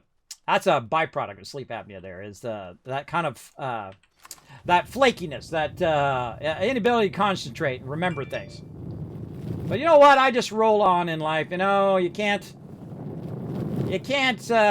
dwell too long on that. And I can tell you, just to be a little straight up honest with you guys, it was pretty depressing when I had to stop working for Apple. I worked my entire career for that. Senior tech over there, making that big money, working from home for the top company in the world. Yeah, that kind of job. That kind of job, that brass ring job, as we call it in my day. That job you work your whole career for, and man, that was depressing. When I had to say, sorry, I can no longer work here. I have some medical conditions that are making it basically impossible. And if those went away tomorrow, I go back, try to get my job back. I would definitely, and then I would do this on the side, for sure. But, you know, in life, you also want to make a commitment. Sometimes life pushes you in a certain direction. It's funny, my name is Kismet, which means fate or destiny in the English translation. And so it kind of pushed me in this direction, and I've really enjoyed every minute of it. It's very, very fun to go in, play games, share your love of what you love to do, right? If you love a certain game, if I inspire people to play some Astroneer, like people earlier in the chat, hey, I did it right, man. That's what I'm all about, and inspire you to play some games. And so, hey, man, you're like, oh, man, I learned that thing. Cool, I'm going to go try that in my playthrough. Oh, wow, that was neat. Oh, man, I'm going to do that. Oh, wow, look at that mega build, right? Those are the type of things I like to do. And inspire people to go out and build cool stuff, go out and play certain games. Well, I already filled my canisters, everybody. Again, I start talking, I could shape that whole mountain out before I know it. There we go. And the funny irony about being a streamer, especially if you're more introverted, which I used to be, way more introverted. I still am a little bit. Sometimes, you know, when you're at a party or whatnot, you know, you kind of warm up to the party first before you just go in there and start talking to people. Usually that's the kind of person I am. But this is very good if you're introverted because you're not sitting in front of an audience. and you're not seeing their physical responses. So it can help you get out of your shell a little bit and do a little bit of streaming just for the fun of that. Be a little bit more social, more interactive with other people. I highly suggest to talk to your chat. I see people do it all the time that just literally never talk to their chat. Even the big streamers, big gigantic streamers, never talk to their chat. Somebody donate $500 and they'll never say one word to them. I was like, holy mackerel, that's a lot of money, bro. I mean, at least you could do is say thanks. You know, that's pretty hardcore, man. That's pretty hardcore when you just literally don't say anything to them. But maybe that's why they're donating. They like not to be shouted out or said thank you to. I don't know. That seems very odd to me. Very odd to me. All right, we made some resin there. It's going to make me another table. But we're also going to grab a little bit of resin and take it with us on our journey here. So resin is another great thing to pack in your journey. And I usually pack about 2 or 3 resin or so. Like that. And then, you know what? I think I will take this one. But this one's already got some organic on it. So that means it's actually 2 items at once. Right there on there. And that's a good little package for us to go to our next planet and get it going. Now, before we leave, we want to look at some of our quests here, though. We bring our shelter. I don't think I've ever used that field shelter ever in this game. Let's go look at some other items. All right, we want to get some lithium. We might do that today. How much time we got? Well, I think we go. Print and fill a medium resource canister. Oh, yeah, we definitely want to put that on the list. Yeah, let's put this on the list. See, forward progress. Place a shelter on another planet. Place a landing pad on another planet. Ooh, we got to make a landing pad. Use a trade platform to obtain resources. Ooh, let's do that one. What else we got? Stuff storage. Print and fill. Okay, we got that. You know what? We're doing that one too. 100 schematics in the catalog. Well, we'll come back to that one. Activated planet's core. We'll come back to that one. Those 2 are very involved. So those are going to be like over time. So I probably don't need to have that as my active tracked log. Because what it does, it tracks those. So when you hold down your R here, R like Roger, it'll basically bring up your compass. And then you can go ahead and click on your radar. And then it will actually track those different quests if you have a quest that is radar compatible. Like you can see, we've got a thing there. These purple things here are your giant monolith beacons. They're actually called something else. I don't like to give away what they do until I actually do it on stream. I don't like to spoil any game ever. I don't care. I won't even spoil Fallout 1 from way back in the day. Because they're like, what happens when you do this? I'm not going to tell you. I'll give you a hint so that you can have your discovery moment yourself. You're like, oh, there's the power armor. Awesome, right? You go around the corner and you see it. And I'll say it's in this area, right? And then you're like, okay, that at least shrinks it down a little bit. And then you go look in that area and then boom, find that thing and have your discovery moment without me just saying it's right here, right? I feel like that takes away your discovery moment if you say it's right there. All right, so there we go. So we can find those on the radar if they are radar compatible. And we've got our solid fuel. We've got all of that stuff in there. I think we're ready. I think we're ready for another planet. Yeah. But we're going to need a landing pad. We should unlock that landing pad first. Hold on. Let's go do landing pad. Right here. Aluminum and ceramic. We can do that. All right. Landing pad, aluminum. Oh, we already got it right there. All right. Landing pad. Oh, wait. Wrong one. Wrong one. They moved it up here. It used to be in the medium. Now it's in the large. All right. All right. Hold on. It's trolling me, everybody. Hold on. I got to change something else. There we go. Guess I could have just took it off of there. I want to put it on here, and then I can take this. That's one of the greatest mechanics in the game. See that? You put it on the thing, and then it automatically puts it in there. It's just so good. It's so good. It really adds to the automation of the entire game as well. You can automate all your resources, and they can be gathered and put in there and made all sorts of stuff. Really great progression in the game for sure. For sure, for sure. Now, don't forget to retweet, everybody. How we doing on our retweets? What are we at? Holy mackerel, you guys are crushing it. We're at 6. That's 1,000 caps for hitting that first 5.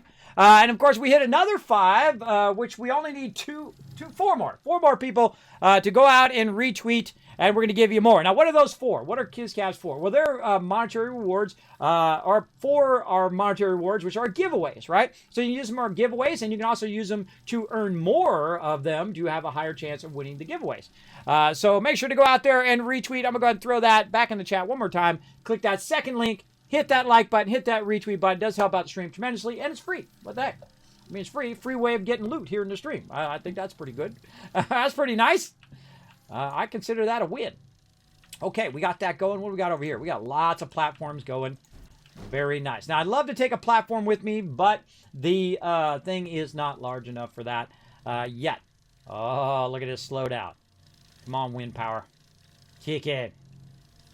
Kick in that wind power. So this was another drawback of having so many research going, is that it does burn through your power pretty quickly early game. All right, so that's going to take a minute, everybody. Oh, here comes our wind power. There it goes. You can always tell because it's nighttime and it comes on. Let's do this battle while we're waiting. To battle! All right, it's battle time. Let's fire it up while we're waiting for that to build that 3D item. And then we're going to take that. We're going to go to another planet. Oh, look out for those towers. Ouch. These towers are one of the toughest ones in the game because they really wipe people out.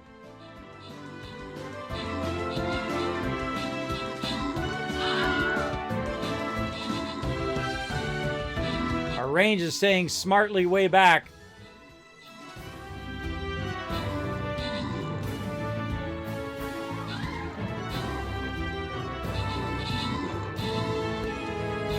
Get him, Lawn Man! Oh, this is going to be a close one. Get him! Get that tower! Get it before it gets you. I'm watching over here on my other monitor. Oh, Lawn Man bringing the heat. Oh, I think he's got him. I think he's got him. Oh, look at that health! Look at that health! Look at that. He's got barely any health there. Nice job. Oh, my gosh. Look at us. 9 people left. Oh, he took one for the team. Nice job. Oh, we got Norbert back here healing. I'm telling you, look at that River Dog with the nice healer. Bringing Norbert in. Oh, man, that was a close one. Oh, man, I love it when they're close. I love it when they're close like that. God, this is one of my favorite games called Stream Raiders. Incredibly fun. It's free to play, everybody. You can play it on mobile and on desktop. I highly recommend it. Snatch this up. Come and play with us. You're going to find a link for it in the chat. Find me, your Captain Kismet, and come and join us. We play battles every single time I stream. We typically are doing battles as well as I do battle mode after the stream, and we go ahead and just run battles all day. It's pretty fun. All right, let's go ahead and open the Captain's chest. Grant some rewards. Subi, Reaper, and River Dog all getting some love. And Lone Wolf, MVP with the 11 kills. Back to the map. Let's go. Let's get you guys some more gold. Oh, this is a good one. You guys are going to get tons of gold here. So again, let's go ahead. What do I want to do here? I definitely want to pull me in on this one. This is going to be a tough one. And I'm going to try to draw all the fire on me. I feel like I'm going to go low side middle. I'm going to try to grab all the enemies on me. Now, again, my big tip is put your rogues way in the back. Don't put them in the front. You put them in the front. Well, maybe they might get boosted through. They might get boosted through. You might luck out. But definitely you're going to be styling if you put them way, way in the back. As far in the back as you can. Because what's going to happen is some rogues are going to run in here and they're going to die. They're going to die big time. So maybe a rogue in the front and a rogue all the way in the back. Just as a fail-safe in case your rogue runs in and dies. So just a heads up. Let's go ahead and do it. Let's go ahead and fire up those battles. And we'll come back to that in about 30 minutes.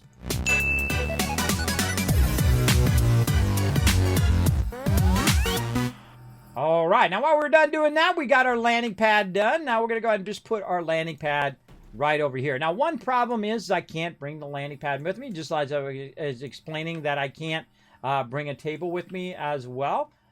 So we're going to leave that stuff behind for right now. We're going to come back for that. Make sure we've got our solid fuel buster on us. And what else can we bring? We can bring some compound like this. There we go. And again, you want to maximize what you're bringing with you as well. Look at this research over here. Free research.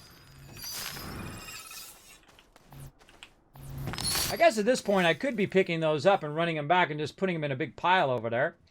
Then it would just grab them when it needs to. I'm gonna give me a little organic here.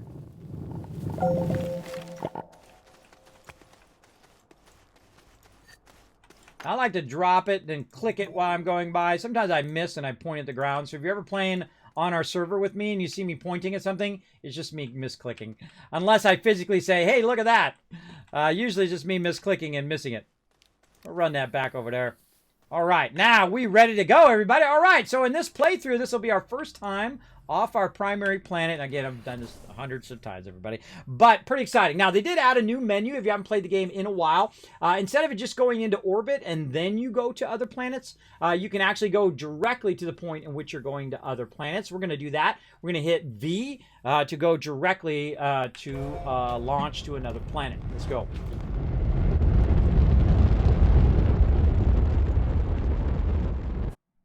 Whoop, there we go. So it automatically puts us in that mode of going to another planet. You can see we've got some other planets floating around out there. We're going around the galactic core over there. And another couple planets floating around out there.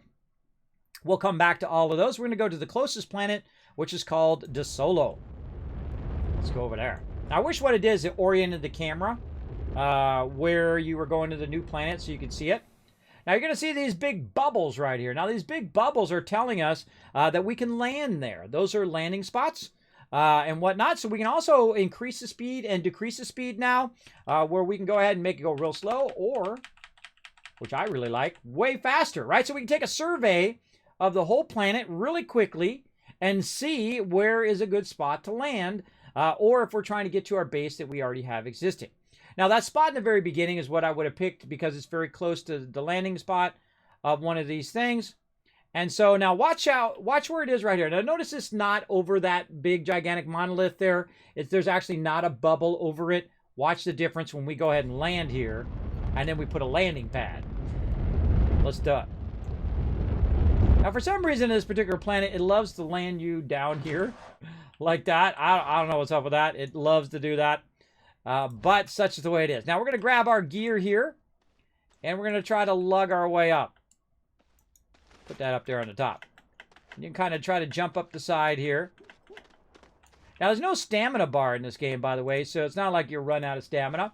Now, I find this one of the greatest planets for this right here, ammonium, right? Tons of ammonium on this planet. You'll see me work with that later on. But what we're going to do is go ahead and unpack some of our stuff. So we'll go ahead and grab our vehicle, which is going to act as an auctionator. We're going to go ahead and put, oh, sorry, not that. We're going to put this whole thing on the front of there. Isn't that nice? Is all that stuff, boom, instantly on your vehicle. And your vehicle's now getting charged up. You're off and running. Look out for these guys. They'll stab you. They're stabbies. They will get you. Now, of course, you're going to see my awesome driving. Pretty amazing. You always just hit F to flip it over. No biggie. The small one is the one you're going to probably have the most problem with.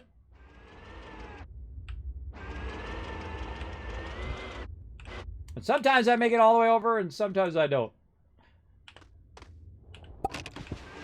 Terribly awkward. But such is the way it goes. YOLO! Oh, God! I fell down a hole.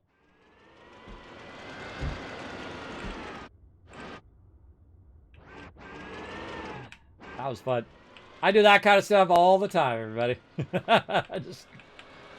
I couldn't even see over the side. Off the side I go. I managed to recover there, though. There we go. Now, this is actually a really nice flat spot right here. We've got an awesome beacon here. You know, one of the planets that's the easiest, this is actually the easiest planet to power up.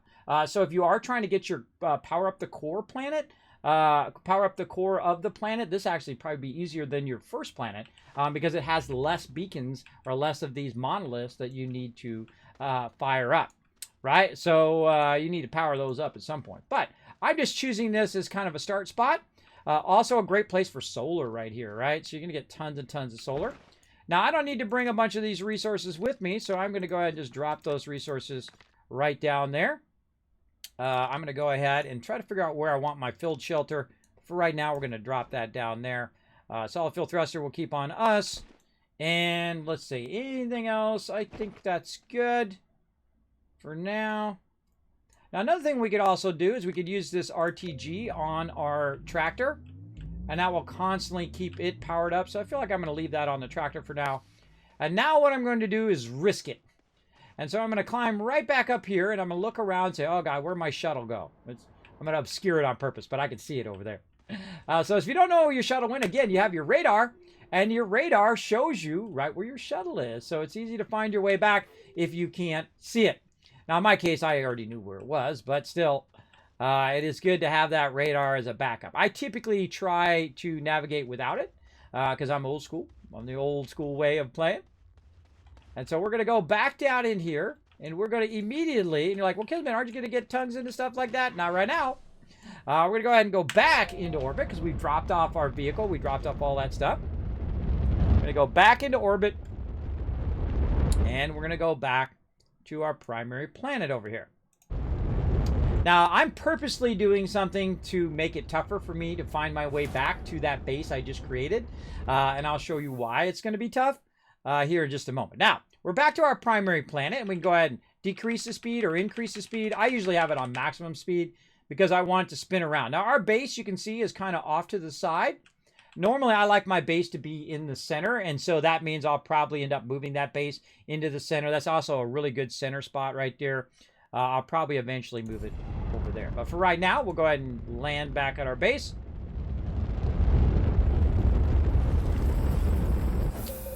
Like so.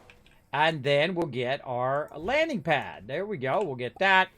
Now, before I leave, you don't want to do that. You leave, it's going to break the thing, right? Or it's already broken. I mean, you can't leave because you have a solid fuel thruster. So, you want to go ahead and put your new fuel thruster on there because that just broke in one trip. You put your new one on there, and then also what you want to do is make another one. Because I find sometimes you accidentally press the button and then boom, now your thing's broken. But just know that no matter what planet you go to, you can always get off that planet. Every single planet. I've done it. I've played every single planet where I landed on the planet with nothing and then built from scratch all the way back to the ability to fly to other planets. Because there are those basic elements that allow you to get to that point. So good to know. Good to know that you can get off, even if you do get trapped on a particular planet. But I go in and I try to... I play old school. I take my time. Now, it's not my first time playing, everybody. Because I am explaining stuff on stream, I feel that some people come in and want to explain stuff to me and tell me stuff. Please no backseat gaming. Don't tell me anything about the game as we go through. I've played through many, many times for years and years. I've played the game since it came out in version 1.0. But I do explain stuff as I go along because I know there's a lot of new people who come along my stream and like, hey, oh, how do I do this, Kismet? Or what are you doing on the thing? I'm very much like a commentator. I like to commentate on what I'm doing in the thing. Right. I like to do that. Let's see. Yeah, battle done. Oh, you got DeSolo and Novus, I think. Oh, cool. Yeah, the trailer does stabilize it. That's true. It does stabilize it, and that's something I was talking about earlier as well. Is that the little thing by itself will be pretty tough. The one that's really stable, by the way, I find is the buggy. The buggy is really stable because of the shock absorbers that it does. Very stable, and of course the large one's pretty stable. But even the large one with trailers, you still fall into stuff. It still happens, everybody. Don't feel bad if that does happen to you. It will definitely happen at some point. All right, so we got that going. And again, this is our second day of our brand new playthrough of Astroneer here. We're doing the missions and quests update. Incredibly great update so far. I'm enjoying every bit of it. Don't tell me anything about it. Don't tell me any secrets or anything like that and whatnot. Now, I'm back to the same planet, but I failed to put a beacon down. So now it's going to be very hard to find my way back to where I was before.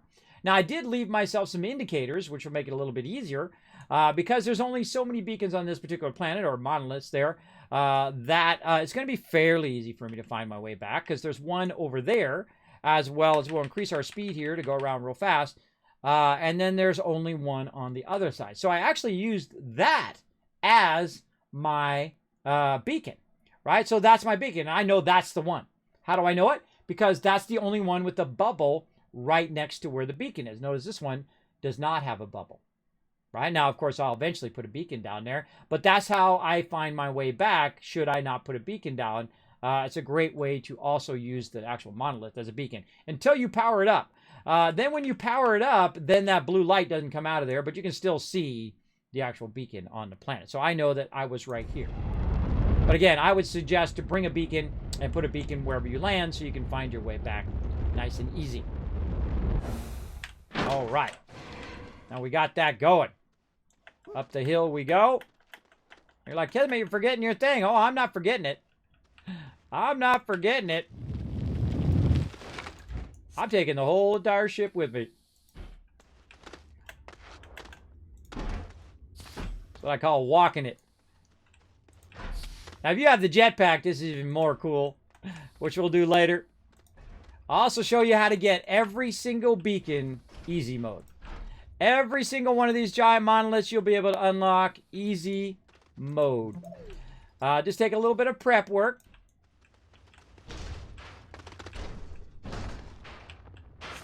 Oh, that was a good sliding spot. Whoa, look out for those baddies. And we're going to go ahead and just work this down like this. Now, there's a hole in the ground here that I don't really like, so I'm going to fill it in. But it does go to a cave, so we can check out that cave later.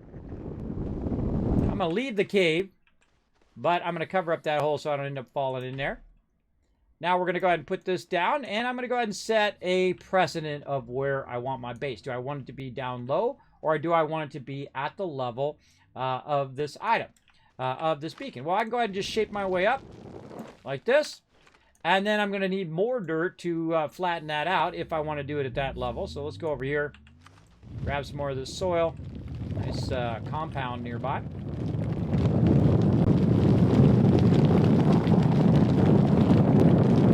Clean up this monolith a little bit. Again, it does have a different name, but the name kind of gives away what it does. So I try not to use that name, but still, there you go.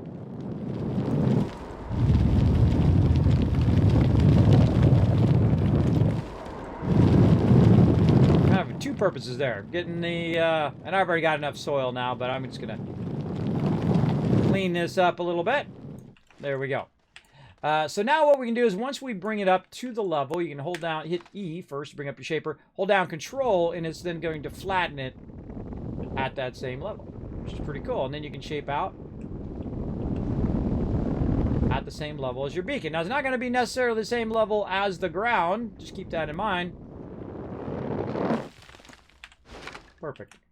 Perfect. And we're going to go ahead and shape that out there. And then we're going to go over here to our ship. We're going to try to turn it around. There we go. And we're going to get our landing pad. Now, the landing pads can be obstructed by the monolith itself. So we're going to go ahead and expand it first. And I'm going to show you that. See how it's red? That means it's too close to the monolith. And so it has to be out further. Oh, just a little bit more. That's how it always is, everybody.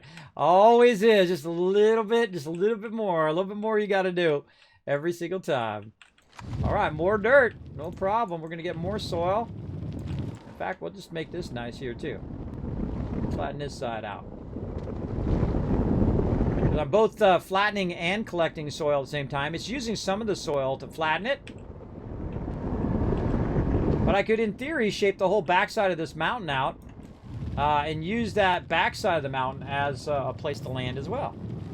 In fact, you could shape the whole entire world out if you wanted to. If you had that much time.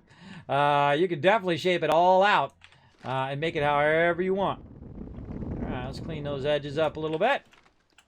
And let's get out here.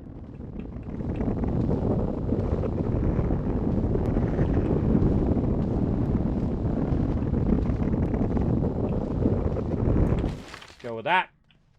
And let's make that a little flatter there.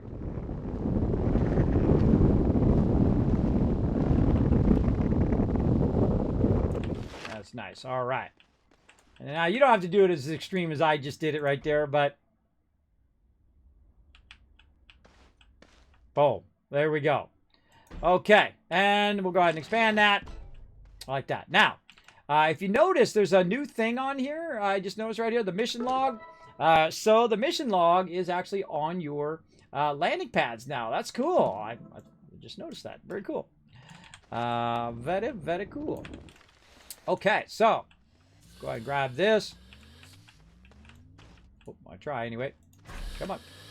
We'll go ahead and grab this. Now here's one of the things, a little test that I do. I put it on there and I see if the cargo is facing toward me. If the cargo's not facing toward me, I'll look and see which side it is. In this case, it's this far side over here. It's usually facing toward one of those, right? In this case, the only cargo I have is this one, so we could go ahead and do this. But normally it's the cargo side that I'm looking for, right? It could be on the back side here. But I will actually adjust this. And then later we'll come back and adjust it for when we have cargo. We only have that side thing. So we're going to go ahead and turn this like this. Expand that again. The reason why I did that is so I can feed that thing up there without having to run to the far side of it and do it. I'll show you what I mean. We go ahead and grab our medium here.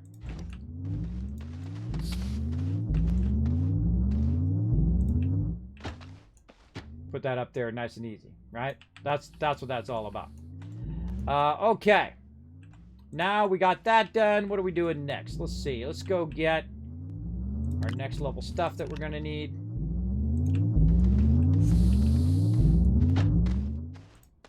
Now, the interesting thing is because I do have these small things is that I don't need any of this other power now. It does make the rest of that power obsolete. Yeah. Makes that obsolete.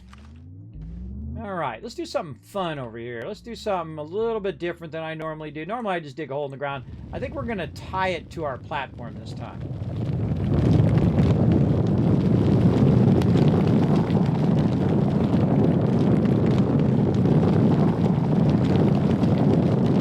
Shape out a lot of mountains, everybody. A lot of stuff we're going to shape out for sure. For sure up in here.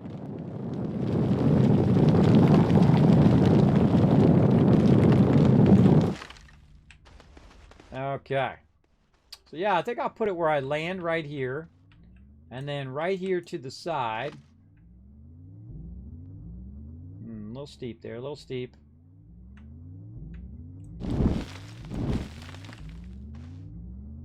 Try to get an angle that's not as steep.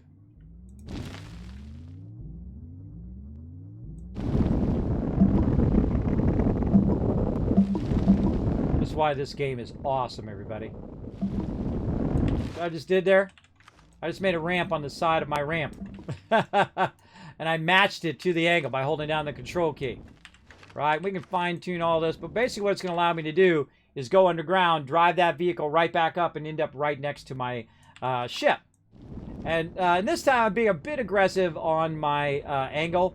If you find yourself having trouble on that angle, then you definitely want to go a little less steep. I'm going to be a bit more aggressive here. Now we're also going to go ahead and take our field shelter, which is part of our quest, and put our field shelter down. Now I would not put it right here in the way. Extend this out a little bit. Again, I don't think I've ever used one of these field shelters other than to unlock it and just to test it. But I've never used it on another planet before, so these quests are giving us, you know, different choices, different things that we probably wouldn't do normally. And so let's put our field shelter down.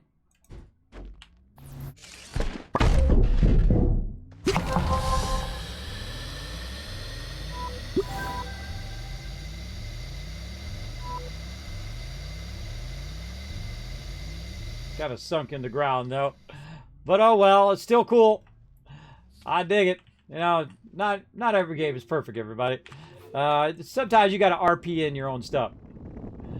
All right, let's go ahead and dig downwards. Now, in the very beginning, what I usually do is I dig a nice wide area here. And the reason why I do that is so I can do what I call the breakthrough, where you break through the next level. But then you'll see me start to shorten it like this. Oh, look out, Bob's coming down. See me start to shorten it here. And again, holding down control.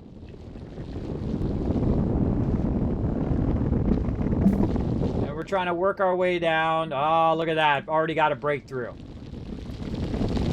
So we've broken through into the lower level of it. And again, see, I'm doing it so wide that I did find it. I could actually miss the level because I'm in the side of a mountain. I've done it before where I literally missed the level and went down the level below it or the one below that.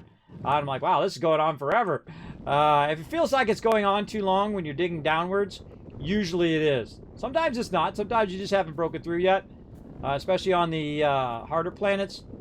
But if this seems to be going on for a really, really long time, you probably missed that first level or whatever level you're looking for. Again, notice how I'm just taking the time to shape that in there and flatten it out against my ramp and so on. Now look at this. Let's see if we get lucky. How are we looking? Bingo! Ha ha! Found it already. And again, I just randomly made that ramp. I didn't know the resources were going to be there. But I see it. It's down there. It is definitely down there. Let's take this corner out here. Now, what we want to do over here also is to get our vehicle back up and running. Now, we don't really need to bring some of this other stuff with us, right? We don't need to bring the generator because we have a perpetual generator. We don't need the resin. We can put that up here. Do we even need the solar power? No. Or the wind power and the solar power? No. Don't need that. Don't need the oxygenator, that's for sure. And we don't need the resin. So all we're going to do is just bring that little power, and that's going to power our vehicle forever. Nothing else we need. Just that. Now, another thing I would do over here is match up this side over here. Put the rest of the stuff that we got up here as well. Match up this side. So if you are on the surface level, you can also go down into your ramp here. And we'll make this one not quite as steep. Match it up a little bit here. You might take out your other ramp. It's okay. I was just bring it in. Try to match up that edge a little.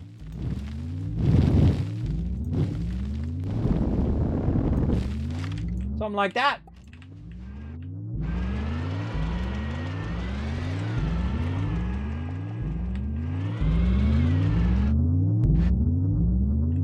Like, Kismet, why'd you just put a trailer on it? Because it's fun to do that.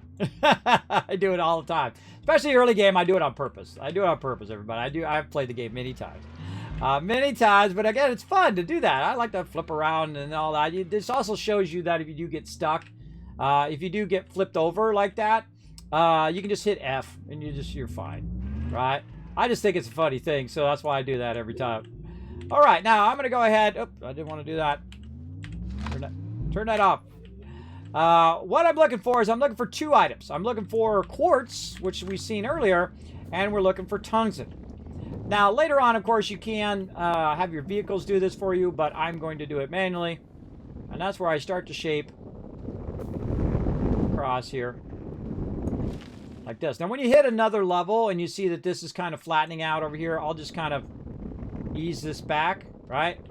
Ease that back a little bit from that edge and try to retain the edge. Now, again, one of my favorite things is doing this, where you're shaping out the walls, and ha-ha! We revealed the very thing that we're looking for. And I did see it when I was coming down the ramp, so that helps a lot. Again, we can just open this up. This is the type of thing you can do for hours. This shaping is just so fun. I've done it for hours. I've shaped a whole mountain out for 8 hours straight on the stream. Everyone's like, Kismet, you're not going to shape that whole entire mountain out. Yes, I am. It's blocking my solar. That's exactly what I did. Shape the whole thing out. All right, there we go. So that's a nice beeline right to our ramp. And that. Now, the other thing I'm looking for is quartz, so I can get some beacons going on. Now, I don't see any quartz. Now, this is one of my favorite levels to run around with your vehicle, because even though there's a bunch of these things that are in your way, you can just swipe these with your shaper, and they usually, most of them will go away. Some of them are a little bit deeper. You have to kind of dig down a little bit. But most of the time, it'll just swipe out of the way. And so you can drive around pretty easily without having to, you know, flatten the ground out and whatnot. Especially you have the buggy. Buggy's pretty great in this one. So there's our tungsten there, but we're looking for our beacons first, right? Now, this is a great way to get lost in here, everybody, because there's nothing that's doing. Now, again, if you run into something like this, like Kismet, how you get over that? Well, there's two ways.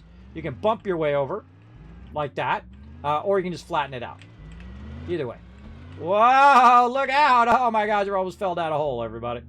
Oh, that hole goes all the way down, too. Now, if you're going to fall down a hole, you definitely want to do it with your vehicle, because your vehicle will act as an oxygenator. If you do fall down a hole and manage to survive, the number one thing you want to do, look for resin. Get resin, use resin for oxygen. For sure, for sure. There's more out that way, too. Tons of it everywhere. Okay, now, we do get lost in here. We can hit... you hit the wrong button. Keep getting my R and F mixed up. We can go in, we can use our compass, and it will still give us kind of an idea. Well, okay, my ship is this way. So maybe my stuff is that way, right? Maybe my... that's where I came from. Well, let's go ahead and head to it. Now, it's very easy to get turned around. Now, another thing I would do, too, is this part right here, is we almost fell down in this hole. We can go ahead and just take it out so we don't fall down there in the future, right? Like that. Very nice. So let's just go ahead and try to use this to find our way back. Now, normally what I do is I leave shapes and whatnot to help me find my way back. Oh, it's this way.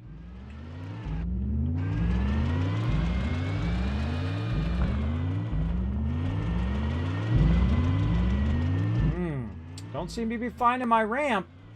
It says it's right here. Right? And this is what you need beacons for. You definitely need beacons for this because it's going to be offset. Now, I happen to know a big secret because I'm old school. Uh-oh.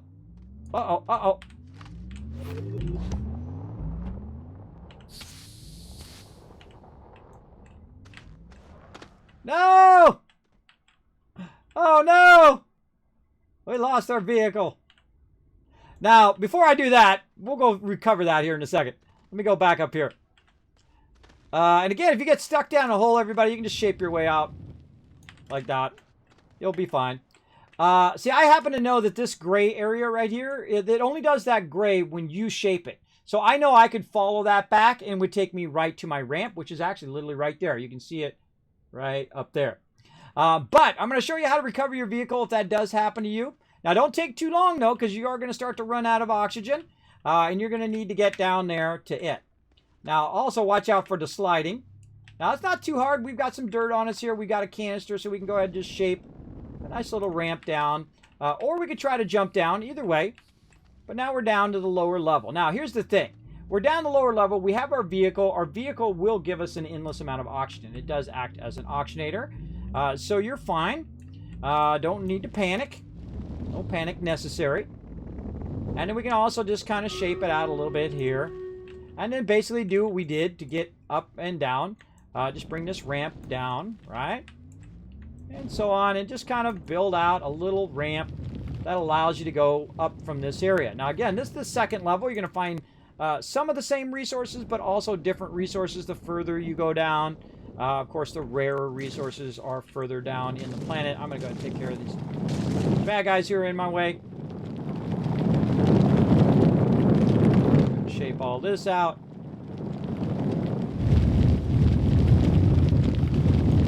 Like so. And then I'm going to go ahead and widen this a little bit. Makes it a little bit easier for my vehicle to get up there.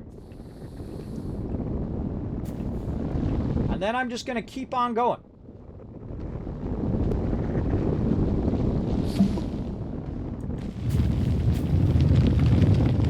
Now, I didn't do that on purpose. Usually I do that later. But it's a good example of not to panic. As long as you have your tractor or any other vehicle, you should be okay. And this is good because this will help us later on when we do our core quest. And there we go. So now we're back up to where we were. And again, see, I can see the gray. The gray is telling me that I shaped there. That's somewhere it's been shaped. I got more shaping over there. You want to look for those visual clues. They'll help you a bunch. And no problem. All right, got our tractor back. Not that I couldn't go make another tractor anyway. As long as I don't die. And even if I do die, I can just run back down there and shape my way down there, get my stuff back. It's really the toughest thing is when you lose your stuff when you don't know where you are, right? When you get lost and then you die, that is going to be usually a loss of that particular stuff. You're usually going to end up with no way to find it after that. Again, let's just cover up those little danger spots. Okay. And again, see how I'm shaping? You can see I've shaped and flattened this. You can see that's where my ramp is. Right there. But again, it'd be way better if we had a beacon. Again, we're going to shape this out a little bit. And do this. Now, another way you can do it, of course, is you could tether your way down. I do have an auctionator up there. I could go get a table or make a table.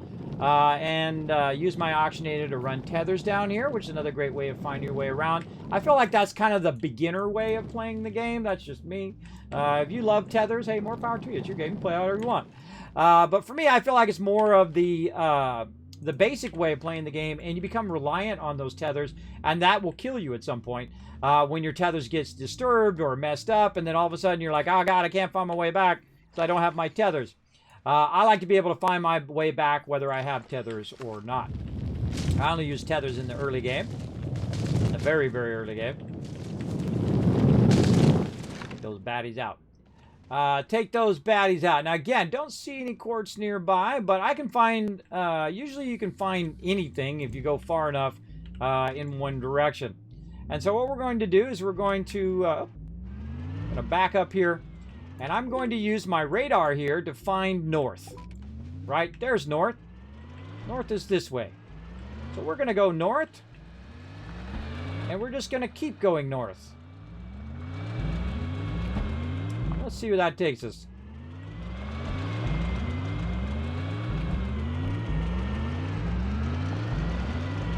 Dead end. Right? Never a dead end in this game. In this game, you can just get your shaper out. Dig yourself a hole through there.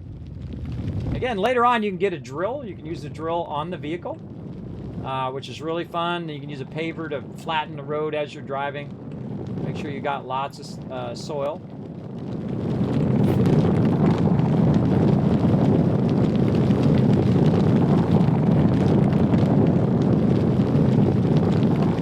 Now, one of the drawbacks of doing it the way I just did it is that it's not flat. Right? It's really an awkward way of doing it. I typically like to do it like this, where I hold down control, and then I'll make a nice flat edge going across there.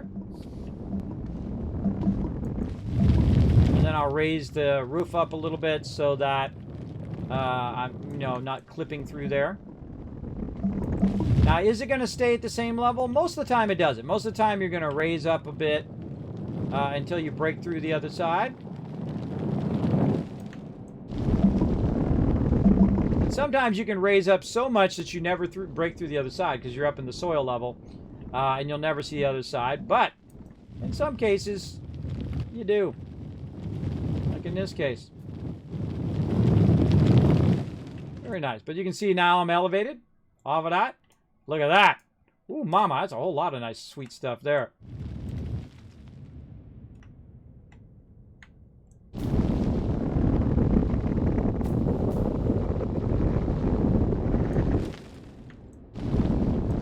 I love making that match up.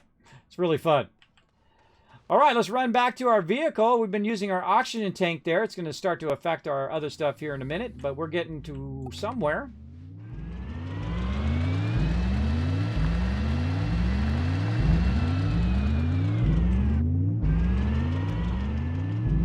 Whee!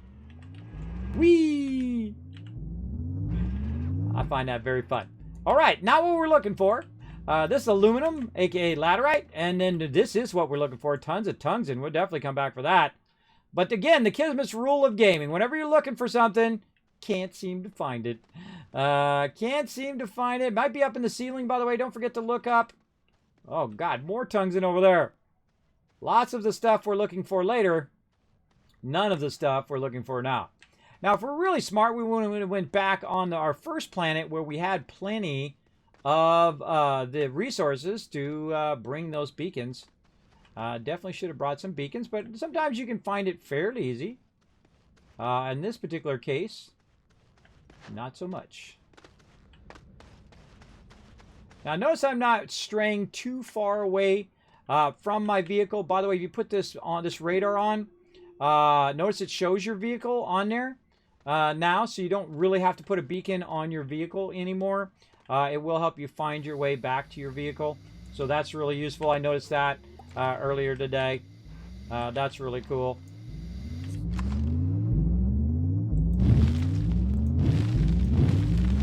Take that out a little bit so we can get out from under there. There we go. Whoop. All right, off we go.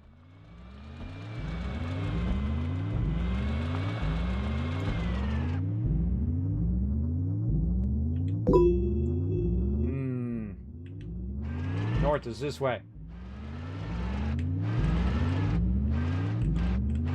And notice I'm trying to get lost. I'm trying to get lost, but also be able to find my way back. So I'm just trying to follow north. And in theory, I should be able to go back south and find my way back.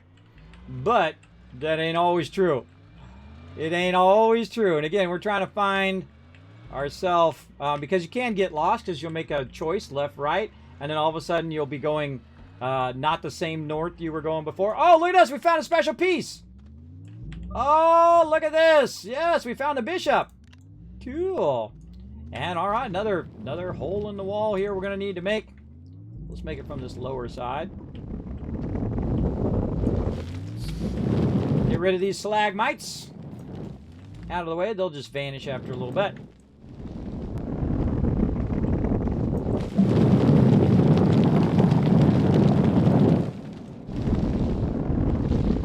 Oh, there's already a makeshift hole there already.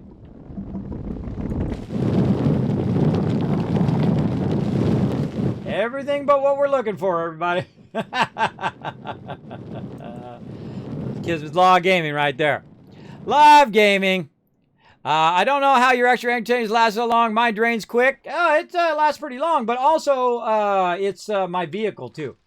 My vehicle also helps out a lot. So yeah, definitely. And it's going. All right, it's going along. It's draining down. It just feels like it to you, I'm telling you. It just feels like it goes faster. I've got my oxygen tank on right there. Believe me, it'll run out. It'll run out in no time. The oxygen tank lasts a lot longer than, obviously, the oxygen in your backpack up at the top there. There it goes. See? And the reason why I can get around and not have to have tethers and all that stuff is not because of my oxygen tank. It's because of my vehicle. My vehicle is acting as an oxygenator. So when I get close to it, it fills back up my oxygen tank. That's why it lasts so long. That's why you won't see me do any tethers at all. Because they're unnecessary, I think, after a certain part of the game. That's just me. Then again, it's your game. You play whatever you want. Now, alright, this looks like a good spot right here to do some scouting. Let's see. More of this. Got resin. Speaking of oxygen, swipe some resin. And then make yourself... I always like to keep a resin down in the bottom corner when I do start doing this kind of stuff, when I'm doing a lot of splunking. Right here, just so I can fire up an oxygen filter. Just in case. Right? Maybe keep an extra one. Down there in that corner. This way allows you to explore. And whatnot. We're kind of going a little northeast. Goodies in here. Yeah, a little bit of carbon. We'll take that. Man, no quartz in this one. Trying to get lost on purpose, everybody. Aha! Oh my gosh, that took a while. There it is! Again, look how far away I am from my vehicle. I'm really far away, right? I am taking a big risk. I've got no tethers, no vehicle. And again, this is just to show how awesome this update is that you don't have to be as scared as you used to be when you run away from your base. that you're going to get lost, you can go to town in here, and we can find our way back. Again, I got oxygen filters. I've got extra oxygen because of the resin. I don't have to worry about it. I can't even see any of my stuff from here. I've got some aluminum on me. I'm just going to go ahead and get rid of that. In fact, I'm going to actually get rid of my oxygen filter as well. And take 2 of these back, which is how many I need for right now. Actually, you know what I'll do? I'm going to actually put one here too. So when we need this again, which we might at some point, go ahead and put that. Oh, where'd it go? Where did it go? Am I just not seeing it? Oh, put it on my thing. Yeah, it did. Put it on my thing there. All right, we'll put this here, and then we'll say, okay, this is one of our resources right there. And then we're going to need 2 more beacons. Now, notice I'm going to keep that beacon on there. I do have an extra resin up here just in case I do run low on oxygen. I could put one over there as well. And that'll tell me where that resource is later on. And so now we can run back. Now, I kind of ran a little bit north, right? I was going north and then east, so I kind of want to go back this way and whatnot. But I can actually just look and see that my vehicle is on that radar, right? And that vehicle is really the thing you want to run back to, because that's what is going to produce the oxygen. Whoa, unless I fall down a hole. It's going to produce my oxygen and fill my oxygen back up again. So it does make it a lot easier. Now, I usually turn it off just because it obscures my vision. But it can at least point me in the right direction. So somewhere back here is my vehicle. Where is it? Still ahead of me, all right? Still ahead of me in this direction. So I don't need to have... Normally, what I do is I put a purple beacon on there to find my way back to it. But there it is, right there. Now, how do we find our way out of here? Well, easy. That's because in here, what I've done is I've gone in and I have created basically just kind of like a road. Create a nice little ramp there. I create a little road that it come through the side there. And that's going to give me kind of some key points in finding my way back. Now, we also have some more resources over here, but we already got a beacon, so we'll probably be able to find our way back if we are looking for those. We've got some that's way closer to our entrance, so we're going to do that. Now, again, since we shaped through here, this is pretty obvious, right? Pretty obvious we shaped through there. Now, we can also hit our radar while we're on our vehicle, which is awesome. And we're going to try to go south, if our vehicle wants to cooperate here. Whee!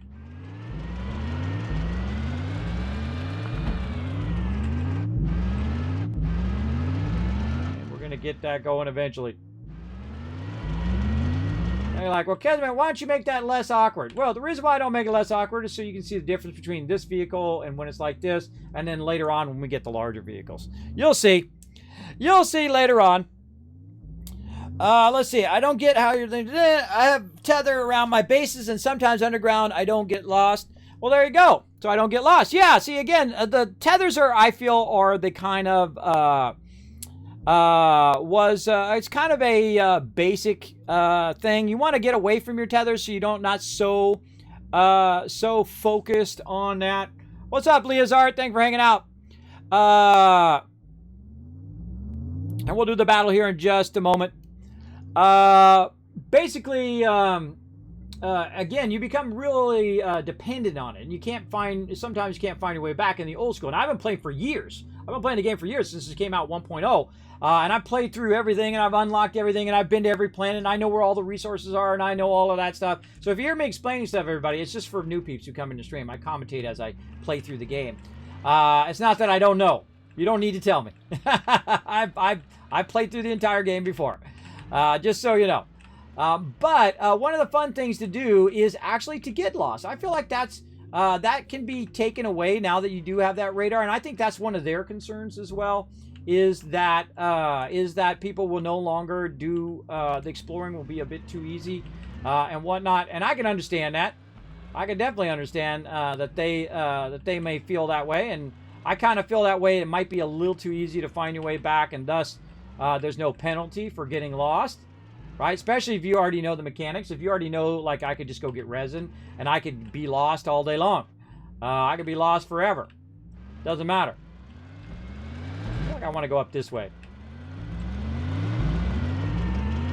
what's over here. Love. Again, see, there's no real fear of being lost now. You can just go wander around and go where you want. That was, look, I just used my instincts on that one. And there it is. So this, I know I'm already back because, again, I shaped this in, and I know that's leading directly back to my ramp. All right, so we did that. We had a little bit of fun. We got a little bit of lost, and we found our way back. And we got ourselves some beacons, which we're going to need. So I'm going to go ahead and get myself another beacon here. There we go. And then I'm going to make another one. I'm going to put this beacon right on here. And then I made the other one in my backpack. Now I'm going to drive over here. Another good idea is to put a beacon where it'll help you find your way back to your ramp. So I'll go ahead and put that there. And again, any kind of underground beacons or resource beacons, I will make red. That's just my particular color for it. Now I'm also going to take some of this other stuff off of me here. Beacons, organic, resin, all that off of there. Yeah, now if you love tethers, hey, go to town, man. If that's your thing, you like doing tethers, you like one tether all over the place underneath your thing. I've done it way back in the beginning when I first started playing. Nothing wrong with that. If that's your jam, go for it. Me, I don't dig it. I feel like it's just a whole lot of effort of putting a whole lot of tethers down for not a big reward after a while. I feel like you get a better reward learning how to navigate. And again, I feel like that is sometimes people don't learn that skill in the game, the skill to navigate and find your way back. I always find my way back, even if I have tethers or not. The reason why I can find my way back is I have those skills. I go up to the top of the mountain, I look around, I try to find where I was going, I look for anywhere I've already shaped before. Those are the kind of skills you learn when you don't use tethers. Those are those things you discover along the way. And you're like, but dang, you're getting a lot of this. Oh yeah. We're going to need a huge pile of that stuff. Now, also, look at what we got over here. Ooh, another little chest piece. Yes, please. Ah, backpack full. Backpack full. Story of my life. Let's shape that back in. All right, so we're going to go ahead and try to get ourselves a bunch of things in over here. And we're just going to leave this aluminum. Yeah, I got a lot of stuff in my backpack here. A lot of stuff. That.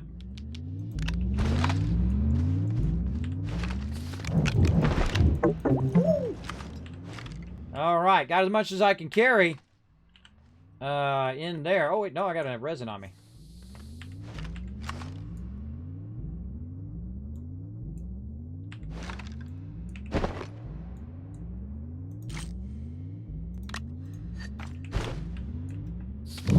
Carry one more. one more. Do I need to take this resin? No. Do I need to take this organic? No. Wolfenrite, yes. Power thing, yes. And there we go. Again, remember, no backseat gaming. Don't spoil anything as I go through the game. Make sure to watch those chat rules. Of course, #1 rule, be respectful in the chat. I do appreciate you guys having my back, but remember that I do like to discover things as I go along. And then also share that with the stream as I go. It's like we're going on an adventure together. Very fun. Again, we'll do that battle here in just a second. I like to do the battles in between when I'm doing something else, like traveling or something like that. The battle goes a little bit long. Don't get entitled, because I do hundreds of hours worth of battles here in the stream, including entire modes, entire days of battles where I go 12, 13 hours of running battles here in the stream. All right, we want to just get to that point so we can go ahead and launch. We're out of here. We out. Peace out. Thanks for the loot. Now also notice that that red beacon is now also acting as a beacon so I can find my way back to my base. So I don't have to put my green one there. That red beacon will also serve as that. So let's do it. All right, so while we're going back to our base here. Oh, wow, we got it right first try. Nice. We're going to go ahead and land there, but while we're landing, let's go ahead and do a battle. To battle! All right, I'm going to go ahead and put down my spell there, and let's see how we do. Get you guys some loot.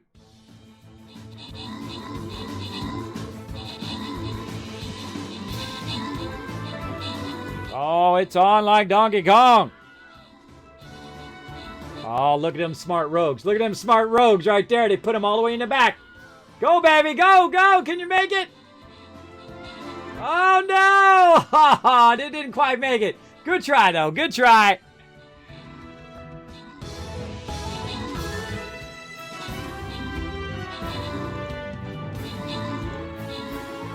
Find our way through. Sometimes it doesn't work out. Sometimes it happens. Those tanks got those rogues.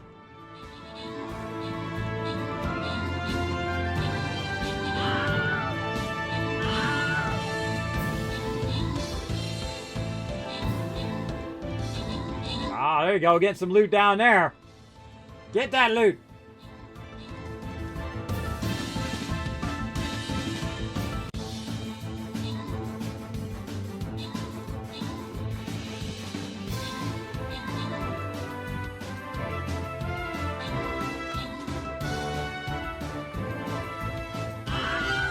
All right, one more to go. Man, that's a long battle. But, man, you guys got crazy tons of loot on that one. All right, grants and rewards. Let's see. Reaper, Mini-Murph, Lawman, and Hair Luna all getting some love. Whoa, Barth with a massive 40 kills right there. Way to crush it. All right, let's go ahead and get you guys some more love right here. How much time? We got 50 minutes left. I think we definitely get a couple more battles in. How we're looking on time? Perfect timing. I say we go do a hard one, and then we try to get some gold, because I don't think we're going to get to the boss on this round. So I say we go straight for the tough ones. Let's do it. Let's do it. This is going to be a tough one. I'm going to call in the Wasteland Tycoon to help you guys out. I'm going to bring in my max level tank to tank some of that beating that we're about to get, and then get you guys some loot.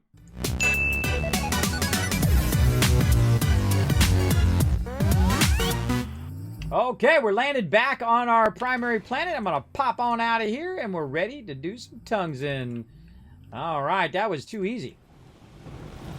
Get that forged up. Now, we do have some puzzle pieces here that we're going to use later, so we're going to go ahead and put those in there. I was going to use that. I was going to use that other beacon on my thing, so let's go ahead and put that back up there for later. Let's go ahead and make some tongues. And now, one of my quests is to make tungsten. There we go. We got it done. All right, another quest done. Oh, new materials matters. All right, cool. Let's do it. Now, again, if you're playing this game for the first time, you know, you wouldn't know where the tungsten is. Unless you'd be like, oh, I wonder if I do that quest next, or which one should I do? All right, we're going to get a medium generator and a floodlight. Let's do it.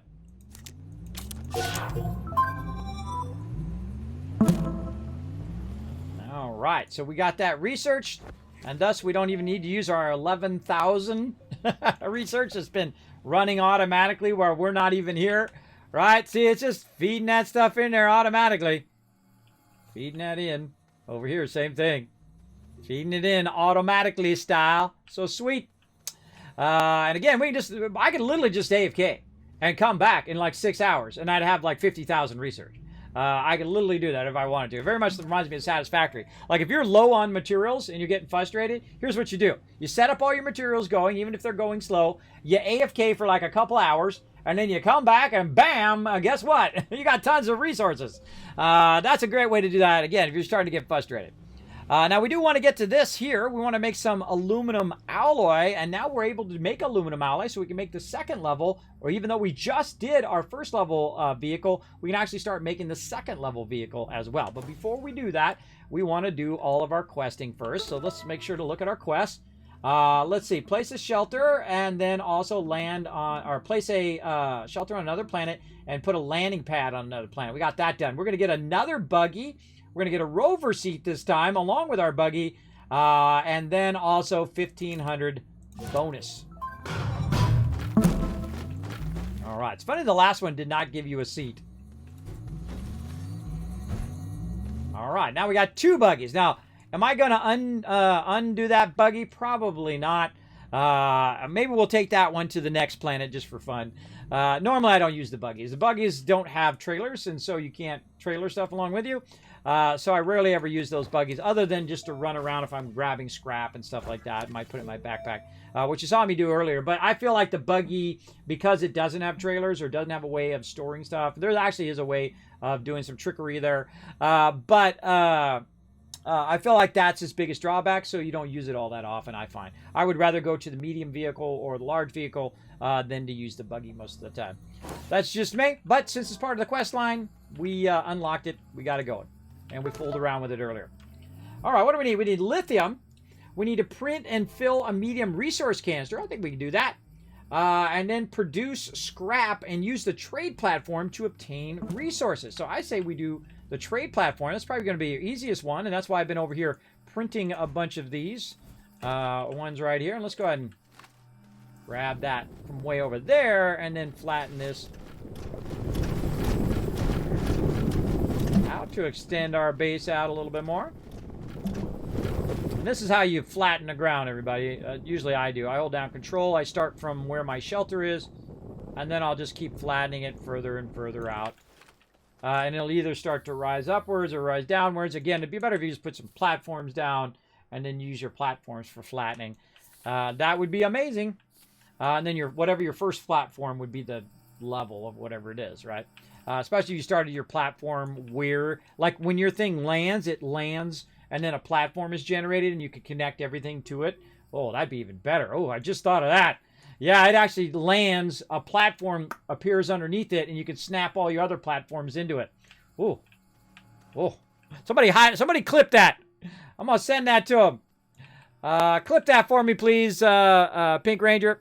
And put that in my, put that in mod casual. I'll try to grab that out of there later.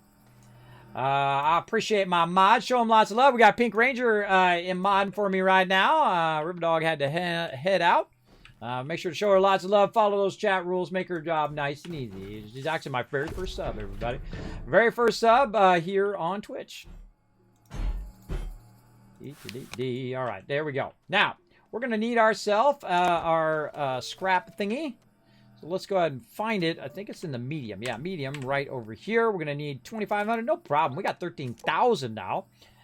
We got that going. We're going to need some iron, some tungsten, and some compound. Well, the first problem we're going to have is that iron. Sometimes you can find random iron here on this planet when you find those crash ships. But I didn't find any in this playthrough, so now I need tungsten and compound, which I have. But I need iron and I need lithium. So two things we need to hunt down. So we need to come back for that later on. And so now what we need to do is we need to think about, okay, we're going to a new planet. And so we're going to get that queued up. And, oh, my backpack full. I got to take this tungsten off of me. I got to take the tungsten off of me. Oh, here's what we'll do. Put that into there. Like this. Now, I do not play with any mods or anything like that, everybody. I always play basic. And that's so that anybody who's watching my stream can do everything that I'm doing as well. So sometimes I get that question, Kismet, why don't you use, alternate recipes and Satisfactory? Why are you not playing with mods? All that kind of stuff. It's for that reason. And so also what I do is I will play through in a normal style, right? I won't try to just leap to the end, which some people do. Some people will leap right to the end of the game and just try to, it's hard to follow when you just jump to the end because you already know the information, and other people, it makes it hard for them to understand. So I don't do that either. And that's just because it's more fun to watch that way, I find. Because, if you're new to a game and you're interested in it and you're like, I wonder if I should get this game, Astroneer. I feel like a lot of people will wander in my stream just to see Astroneer and see, what I'm doing and all of that. I feel like they get a much better sense of it that way as well. Okay, so we got that going. We've got our power. We've got our buggy here. We've got an extra fuel thruster, which we're going to need to use because this one's all wrecked. There we go. Right over there. We've got our seat we're going to need with our buggy. We're just going to go look for those two resources. Now, if we're real smart, we'll bring a beacon with us, which I've got one right there. But we can also just take a minute, speaking of buggy, get in our buggy.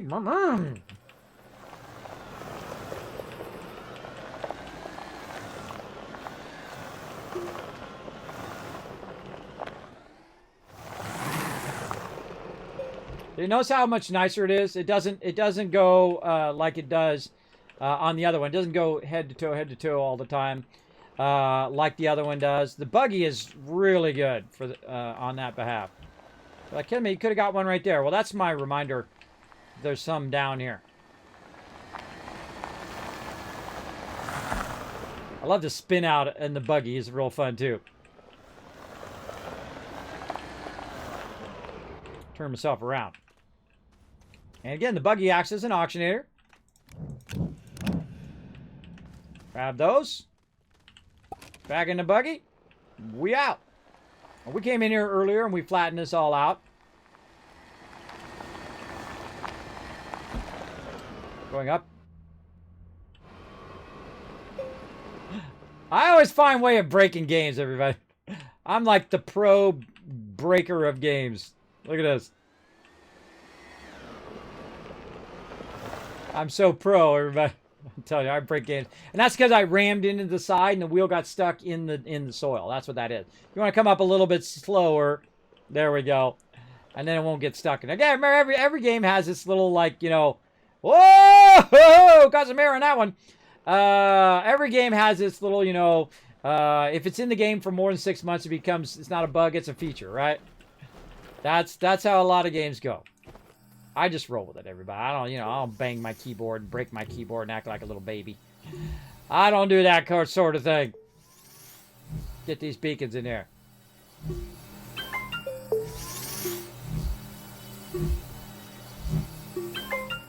Okay. GG. Now you're going to notice that I'm not going to bring any resources this time. We just need to find some of these resources. I need to make another thruster, though. And so we're going to need some aluminum over here. Up there. And I don't think we have any more ammonium, but that's okay. Because we got dirt. Somewhere. Or maybe not. Yeah, right here. Alright. We got dirt, everybody. Now I can go get some ammonium. I know there's some over there, but look at that. You got to actually fill that sucker all the way up to get that going, to get one ammonium. Let's keep shaping out our mountain.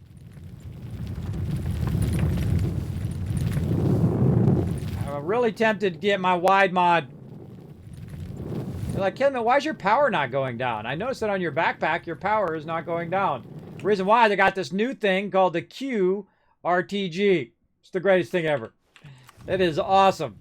Just supplying my guy with an endless amount of power so I can shape to my heart's content. And no, I'm not in the creative mode. I do not play creative modes as well. If you like creative mode, more power to you. Go for it. Me, I like to earn my way. I'm old school like that. I like to earn every bit of resource. I like to earn every single vehicle, unlock each thing as I go through in that standard progression.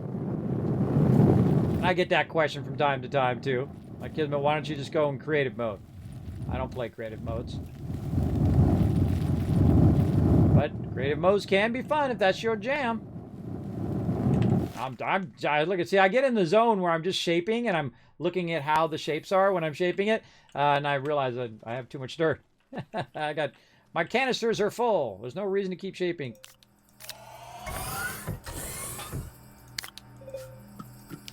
Leave that one. Take this one. There we go. All right, one ammonium. Go. Later on, we'll be farming crazy tons of all of this stuff, everybody. We're just getting started.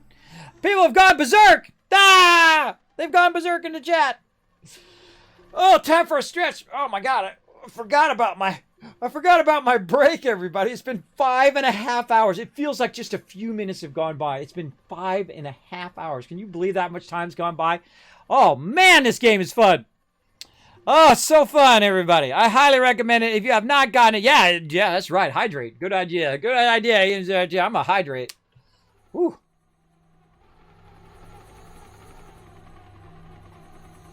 Thank you very much for that reminder. Holy mackerel, man. Time goes flying by. It's so fun. So incredibly fun. Again, if you have not snatched up this game, I'd snatch it up or play another playthrough. Definitely want to check out all this new stuff that's going on. These quests are really, really fun, and they kind of guide you through the game. Very, very fun. All right, let's go ahead and make another solid. I like to have a backup fuel thruster, so I don't have to end up making myself a whole nother base and whatnot on another planet. Should I misclick. Good to have a backup. And let's see, put my canister down there. Again, tempted to do that wide mod because I kind of feel like there might be in a quest later on, so that's why I'm not doing the wide mod right now. Definitely want to check that out. Okay, so our missions are iron and lithium. So we've got 2 planets to go to. So first planet we will go to and try to get our... See, normally I would go lithium first, right? I would go lithium first because that's going to allow me to make batteries. But since you don't need lithium for batteries anymore, you use zinc now, there's no real reason for me to rush over to Venecia unless I want to make the larger batteries, which I could do. But that kind of makes me go, let's go to my favorite planet of all time, Glacio! Everybody loves Glacio. Put a 1 in the chat if you love Glacio. I'm going to put 2 hands up. 2 hands up. Put a 1 in the chat if you love Glacio, everybody. This is one of the best planets in the game. For resources, it is awesome. Awesome. Now, let's go ahead and increase speed. Let's go. Now, I'm going to go ahead and buzz around the planet, take a little view of where I've got the closest point to one of those. Now, I didn't bring... I can't bring one that allowed me to do a landing. Oh, right there. Look at that. Look how close it is. It always puts me down in the valley for some reason. Oh my gosh, look at that. I didn't even need to bring those beacons. It's literally on the surface level. That's funny. See, remember how we were looking all over for it earlier and we couldn't find it? And then look, when you're not looking for it, everywhere. Everywhere, even at the surface level. All right, we're going to go ahead and tool our way. Wait, bring my vehicle with me. Or my... Bring this with me so I don't have to run back.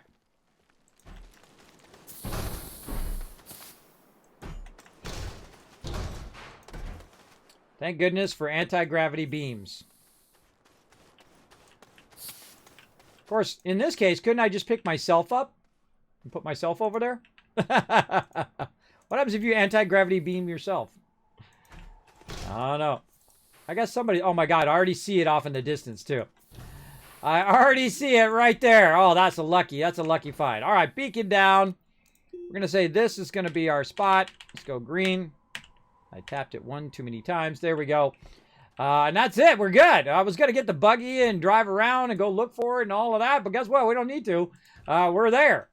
We got it. Now, of course, I'm going to need some space. Now, how much iron can I fit in here? Well, I've got too many beacons now. So I'm going to go ahead and just put all these beacons. I brought some extra just in case we had to traverse the terrain. But we don't need to. It's literally just right there. There it is. So, too easy.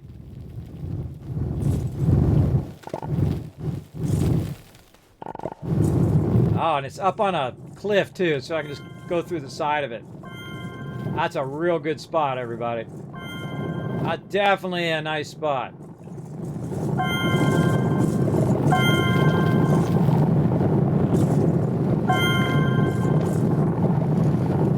Missing my wide mod. I'm trying to resist. Yeah, look at that cluster right there.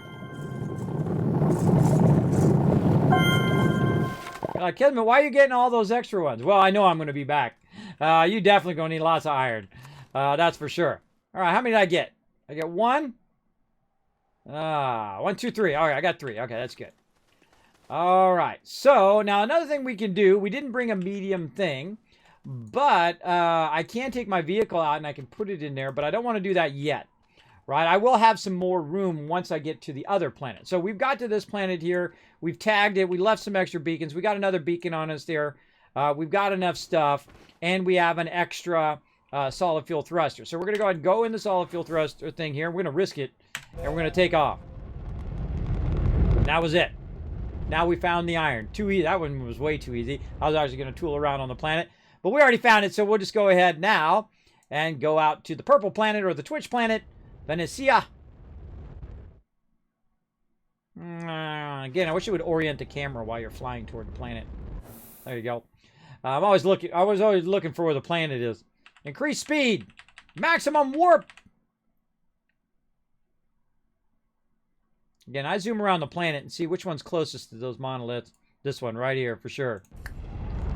Because I like to put my base by those, and they act as a natural beacon, which is awesome. And I usually don't, by the way, I usually don't power those up early game. Though we might be powering up a planet early game this time. Oh, look at this. If we find the right resource, we can put it in there. Look at this sea of stuff. Now, this is actually one of the trickiest planets, because see these big things here? They do not disappear. If you shape them out, normally when you shape something out in there and you take and you kind of dislodge them from the earth, they will vanish after a little bit. Well, let's go double check it, because I haven't done this since the update. Don't tell me. Part of the fun is testing stuff out.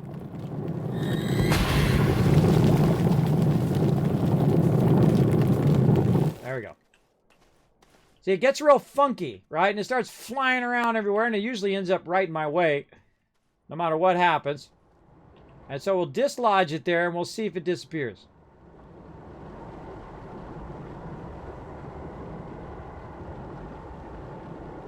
That would be a no. Now, how could I get rid of this thing? Well, I could build a giant pit, put it in the pit, and then cover it up. That's the only way to get that out of your face. Usually, or you can try to push it by shaping, or you can use your trailer thing and do that. I typically don't. Yeah, that's a cool little research item. All right, bunch of research just sitting around. I see that. Seeing if there was any resources on those. Probably should pull the research off of there. Just so if I run by here again, I can see there's nothing on those. But I was trying to see if I found the one that I could put into there.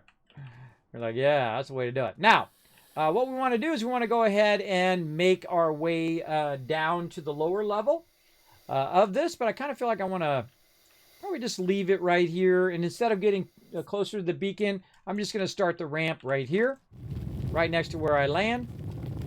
That allowed me to come up and then be right by where my ship is going to land. Because I'm not going to put a landing pad here because it's already got one that's pretty close. Yeah, and you'll see me go wide in the beginning and then shrink it down because it's just less time to... if I do it wide all the way down, it just takes me longer to make it. Just widen it out just enough there so, and when you're coming in that first initial place, it's not going to be in your way.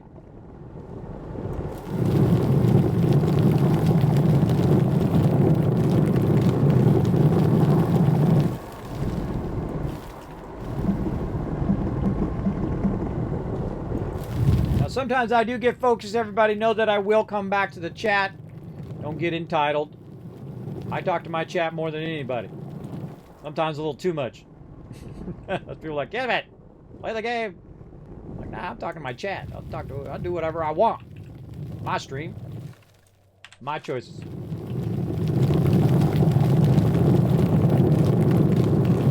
Alright, now see how it's changing color here? Usually when you see a color change like that, you're potentially getting down to the level in which you have resources. And see, I could, in theory, never see that breakthrough into that first level and keep going down and down and down. So when you get here, you might want to cut a little bit left. See if you see a spot open. Maybe this is the level in which you want to end up. Now, sometimes there's like just basically like a cave. I'll go show you guys over here. There's basically just an opening, because this is all a natural opening here. But it's just like a little in-between level, right? That'll happen. So watch out for that. I also want to watch out for my oxygen. The second I see it start to go down in the back of my backpack, I know I need to run back up here. Get myself some oxygen. Now, while we're waiting for our oxygen to go up, we'll go ahead and wander around, ring around the rosies here, and find our buggy.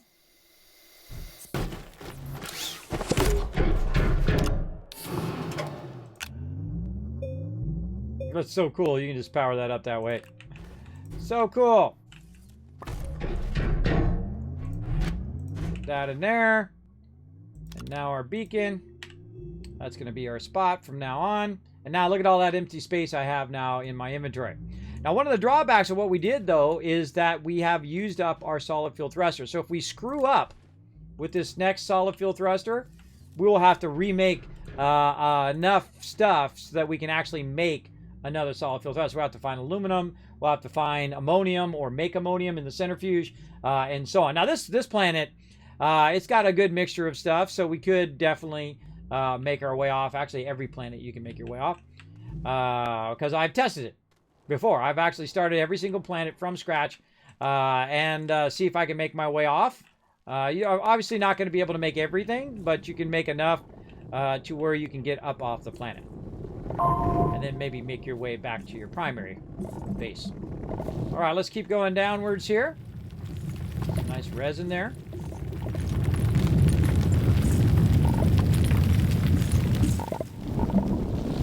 Oh, feel like we're going through a little bit of breakthrough over here.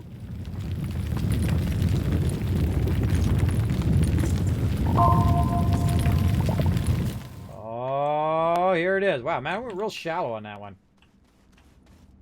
Sometimes it feels like it's steep, and it's not. A little bit shallower on that angle. But we'll live with it. Gonna make it easier for our vehicles to get up and down out of here anyway. Trying to stay as straight as I can. I did see there's a way down up ahead. Also, I use the ceiling as kind of a, shows me a straight marker in which direction I'm going. You'll see we'll break through here in just a moment. It's an open kind of cavern area.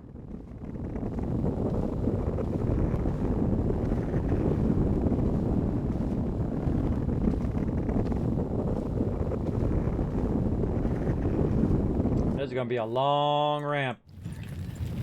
And again, the steeper you make it, the less of a ramp that you need. Sometimes you get lucky also and you're inside the side of the mountain the whole way down. And sometimes not so. Lining that up.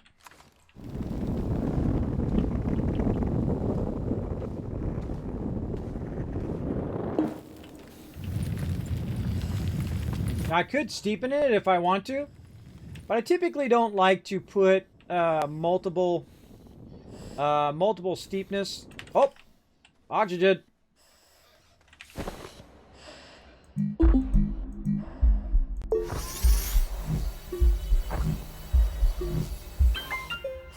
No problem. Got it covered.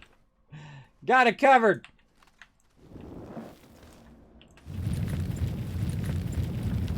Thought I was going to die, didn't you? Didn't ya? Got it covered. And that's why you keep extra resin with you. Who needs tethers? Tethers are for the weak. Just so happened that I lucked out that I had that resin. But the next thing I would have done, by the way, if I didn't notice resin on there, I would have looked around to see if it was nearby. Now, also, I had enough power, too. If you don't have enough power and you don't have enough oxygen, there's resin right ahead of me there, too. Then you're really in trouble. But I did have the QT RTG on me, so I can use that as well. Again, this is a long ramp. But we're going to go with it.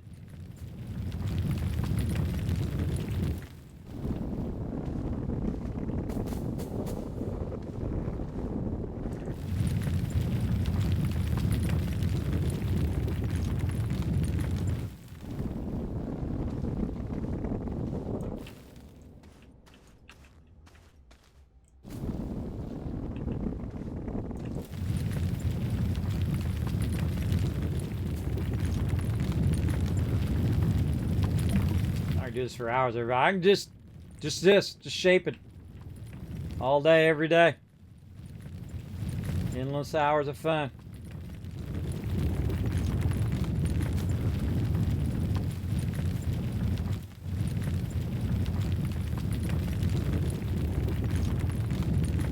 This is very relaxing too, right? You have a rough day, fire up some Astroneer, just sit and relax, shape it out. Don't be in any rush.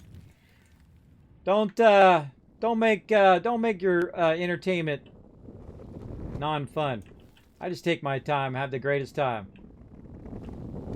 Greatest time in Astroneer. And you can see I'm just kind of bringing this ramp properly down and moving all this other stuff out of the way.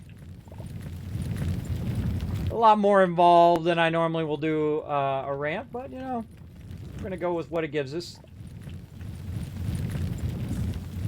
Now, when I first looked for lithium in my first playthrough years ago, it actually took me like 16 hours.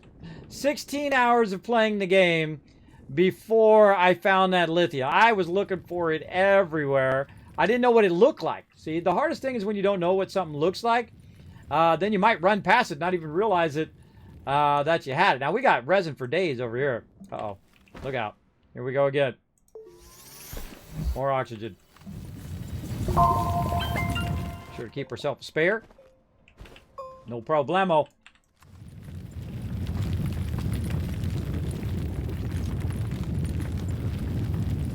Alright, I think that's good enough. That is one beautifully long ramp. That is one long ramp there.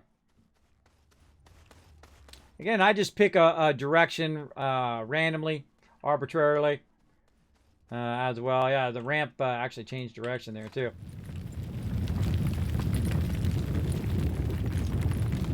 Like, Kismet, how do you have so much power? Again, the QRTG that we got from our quest. Oh, there's a medium generator down there too.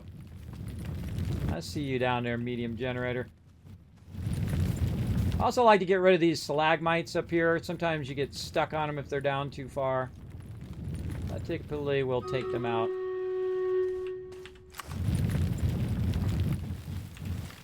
There we go. We'll do that battle here in just a moment. Let's get this done first.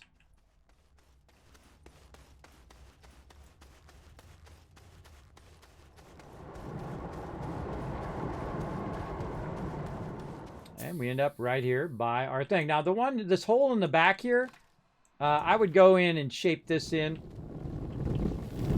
Because it's close to your vehicle, you're going to end up falling down there a lot. I find. At least I'm going to. And so I'm going to shape that back. Oh, time for a break. I definitely got to let my kids in. All right, let's go ahead and get some of this stuff off of us first. Right there. Right there. Oxygen filter. All right. And now we want to get our vehicle. Oh, wait. We don't need the resin anymore. Don't need the resin. Why don't we need the resin? Because the vehicle is going to act as our oxygenator. Oh, that's a perfect ramp for a buggy, though. You get some serious speed action going. Full speed!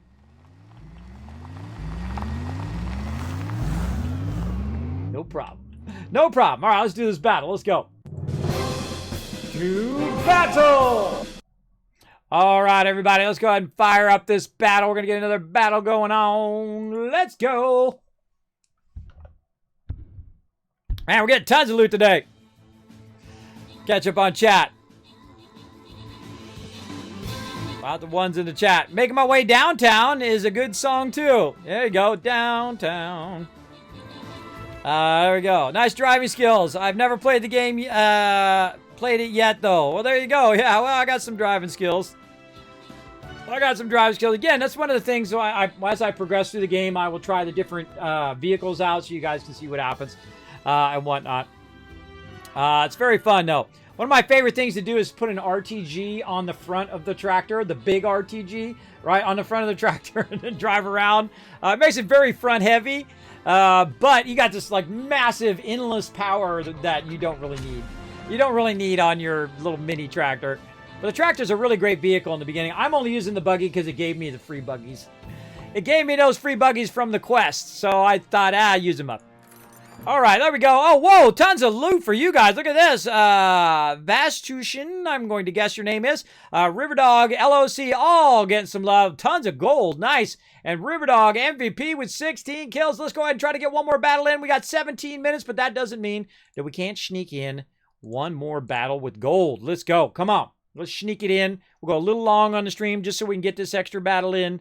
Oh, yeah, I'm going to grab all this right here. I'm going to get and grab all those guys on me so you guys can run by. Again, put a rogue up front and a rogue out back. Both ways. This way you have a chance of sneaky. Back over there. Try to put them back as far as you can. Gives you enough time for these guys to move out of the way.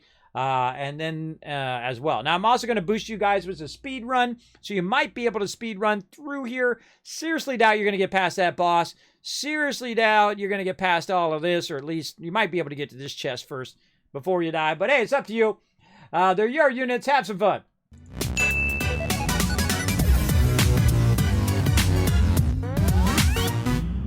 And again, thank you to John Boy there for that follow. Thank you for becoming a brand new Teamwork Tycoon here in the Kismet channel. Relax and take it easy. We're going to have some fun. Now, I'm going to go ahead and chill out here for just a moment. Now, remember, we're looking for some lithium. I do have to AFK for a second to go let my kids in. Good, since I haven't taken a break. I usually take a break every 2.5 hours. It's been almost 6 hours. So I'm going to go ahead and take a break, let my kids in, stretch my legs for just a little bit. And you guys get to enjoy, it took me thousands of hours to do this, some AFK highlights of my stream. So enjoy.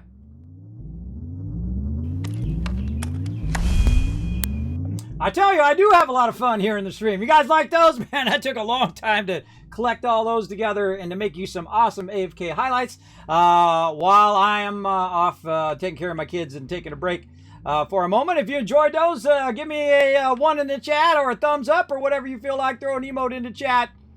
Show the stream some love. Again, a lot of hard work goes into that. Even more of those coming down the road, as well as those are going to roll out on my YouTube channel and whatnot. I have re-enabled clips here on my channel, not VODs though, but I have re-enabled clips, and I'm going to be taking those clips and adding them to the library if they're so deserving, to the library of AFK stuff, as well as clips on other places. Now, I'm looking around here, and we're looking for lithium, and normally you usually luck out and might find some, but I don't see any right here. I do see some other stuff, but 0 lithium so far. Now, when in doubt, go straight. I find. Well, that's what I'm going to do.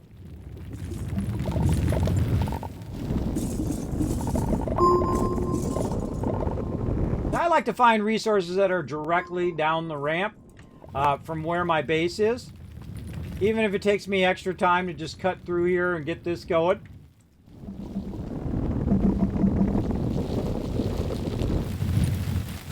Whoa, look out. That's a drop-off right there. And then over that way. Don't forget to look up, everybody. I find lithium, it's tendency to be in the ceiling a lot. None. Zilcho. Now, see, it looked like I was going flat there. But as you saw, it started to elevate upwards. So it wasn't really that flat. It was really elevating as I was shaping. And so that can be a problem. But now what we can do, though, is we can go in and shape this out a bit just to give us more room. And then we're going to flatten it out a little bit here at the top. Instead of recutting that all out again, we already cut some of this out. We're just going to go ahead and find a nice little angle. Let's say something like this. Oh, not enough. There we go. Something like this. Yeah, going a bit steeper angles on this playthrough. Bring us back down. Level. Now it's much easier to stay flat when you are using your vehicles to control that. Hold on now. Hold on now.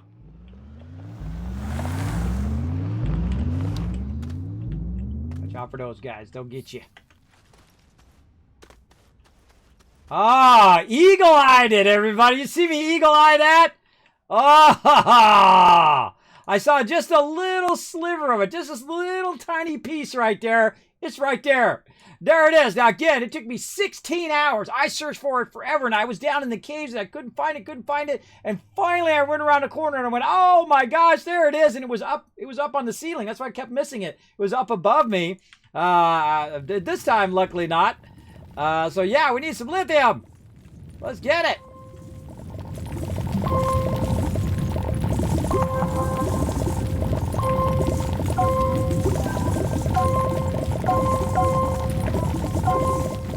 Oh, man, that is a sweet, sweet node right there. Holy moly. You can see there's more down underneath there, too. All right, I got a little smidge of that. All right, another quest done. Let's take these guys out.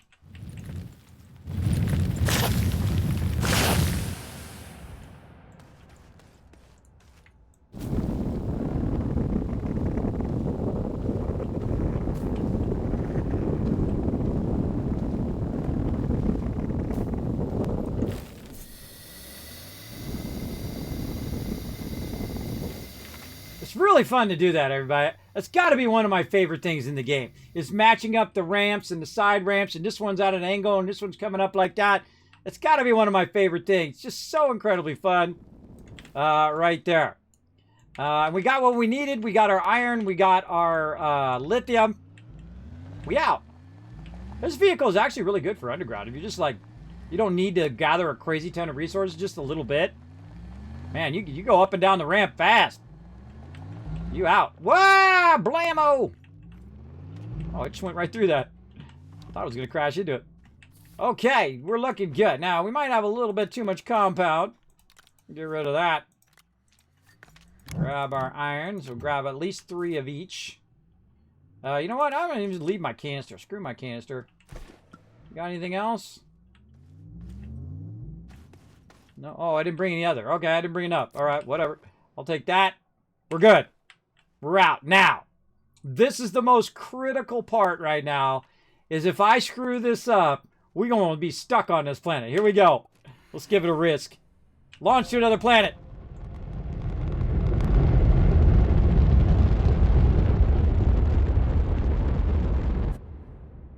Okay. Got to pick the right planet. Back to our home planet. Now, what's going to watch the thruster?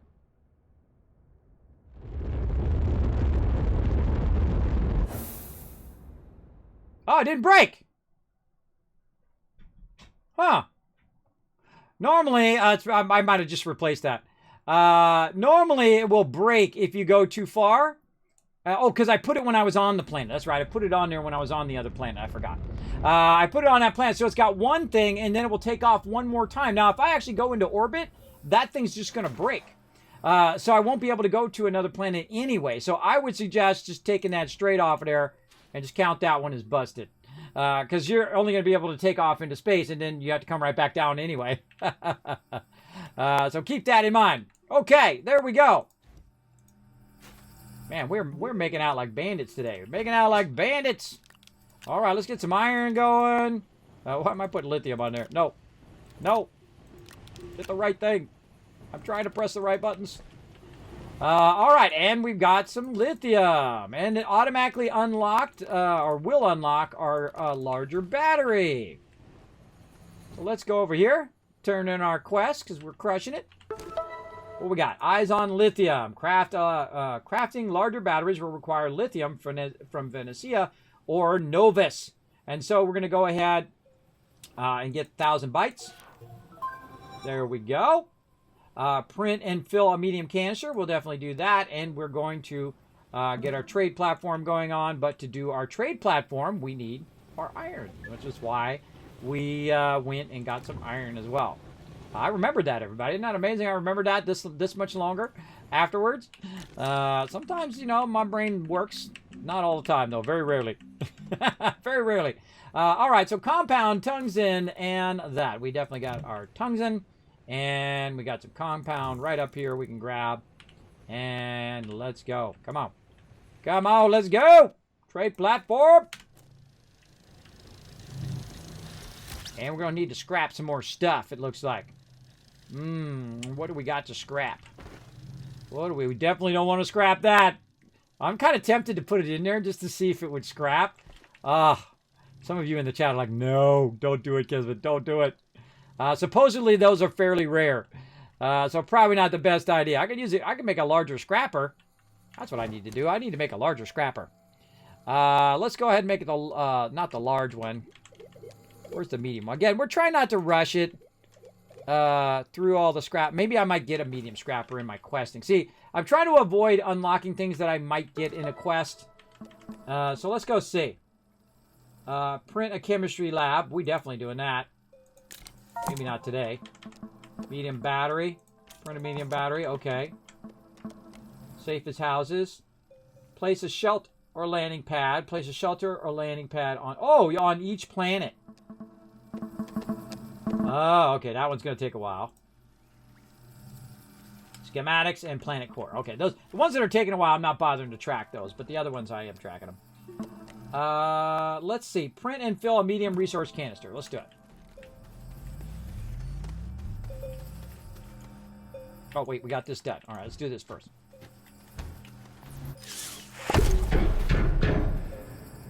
Yeah, see, that's not quite enough where that's done. So we need to scrap something. Now, see, this is when you start looking at all your stuff thinking, and what can I get rid of? What do I really not need at this moment? Now, the first thing I always look for, tethers. Tethers are always the first thing, because tethers are so easy to make that you can go ahead and throw them away. And that kind of cleans up your base a bit, too. You always have, like, extenders and tethers, and you got tons of those laying around. But I can also just make some and then turn right around and scrap them, which is exactly what I'm going to do. I could do a small printer, too. I wonder if one gives you more than the other. I don't know, but we're going to scrap those.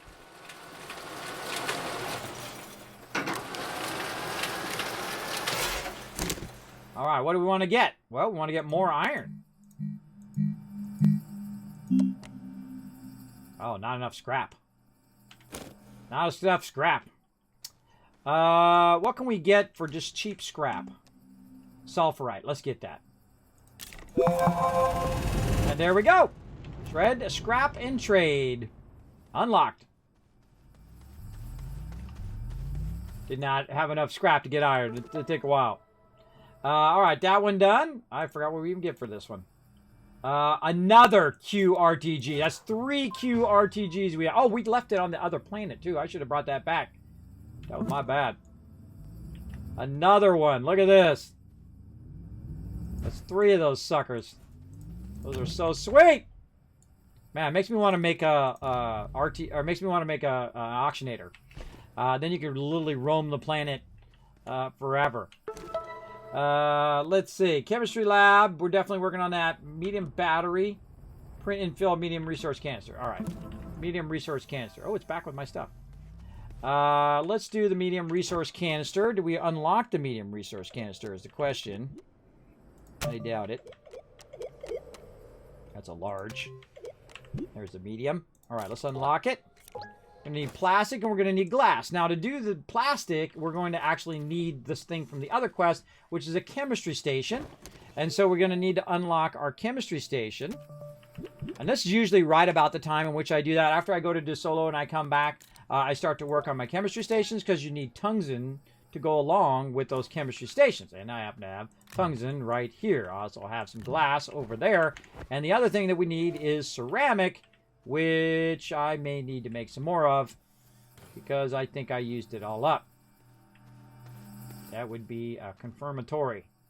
Again, notice I don't collect a massive tons of resources and then, backlog a bunch of resources. I don't usually do it in the early stages of the game. Later on, you'll see that I'll have just obscene amount of resources. I have a lot of everything. I mean, 400 of this and 400 of that and 1,000 of that. Yeah, that happens in the later game for sure. But let me just keep shaping out this mountain. We've been shaping out this mountain for a bit here. I think I'm going to go all the way to the top here. To the tippy top. Just to get dirt. Shaping it all out. Awesome highlights. You like that? Yeah, there's some good ones in there. That's all by you guys, by the way. I went and captured all my highlights before the Twitch apocalypse. And I went in and downloaded them all. It took me months, by the way, to download them all. And so I made a macro that would go in, click it, tell it to download, tell it the file name, click save, click the delete button, delete the previous clip, and then go to the next one. And then we do that for hours and hours and hours on end. Because there's no download all button. Duh! Before you add a delete button, you want to add a download button first. That's what I told them. They didn't listen to me, everybody. That's what I told Twitch. I told them right away. I said, you want to add a download button first. You want the download button. So all the creators can download their stuff. Because, you know, it's the creators that are screwing it up for the rest of us. And then the rest of us have to suffer. And literally millions of hours of content gone forever. Gone forever. All those epic moments, all those epic clips, all that stuff gone because the greediness of and the foolishness of some people, and the greediness of the record companies and the foolishness of people playing copyrighted music on their stream. Foolishness on both sides. And guess who suffers? All of us who don't do any of that. We don't do any of that. We're not greedy and we're not playing copyrighted music. But, you know, such as it goes. Because, you know, you got to delete it just in case. You know, I might have walked past some radio in Fallout 4. You never know. Well, I wasn't playing it on purpose. It wasn't like I would said, hey, I'm going to play this music. Right? So, yeah, not good. Not good. I felt that was pretty scummy on their part.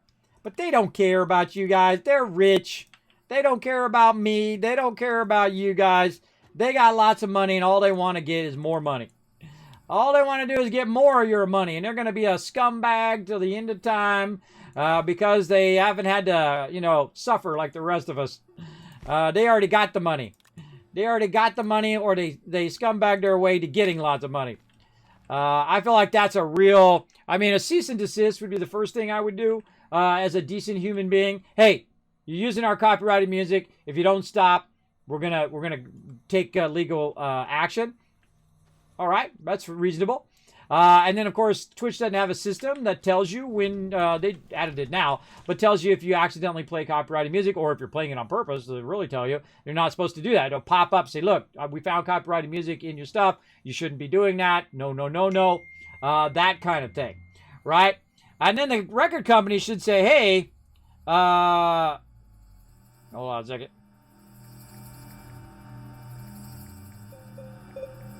Now, again, this should have been where, again, I told them to do the download feature first. And everybody, like people like Co Carnage, who lost 10 years worth of epic moments, and Tim the Tapman, and all the big streamers who've been doing it forever, even smaller streamers who've been doing it forever, they lost years and years of awesome content and awesome moments that happened in their stream. And all Twitch needed to do was add download all. Little button. Download all clips. Download all VODs. Right? And then they got enough money, they could just get a big hard drive and click that. And even if it took a day, a week, a month, 5 months, however long it took to download all that stuff, they got the big money, the big streamers do. And, you know, and us smaller streamers, we've got the time.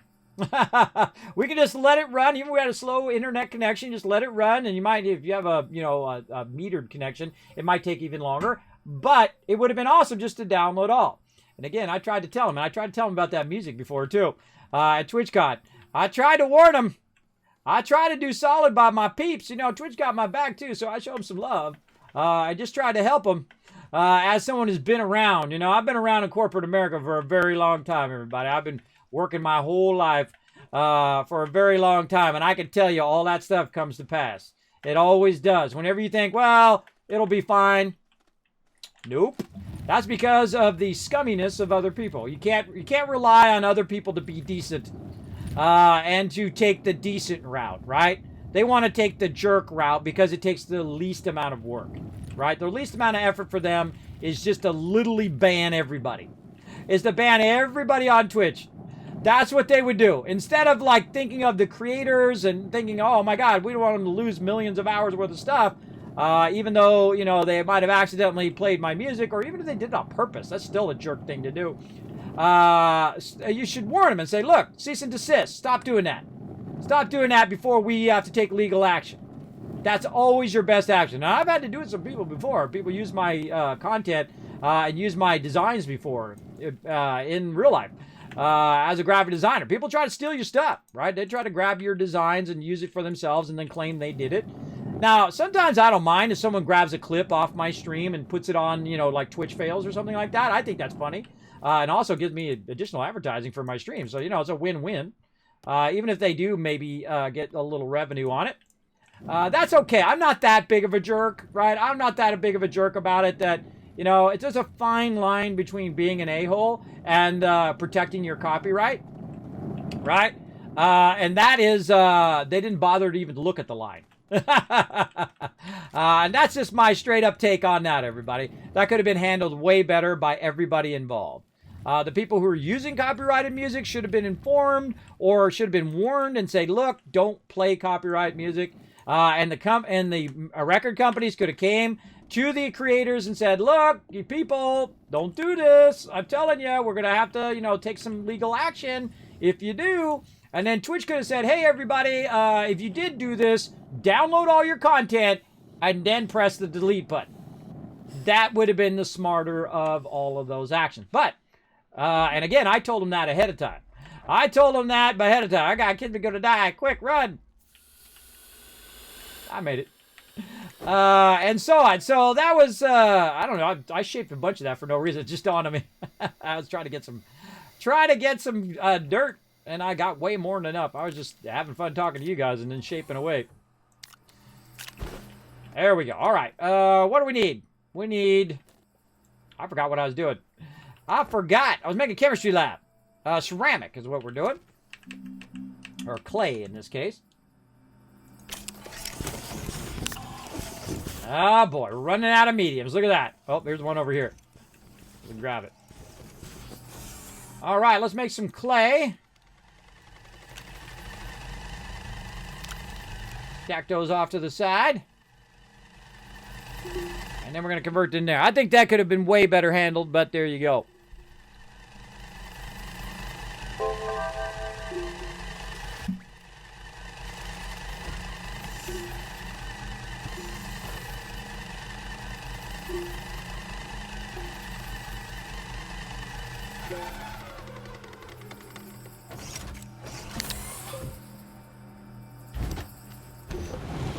All right, there we go. But sometimes things that are obviously smart to you doesn't occur to other people, by the way. It doesn't occur to them. Like, why would you not do download first and then delete? Why would you do delete first? That, again, it seems obvious to me and probably to a lot of you why they would do a download first. Because they didn't realize that, you know, that every single content creator would have to delete their stuff. And some of them don't have it backed up. They're not like me, where I record every single stream and I have every single one backed up onto a hard drive, right? They didn't think of that. They didn't think, hey, wait a minute. You know, Carnage has got 10 years worth of stuff and he's only got it on Twitch. And I feel bad for I would have used my macro to back up all his stuff. He would have let me know. I didn't know. I thought he had people that was handling that for him. He said that on stream, that he had to delete 10 years worth of stuff, and a lot of that stuff is gone forever. That sucks, bro. That sucks big time.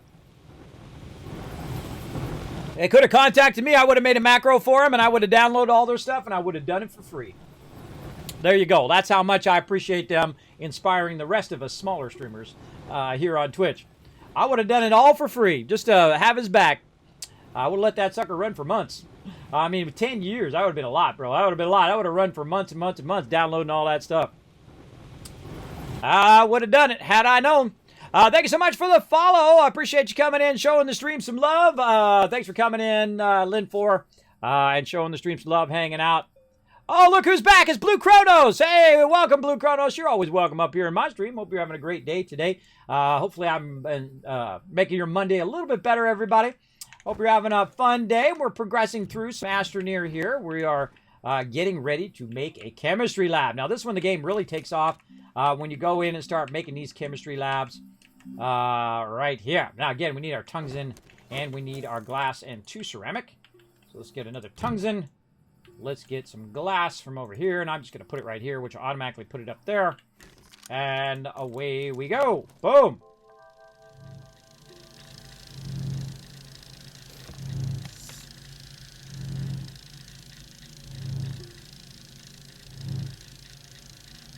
Look at this power. Look at this power running sweet now. Not even diminishing. Look at that. It's just right at level. Right at level. Look at those just running. Oh, wait. Let's look at our research. How much we got now? Boom! Back to 11,000, everybody. We just got the ship. We just got the stuff. We unlocked the thing. We unlocked a bunch of other stuff. We probably used about 8,000, and we're already back up to 11,000. Automated. It's all automated. So what it does is when this respawns, it goes ahead and grabs it and automatically feeds it into there. And I'm using one node over here. It is feeding all 4 of these over here. Right here, what it does, it grabs that and it feeds it into there. And I could extend this out, and definitely what I'm going to do, extend this out to this one. Here, we've got another one over here, so these could all be feeding in there as well. We could definitely, updated, printed a chemistry lab. We got another quest done. All right, let's turn in our quest and see what we get. I like turning them in right after I get it done, because then it unlocks the other quest. Create a rubber or plastic. All right, we're on it. You're like, Kismet, this is why you made all these extra tables earlier. Because I already think ahead. I'm about 20 steps ahead of where I'm at right now, everybody. I think like that. I think way ahead of where I'm working. I usually have a purpose or an idea and a direction that I'm going in the stream. I feel like it just adds a little something to the stream. You know, if you have a kind of an idea of what you wanted to show, where you wanted to go that day, what you want to do, you don't have to plan it out step by step. Don't be too over retentive about it, but you know, have a general idea. I feel like that's pretty fun. Okay, organic and resin. I think we get some resin here somewhere. I'm usually out of it constantly. Yeah, out of resin again. All right. What do we do with our thing over here? Oh, there's our other one right there. Let's put that up in there. And while we're collecting more, now this is going to get way easier, by the way, to collect dirt very, very soon. Unless I got to wait until see if it unlocks in the quest first. But I could be already in the large vehicle, driving around, collecting tons of dirt using the vehicle. You can definitely do it early game. I've done it many times before. You collect crazy tons of research in the very beginning. You pump that research in there. You get lots and lots of research. You work on your power. So that research is running. Before you know it, you have like 50,000 research. You got yourself your large vehicle. GG. You're good. Once you have that large vehicle, man, you're just collecting crazy tons of resources. By the way, you can multiplayer too. So not only can you have like a large vehicle with a crane off the side, your buddy can be on the crane getting the loot, and you could be driving around. You can also have another buddy, up to 8 people at the same time, driving another car, collecting more stuff. You can do all sorts of really fun stuff in this game. The multiplayer is actually really good. It's really well done, I find. Especially if you have a mega server, like I do. I have server number 1. All right, let's do a battle. To battle! All right, everybody, we're going to go ahead and do this battle. We got that fired up. Let's hope you guys get some loot. Let's do it. Oh, it's on. Look at that rogue trying to sneak by. Oh, so close. All right, now's your chance, rogues. Now's your chance. Get in there. Oh, no, right toward the boss. Get this lower one. Get the lower one down here, rogues. Oh, they can't control it. They're going to try to run right into the boss.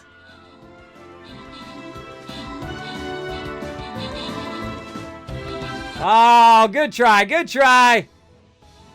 That's a tough one. That was a tough one because there's so many mobs and they're so spread out. It's hard to get past them on that one.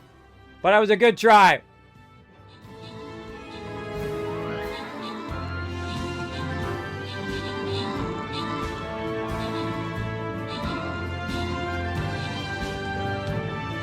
Uh-oh, look out!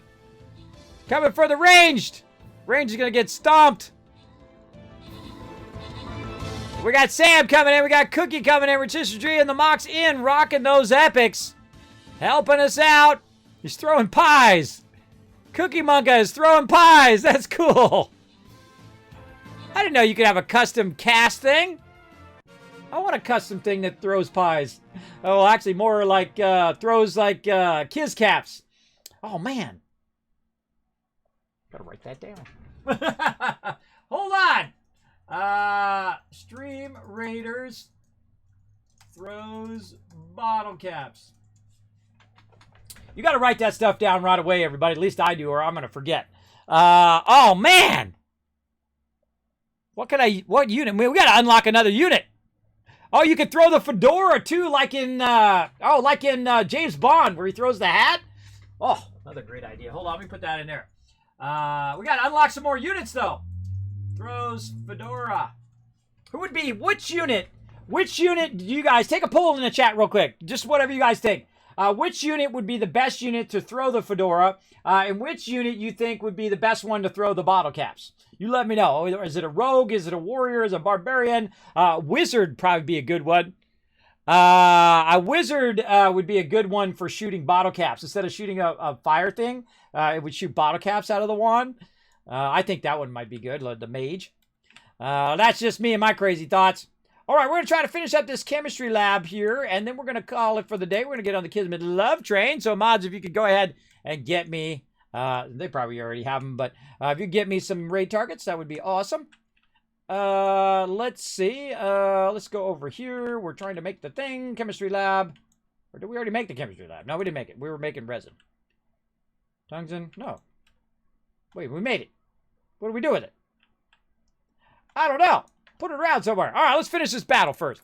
I'm just looking around, trying to see where I did with it. I'm confused. Grants and rewards. Let's go. The Last Flash, Subi, LSG, Rotisserie G, and Lone Wolf all getting some love.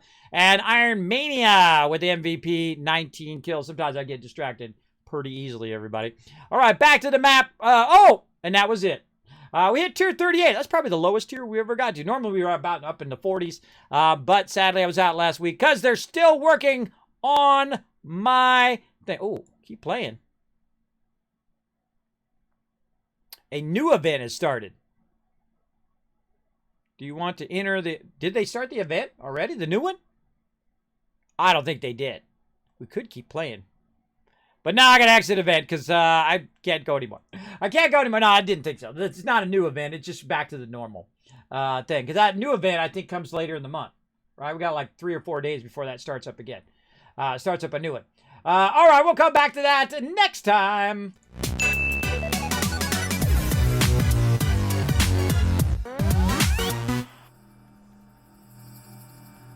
It's literally right there. I unpacked it. I was looking for the packaged version of it. It's right there. That's what we're trying to do. We're trying to make some rubber or plastic. Right here. There's rubber, and plastic takes carbon and compound. I say we just go ahead and start with the basics right here, and then we're going to need to run and get some organic. Man, this I tell you, I'm starting to get a little flighty, everybody. Usually after about 6-7 hours, man, my brain is fried. I usually have to lay down at my age now. It's kind of like an old iPhone. That's how it feels like getting older, everybody. When you have an old iPhone or old Android phone, and you know the battery doesn't quite go up to 100% anymore, it might go 80%, 50%, and then it gets down to about 30%, and then it just shuts off. That's pretty much how it goes when you get older. That's why I can't, 20 hours a day, every single day play games. I would love to. I would love to still have that stamina. But I got to look after my health, everybody. I got to look after my health, so it's good to take a break after about 6-7 hours or so.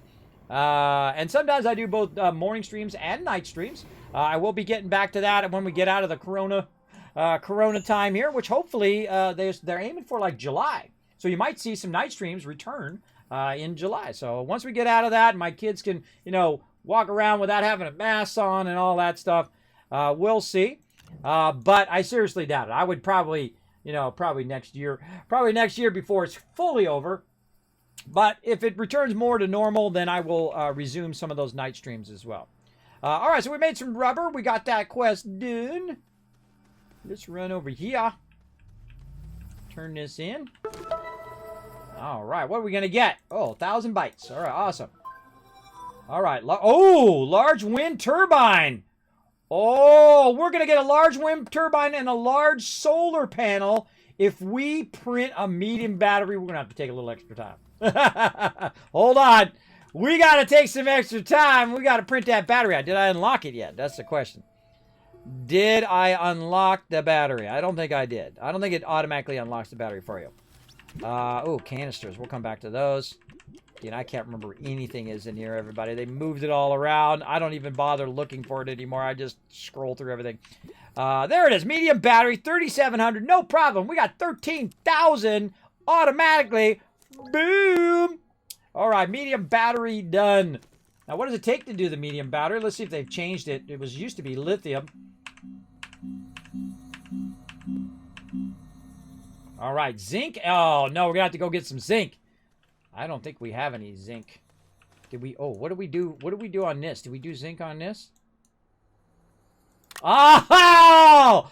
Oh my gosh! Now that is a Kismet moment right there, everybody. Do you see what just happened there? I randomly chose that as the thing for that other quest, and it now helped us. I mean, that was probably, how long ago was that? 30 minutes or an hour ago that I chose that, and now it's going to help us on this particular quest to make us a battery so we don't have to run back down and grab more zinc, though we could very easily run down and grab it. But that is a Kismet moment if I've ever seen one, right there, where I foreshadowed something that was going to happen later by completely accident. It does happen quite a lot in my stream. If you enjoy that kind of craziness, then hit that follow button and hang out in the stream all you can. The more you lurk in my channel, the more Kiz Caps you earn just by being a lurker. Whether you're followed, you earn more if you're subscribed, obviously. But you can just chill out in the stream and have more chance of winning epic giveaways down the run. And I got to get to my giveaways, too. I'm really bad. I forget. And then I let them run, and then they yell at me. Like, Ken, you're supposed to give that away last month. I'm like, oh, sorry, my bad. My bad. I forgot, or I get sidetracked, or, you know, IRL gets in my face. I try to do my thing. All right, we got some zinc, and what's it? Oh, wait, no, we needed it right there in the small thing. Hold on, we needed the small one. All right, and then lithium, which we brought some back from the planet. There we go. Oh, man, we're going to get some big power. Man, we're going to do a little big power today. I'm super excited about it. Now, they got a bunch of big power that they added to the game. I have not seen it yet. Don't tell me anything about it. See, I kind of watch the dev streams with a little trepidation because I don't want to know too much. I want to know a little bit, but not enough where it's going to give away everything. All right, there we go. Got it going. We now got a large or medium battery here. I'm going to put it way out over here. And that's really going to backlog a lot of power. Now, another thing that the medium battery does is it actually puts out it stores 512 and it puts out 5. So basically, it's 5 times the amount of this for the same space as 2, right? So it only takes up 2 spaces, and this takes up 2 spaces, but this only produces 2. Both those batteries are 1. And then that one is going to do a total of 5. So that's much more efficient. I love when I get through the game and I get to a point where I can do the medium batteries. That's some of the one of the main things that I shoot as a goal. Is to do those medium batteries. And when we're not doing anything, right, we're not doing our forging or centrifuging or whatever, it definitely, when the sun comes up, it's going to have so much solar power that it's going to fill that entire battery, or at least make a good attempt of it. And then that's it. That battery will run a good portion of our research as well. So very nice. So now we got that perpetually running. And let's go see this big power, because now we unlock that. We're going to unlock some big power here. Let's do it. Oh, so excited. Let's do it. Oh, that's a cool looking thing. What the heck is that? Oh, large solar panel. Look at that. Let's do it.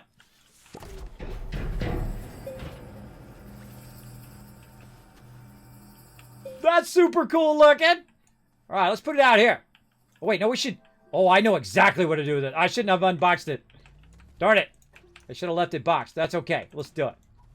Come with me, large solar panel. I know just where to put you. Way out here. Remember how we ran these way out here so we could get the sun earlier? I can go put this on the mountaintop, too. We're going to put it right here. Right there. All right, now we need a table. Hopefully we got a big enough table to do it with. Let's go get our table. Back over here. So now this is a good time to have your trailer because I only got the buggy because I took the trailer to another planet. So you can put it on your vehicle. You could drive it out there much faster. But what I do is I do the throw it down, run, throw it down, run, that kind of technique. Okay, look, it's already working.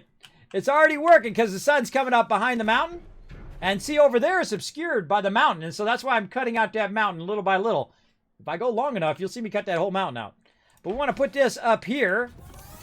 There we go. And tie that in. Oh, that's so cool. They do such great designers too. I love all the way the stuff looks. I love how it taps in your backpack, kind of like a combination between Roblox and Legos. It's just so incredibly good.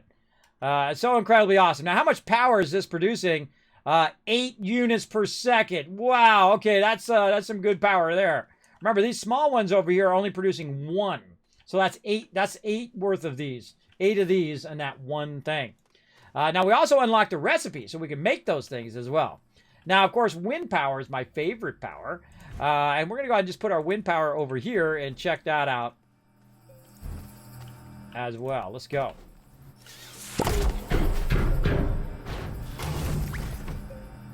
Oh, it's a vertical wind. Did you know there's 2 types of wind power? There is vertical power and horizontal power. Horizontal power is the one you see that have like fan blades. That's horizontal power.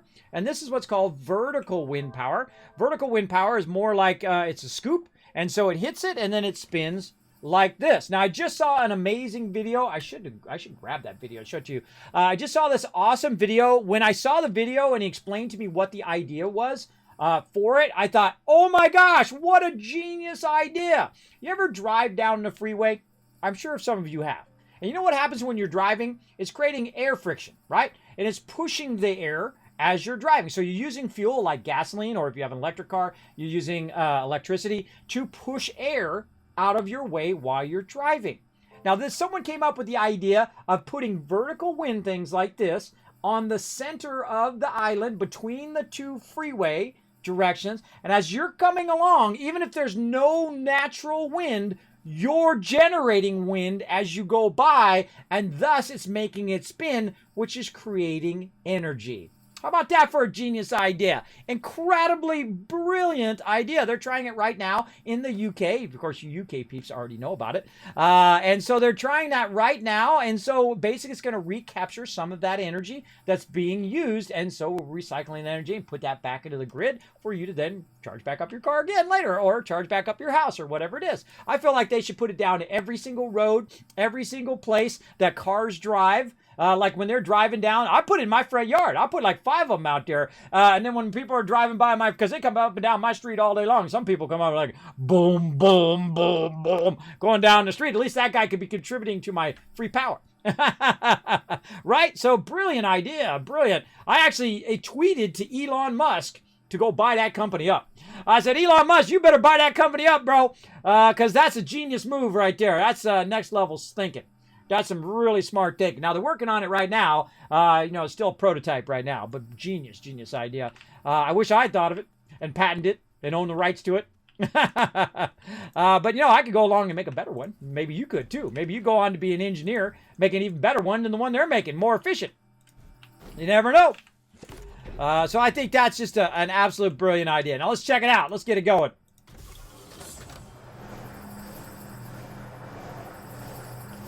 Yeah, how much power are we getting? 10! Holy moly! That was more than the other one. That was worth 10.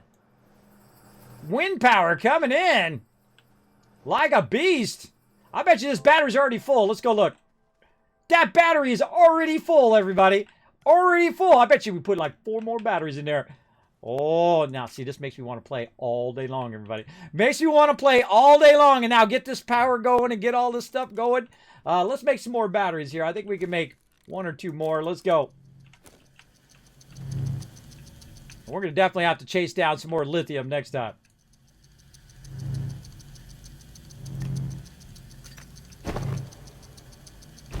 I think we make 1 more, yeah. 1 more is what we got.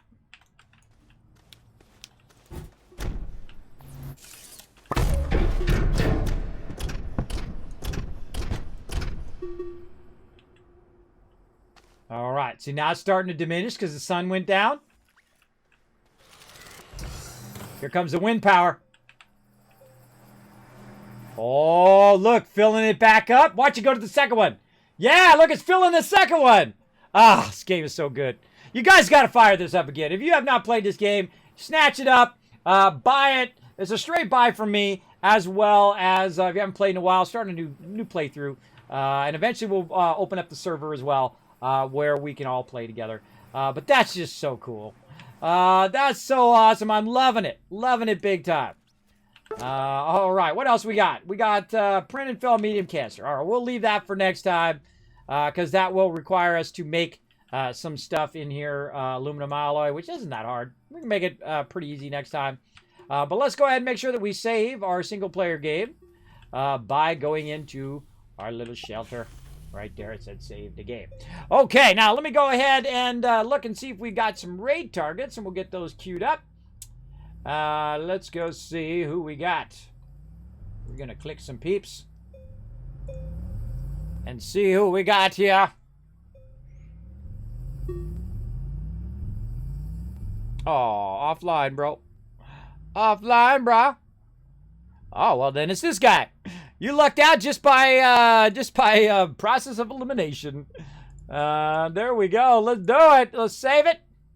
Let's go, everybody. Now, some one of my favorite times of the stream, other than hanging out and talking with you guys, it's time for the Kismet Love Train. Something signature to my stream where we go ahead, take all your love. You guys have the power. Let's go.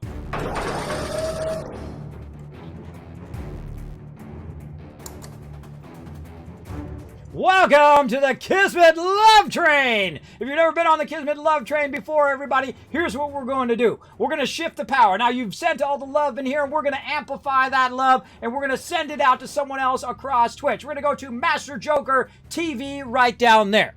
Now, here's what you need to do in the chat when I find the right buttons to press.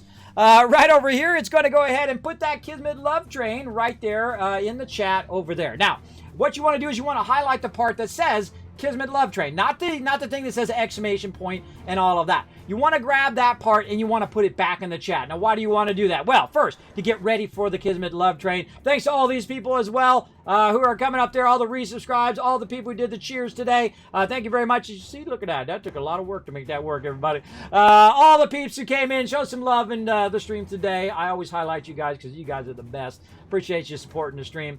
Now, go ahead and highlight that. Put it in the chat, just like Riverdog right there. Kismet Love Train, sharing the love. Highlight it. You do Control-C for copy, Control-V for paste, or if you're on mobile, you double tap, you highlight, you copy it. Now, if you can't do any of that, you're like, Kismet, that's too hard to do. You know what you do? Just go ahead and put Kismet Love Train in the chat, or put a heart in there, whatever you want to do. Whatever makes it easy on you is fine. So blow it up in the chat. The more people that put it in the chat, the more Kiss Caps I'm going to give you for future giveaways, and we got lots of stuff to give away all week long. So I got to get on that. I'll get on that tomorrow. I'll get on that. We'll give away some stuff tomorrow as well. Now, this guy right here, he's got about 50 peeps in his channel. Congrats to him. It doesn't tell me their follower count anymore, so that kind of sucks. But while you guys are getting that in there, I'm going to go ahead and fire up this raid right over here. Right there. Bam! Raid is fired up. There we go. Now, also, you can go ahead and check out my schedule right there in the stream. You can go ahead and see that I stream from Tuesday through Friday, 9 a.m. Eastern Standard Time. So I'll be back in the morning, 9 a.m., as well as Saturday at 9 p.m. Eastern Standard Time. We'll play some Valheim on Saturday. Have some fun. Now, we're going to get fired up this Kismet Love Train, everybody. Now, I'm also going to give you guys tons of love for blowing up the chat today. How are we doing on retweets? Yeah, close enough. Give you another 1,000 for retweets. And here we go. How we got? 1, 2, 3, 4, 5 people ready to get on the Kismet Love Train. Well, that's 5,000 caps. Here we go. 1,000, 2,000, 3,000, 4,000, 5,000 caps. You're like, Kismet, why don't you just do it at 5,000 at the same time? Because it's more fun to press the button over and over. That's why. That's why. All right, everybody. That's it for me. I've had a phenomenal time. I hope you have as well. Make sure. Oh, wait. Hold on. I almost forgot. I got to get my Kismet Love Train. I got to get my Kismet Love Train ready. Almost forgot. I almost forgot there. All right. That's it for me, everybody. I am out of here. I will see you guys in the morning, 9 a.m. Eastern Standard Time. Bye, everybody.